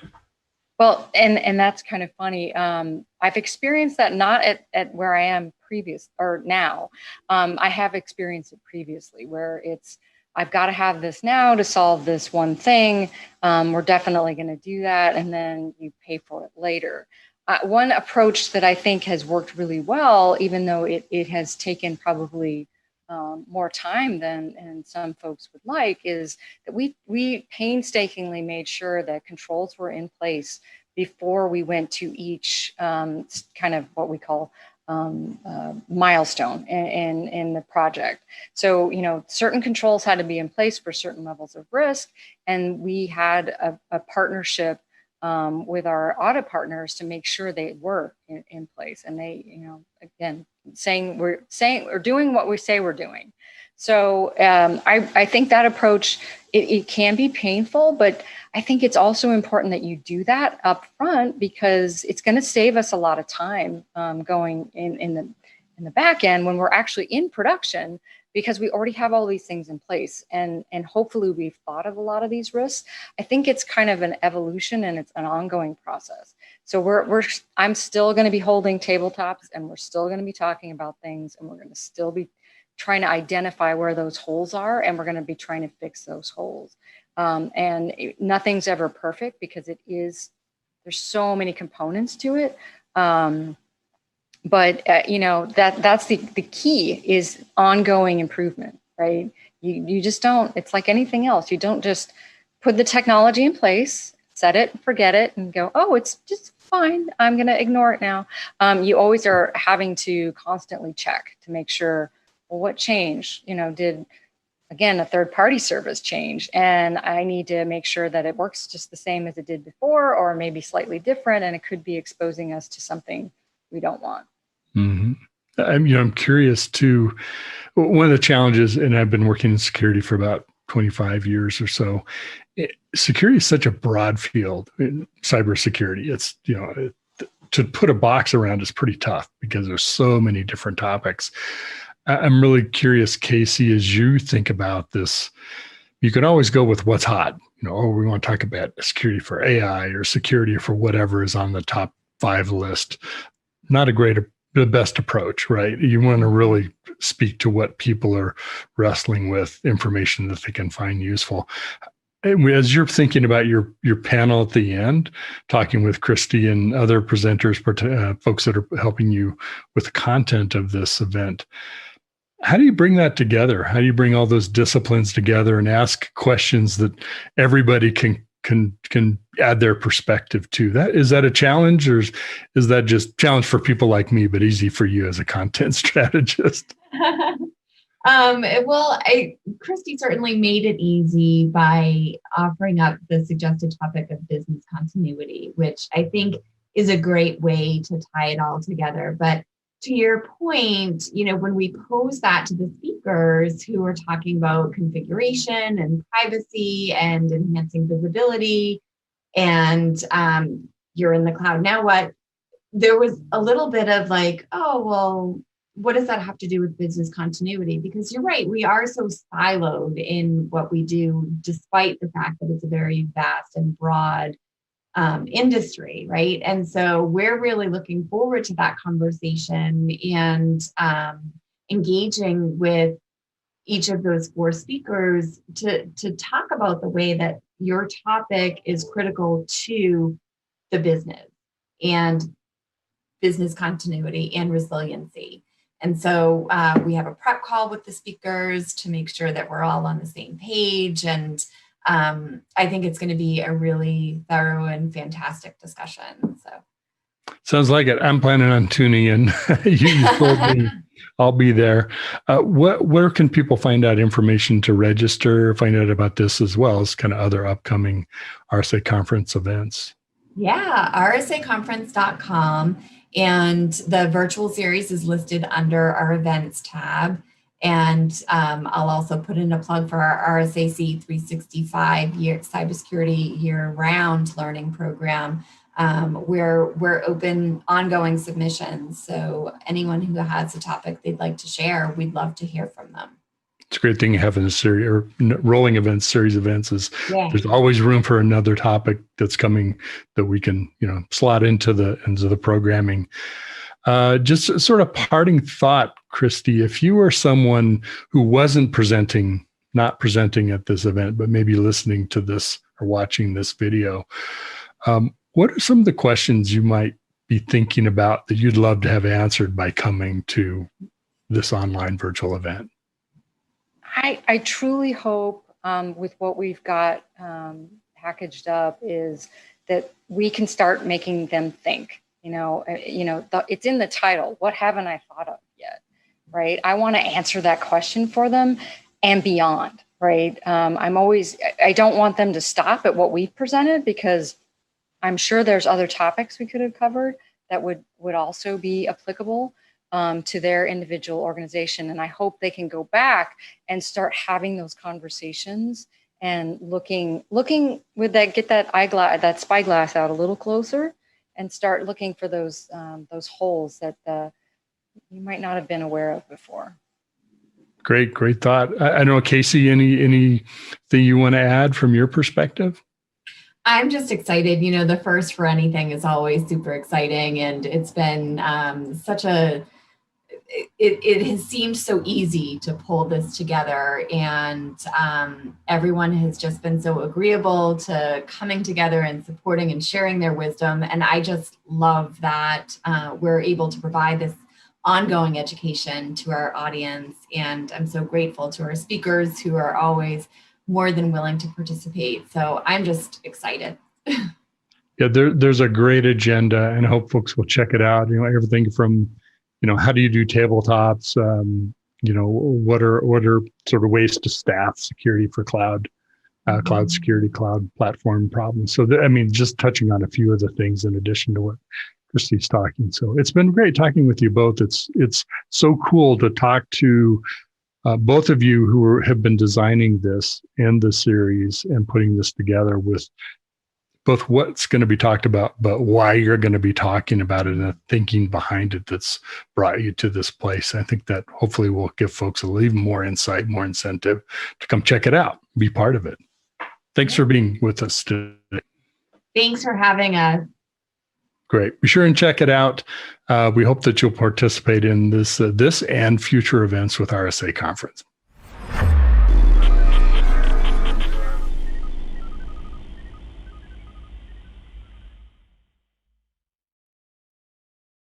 SecurityBoulevard.com is the leading resource for news, analysis, and education on challenges facing the cybersecurity industry. SecurityBoulevard.com covers all aspects of cybersecurity, including data security, DevSecOps, cloud security, application security, network security, security threats, and more. SecurityBoulevard.com has the largest selection of security content, featuring breaking news, blog posts, podcasts, and more. Visit www.securityboulevard.com to learn more. SecurityBoulevard.com, home of Security Bloggers Network. Next up, we have a double dose of Mike Vizard on the channel roundtable. Mike has two interviews today. One is with NVIDIA's Kevin Deerling, head of marketing for NVIDIA Networking, about the rise of data processor units, DPUs. And then secondly, he's featuring a company I find really interesting, Menlo Security. Menlo is best known for security isolation. And Mike speaks with their CTO, Kaushik Guruswamy, about how security in the cloud is evolving. It's good stuff there. If I mispronounce any names, I apologize. But we do the best we can. So here now's Mike Vizard. This is Digital Anarchist. Hey guys, thanks for the throw. We're here with Kevin Deerling, who is the head of marketing for NVIDIA Networking. Some of you may remember Mellanox. Kevin, welcome to the show. Hey Mike, thanks. It's great to be here. So there's a new animal in the IT zoo. It's called a data processor unit. You want to walk us through what that is and what it does? Yeah, so the DPU is really the newest member of the data center processing family. And so it joins the CPU, which is great at application processing, and the GPU, which is great for AI and accelerated processing. And the data processing unit, or the DPU, is great at really managing all of the data and the packet processing and compression. And each of those three units does their job particularly well. And so the DPU is great at handling all of the data tasks that you need in a data center. So is this programmable? Is this something developers invoke directly, or how do they access it? And what is the I guess the route to finding a way to use all three of these things? Yeah, so the data processing unit combines a set of ARM processors that are embedded in the DPU that are highly programmable with standard network operating systems and data center services. So things like VMware, and we made an announcement with them, and also Linux. So you just can program that. And then it also has a whole bunch of accelerators, which are the critical part that makes a DPU really form, fit, and function perfect for offloading, accelerating, and isolating data center services. So as I go forward here as a developer, am I going to want to have that level of control? And if so, what exactly is the benefit to me and my application, and how does it kind of come together? Because one of the things that strikes me is that, the more there is of anything, the more complex it gets. So how do we kind of minimize the complexity and get the benefit? Yeah, I think for the vast majority of enterprise users, they're actually not going to program the DPU directly. In fact, what they'll use is off-the-shelf services that they're already familiar with. And you're right that normally when you have add additional capabilities, it can add complexity. But in this case, this notion of offload, accelerate, and isolate will actually make the IT manager's job simpler, because what you're doing is isolating the application processing domain, which runs on the CPU, and the AI processing domains, which runs on the GPU, from all of the things that are frankly network and data center services, software-defined networking, software-defined security, software-defined storage. You actually don't really want to manage them. You want that to be part of the infrastructure. In the old days, it was. There were appliances and routers and firewalls and storage boxes. As we've moved to this new virtualized, containerized, software-defined world, all of that was running in the same processing domain as your applications. And what we're doing now is offloading that and isolating that and accelerating that. And when we do it, it actually makes life easier. The networking people deal with all the data center services, and application IT vendors can focus on whatever application they want to run. And we have removed the coupling of your application processor from your data center services. So there'll be layers of abstraction that sit above this that will automatically kind of route different tasks to different processors. So I don't necessarily have to know how to do that myself as a developer per se, but me on the DevOps team will appreciate that because I'll be able to segment processing capabilities and minimize latency. Do I have that right? Exactly right. And you're not only going to just get better performance in terms of latency and throughput, but you're also offloading a ton of the functionality. And what that does is it frees up CPU cores that otherwise would have had to been performing encryption or compression or quality of service. And a single DPU can be the equivalent of more than 120 CPU cores. So all those cores become available now to run applications. So you actually get better efficiency from the servers because we've offloaded this functionality to the DPU. And it's really the same interfaces, whether you're familiar with VMware or you're using Linux, you're managing it the exact same way. And you're getting this benefits of isolation and the offload that makes just a more efficient data center. What's your sense of what's going on with, we have phrases like AI ops and machine learning ops these days, and then there's DevOps. So are all these things going to come together in some sort of meaningful way, or are they just truly orthogonal to each other and never the twain shall meet?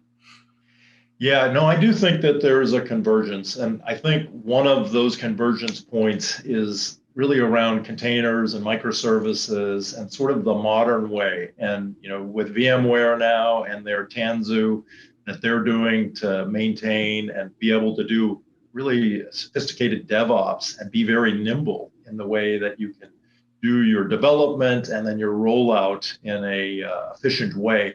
We're seeing the same thing on the AI side. And so the models that you have in AI actually need the same sort of product lifecycle management as you'll see in a DevOps world.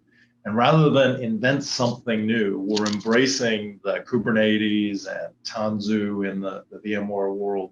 And really, we have something that we call Fleet Manager now that's managing all of that lifecycle, and that we can validate models, that we can protect them. Because oftentimes now the value, your IP, is actually in those new AI models. And the DPU works hand in hand with the GPU there to have these protected enclaves that we really deal from day zero to the entire life cycle of deployment, upgrades. We do security built into all of that so that everything can be managed the way you're managing DevOps.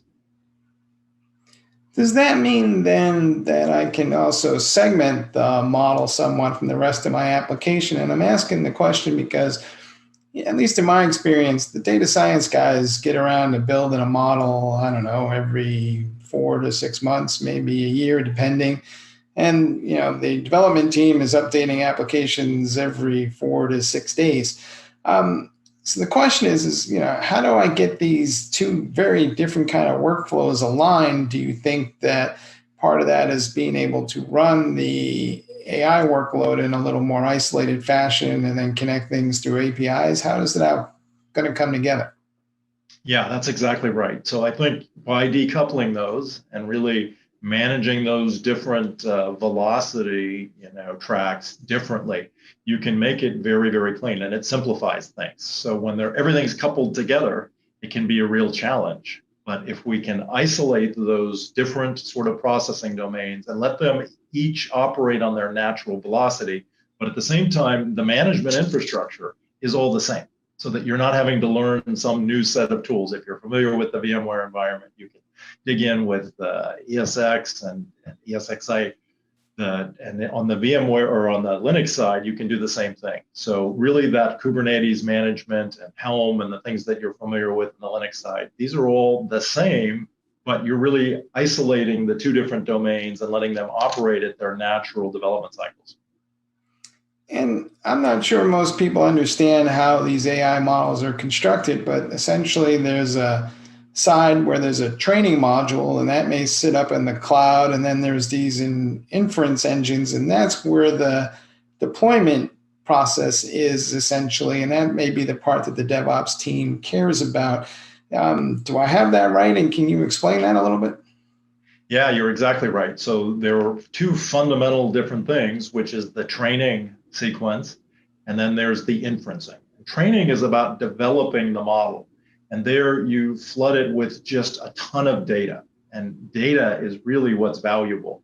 And so whatever the business you're in, whether it's healthcare or it's enterprise business that you're doing or retail, whatever it might be, that data is really gold. That's the new value of your business.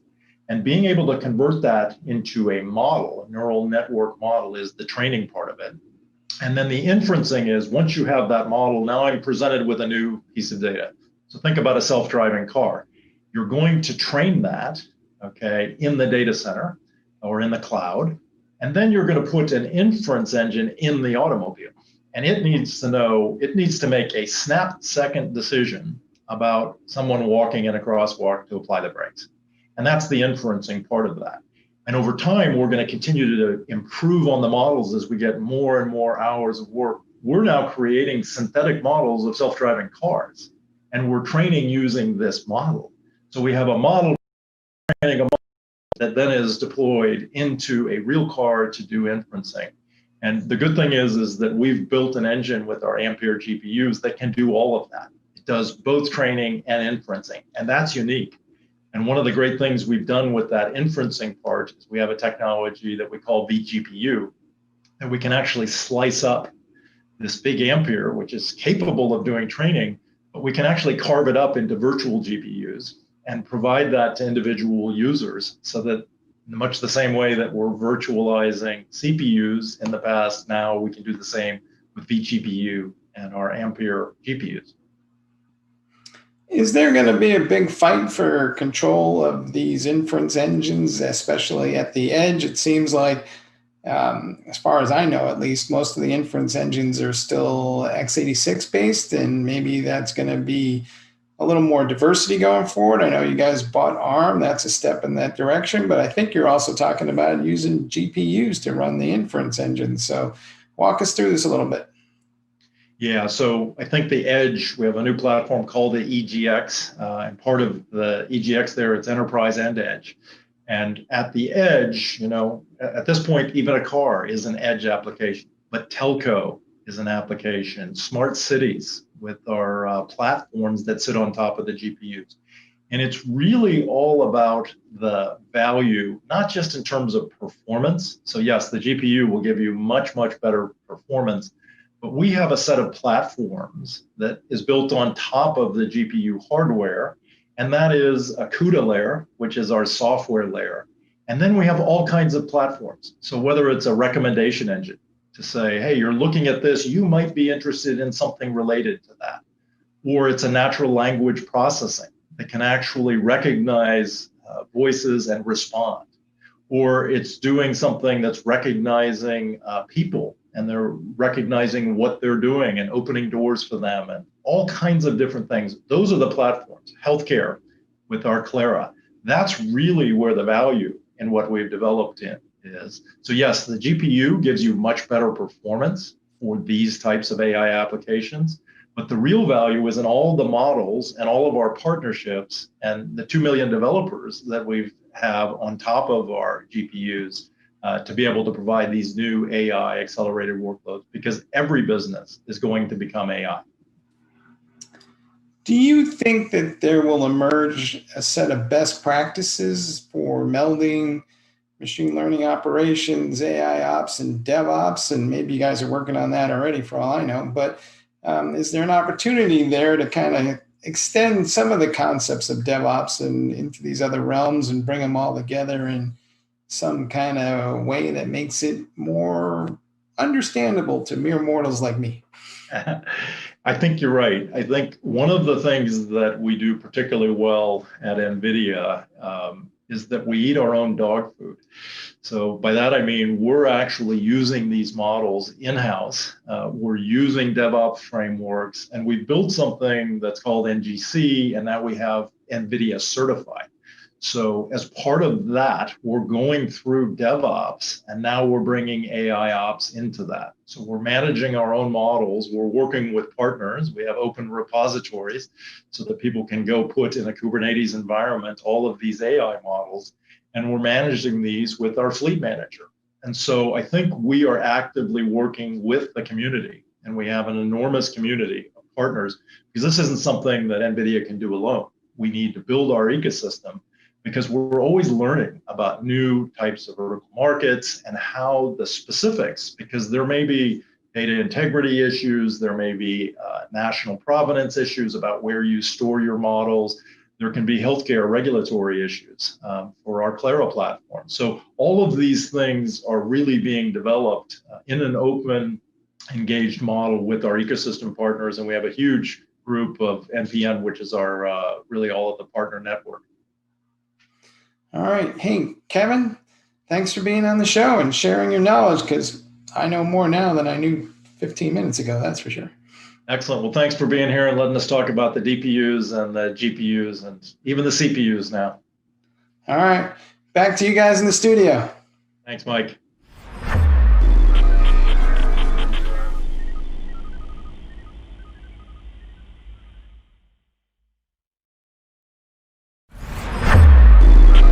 This is Digital Anarchist. Hey guys, thanks for the throw. We're here with Kaushik Guruswamy, CTO of Menlo Security. They are fresh off of landing another $100 million in financing to bring their valuation up to, I think, around $800 million. Kaushik, welcome to the show. Thank you. Thank you, Mike. All right. So is there a plan for this funding? Is there something that you guys are specifically trying to accomplish, or is this, what it takes to just be a player these days in security? I mean, there's some broader trends underway. If you think about, a secure web gateway and SASE, there's a whole convergence that's happening in the cloud. And, internet is where work happens these days, especially with the distributed workforce caused by COVID and apps moving to the cloud. And if you think about the threats, web, email, and shared files, they're under continuous attack with malware, ransomware, and phishing. And really, when we started the company, Menlo, the mission was to provide a safe online experience for our customers, because frankly, the traditional detect and response mechanisms simply don't work. So in 2020, what we saw was a fantastic acceleration of our business and the overall momentum in terms of the demand for these types of solutions. And this $100 million is really going to go to pour fuel into the go-to-market efforts that we have, as well as continue the innovation to be a market leader. When I look at the portfolio, it's quite broad, especially around the cloud. Has the shift to the cloud changed the way people are thinking about security these days? Are you seeing maybe more foresight or forethought about this? Because it seems like historically we've always been chasing after security, after some trend or shift. And I'm wondering if maybe we're finally getting in front of something. Yeah, definitely, right? I think if you think about the secure web gateway as a market segment, it used to be hardware appliances and on-premises data centers for enterprises. And as more and more people move, the distributed workforce, the move to the cloud, is really forcing a re-architecture of both the infrastructure as well as the security for these customers. And SASE, which stands for Secure Access Service Edge, is just soaring in demand in terms of how people think about this converged security platform in the cloud. And And really, the two things I would highlight from 2020 Menlo experience. The first one was a $200 million contract with the Department of Defense for a project called Cloud-Based Internet Isolation, where Menlo is going to protect 3.5 million personnel, the United States government personnel all over the world. That was a huge, huge win, and it was actually a competitive displacement. Some very, very large vendors in that space. And the second one, which is very exciting in the SASE front, the Secure Access Service Edge front, is our partnership announcement with VMware, where they are going to provide an offering, full-blown SASE offering to their customers, where Menlo is the secure web gateway along with our CASB and DLP and Sandbox and all of that security powered by this isolation core that we pioneered. So those two offerings really sort of showcase the trajectory that we're on. I'm not sure everybody is familiar with the SASE term just yet. It seems to be something that Gartner invented. Is SASE fundamentally different than from what I might call a secure SD-WAN, or what exactly is it that makes it different? Yes, great question. If you just step back from what customers are trying to do, is their employees are going to the internet for a few different reasons. One is they're just going to the internet to read news and whatever. Second one is they're accessing these sanctioned applications or SaaS applications like Salesforce, Box, and so on. And the third one, especially with COVID, is people are getting tired of their VPN infrastructure with the clunky appliances that's on premises. And so they're using the cloud to basically route into and access private applications like Jira, for example, and other Workday type of applications. And so in those three venues, they want a safer experience for their customers without really having to worry about the impact of a breach. And so what SASE does is there's two parts to it. The first part is, as you said, the SDN part, which is really steering those customers and users to the cloud. And once you get to the cloud, you provide them with a set of consolidated security services. And so together, that's what SASE is all about. It's about steering people to the cloud and then providing these consolidated services no matter where the user is going. So they may ultimately wind up in a local data center, but at the end of the day, I've just routed them all up to the cloud first, because that's maybe where their apps are first, or am I at the edge splitting them into traffic that goes towards a local data center versus the cloud in much the same way that maybe a router used to do? Yeah, so if I'm sitting here at home, working because of the COVID, now I'm going to the internet, I'm going and accessing SaaS applications in the internet, and I'm also going to turn around to historically VPN back into my own corporation to access these applications. And so what basically SASE does is just routes everything to the cloud. And then from there, you pivot to wherever the users are going, providing a single pane of glass from a security and control perspective. Gotcha. Okay, I'm with you. Do you think that that's an architecture that's gaining more traction around this whole DevSecOps movement that people are talking about? Because we are deploying more workloads in the cloud, and it does seem like developers are driving that, and the security is part of that conversation. So how does it all come together? How do I stitch this all together? Yeah, the DevSecOps and this movement of SASE are quite related, but they're also slightly distinct. Is customers are running workloads in the cloud, whether it's Amazon or Azure or Google Cloud, et cetera. I think there's one part to it, and there's a whole set of how do we bake security into that whole process as we do these workloads in a very ephemeral manner. And then the second one is what I talked about, where the end users, from their perspective, they are accessing these different applications. And so the overlap from a DevSecOps perspective is when a user in a company is accessing their own workload, right? So that's where sort of the convergence of the SASE plus the DevSecOps comes in. Do you think that people are willing to have this conversation about having a new approach to remote access and the network and the cloud now, more so than they might have even been prior to the pandemic, because we have so many people who are working from home, but it looks like it's going to be more semi-permanent. So is this a bigger conversation now than it was even right after the pandemic started?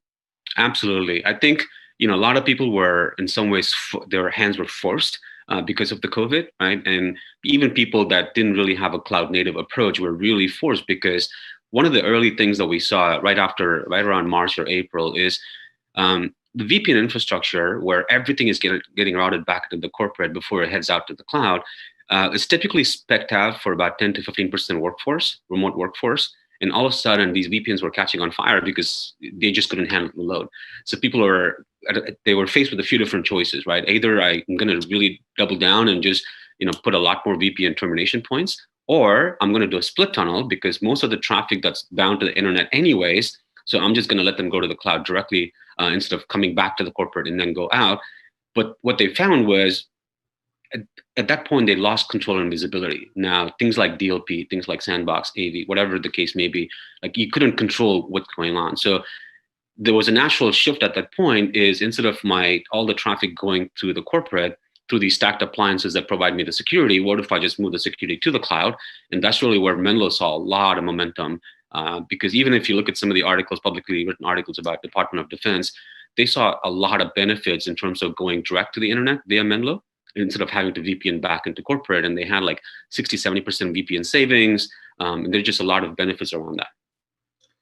Do you think the bad guys have shifted their tactics? Are they going after people who are working from home? And are the security people kind of aware of that? And are the people who fund them aware of that? Or did everybody just kind of start working from home and we haven't really seen the fundamental shift yet, so the pressure's not quite there? The bad actors are going to follow whatever the easiest path is to do the breaches and get the information. And early on, there was a whole set of issues around just compliance and regulation. Like when you go into work, into the office, there's a certain etiquette that you follow. And here people are just kind of hanging out, post-it notes and taking pictures, with hashtag if, working from home, posting it on Instagram. This was early, right? And there was sensitive material that was being shared without people realizing that they were sharing that. And then there was also social engineering. I think with remote workforce, especially for a large company, if you're able to get the phone number, it becomes easier to impersonate the other person. And you've never seen them, in a 5,000 people organization, chances are you haven't met every one of those 5,000, remember their names.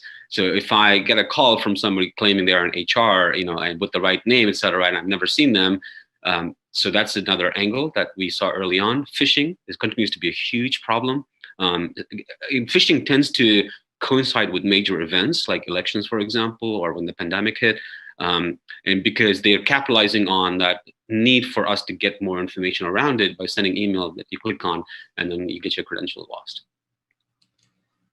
Do you think that organizations understand the complexity that they're faced with right now? It seems like, to me at least, security and IT in general is more complex than ever.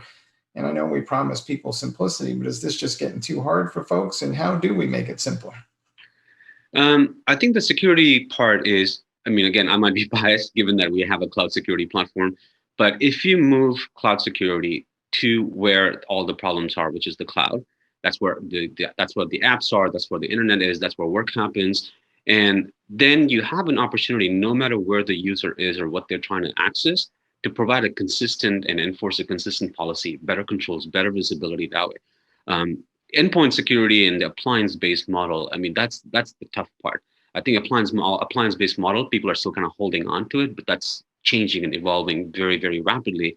And the net result of the SASE approach of moving everything into the cloud, it does simplify things because you're no longer trying to orchestrate, sort of best of breed, 20 different vendors with 30 different interfaces and log formats and all of that stuff and managing the alerts and everything else, right? Now, if you consolidate the security services in the cloud, you've got a single pane of glass to sort of manage and orchestrate all of them in a consistent manner. Okay. What makes Menlo security different, or what's the unique differentiator? Because there's a lot of people talking about this topic lately. So right now, when you go talk to people, answer me the question, why Menlo? Yeah, so the key difference, I think, is we pioneered this isolation core, and that powers pretty much everything that we do. And if I can sort of really up-level and tell a story, the sense of that is, if you use your browser, which everybody does for everything, and you go to the cloud, bad things happen. And so the key insight early on for us is, what if we gave you another browser in the cloud that did the surfing on behalf of you, and we figured out some really cool ways to make sure that you can't tell that's going on. So the net result of that is we just eliminated entire classes of problems completely. And it's not a detect and respond approach because frankly, we're not detecting anything, right? And what happens is, and again, this is where the Department of Defense, that cloud-based internet isolation project is a huge testament for what we're doing, is with this approach, we're basically eliminating threats completely. And this this type of approach and the value that we bring cannot be done with the traditional detect and response model. And in fact, we actually have $1 million warranty. If you go with us and all your traffic gets routed through us, you will not be breached. And I think that level of guarantee is not because we're really good at detecting, it's because we don't detect. Well, other than visiting your company's website, what is your best advice to people as they kind of look at this whole situation right now? And what should they be looking for almost as the point of departure to get started? I think they should be looking for isolation. I think holds a promise of perfect security. And we've been struggling as an industry for 20 years, trying to detect and detect and detect, and that model is completely failing.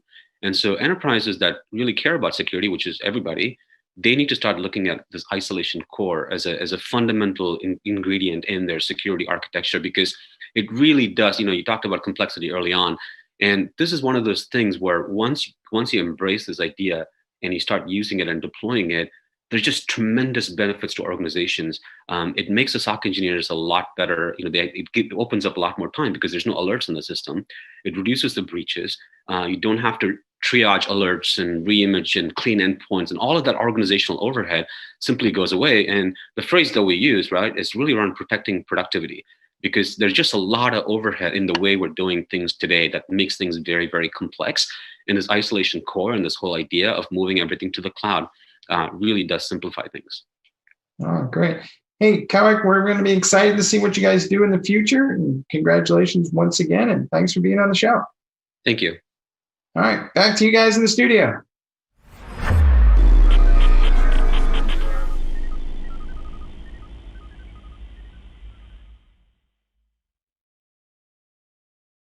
What a show today. When I was first looking at this show in our production schedule last Thursday or Friday, I was a little unsure. But we had so much content coming through the editing and so forth, and news and what have you, that it turned into actually quite a show. We hope you enjoyed today. Look, the numbers around the COVID and virus are astronomical worldwide, not just here in the U.S. Be careful out there. Wear a mask. Keep social distance. Wash your hands often. Stay safe. Stay well. Stay strong. TechStrong. We'll be back Thursday. Take care, everyone.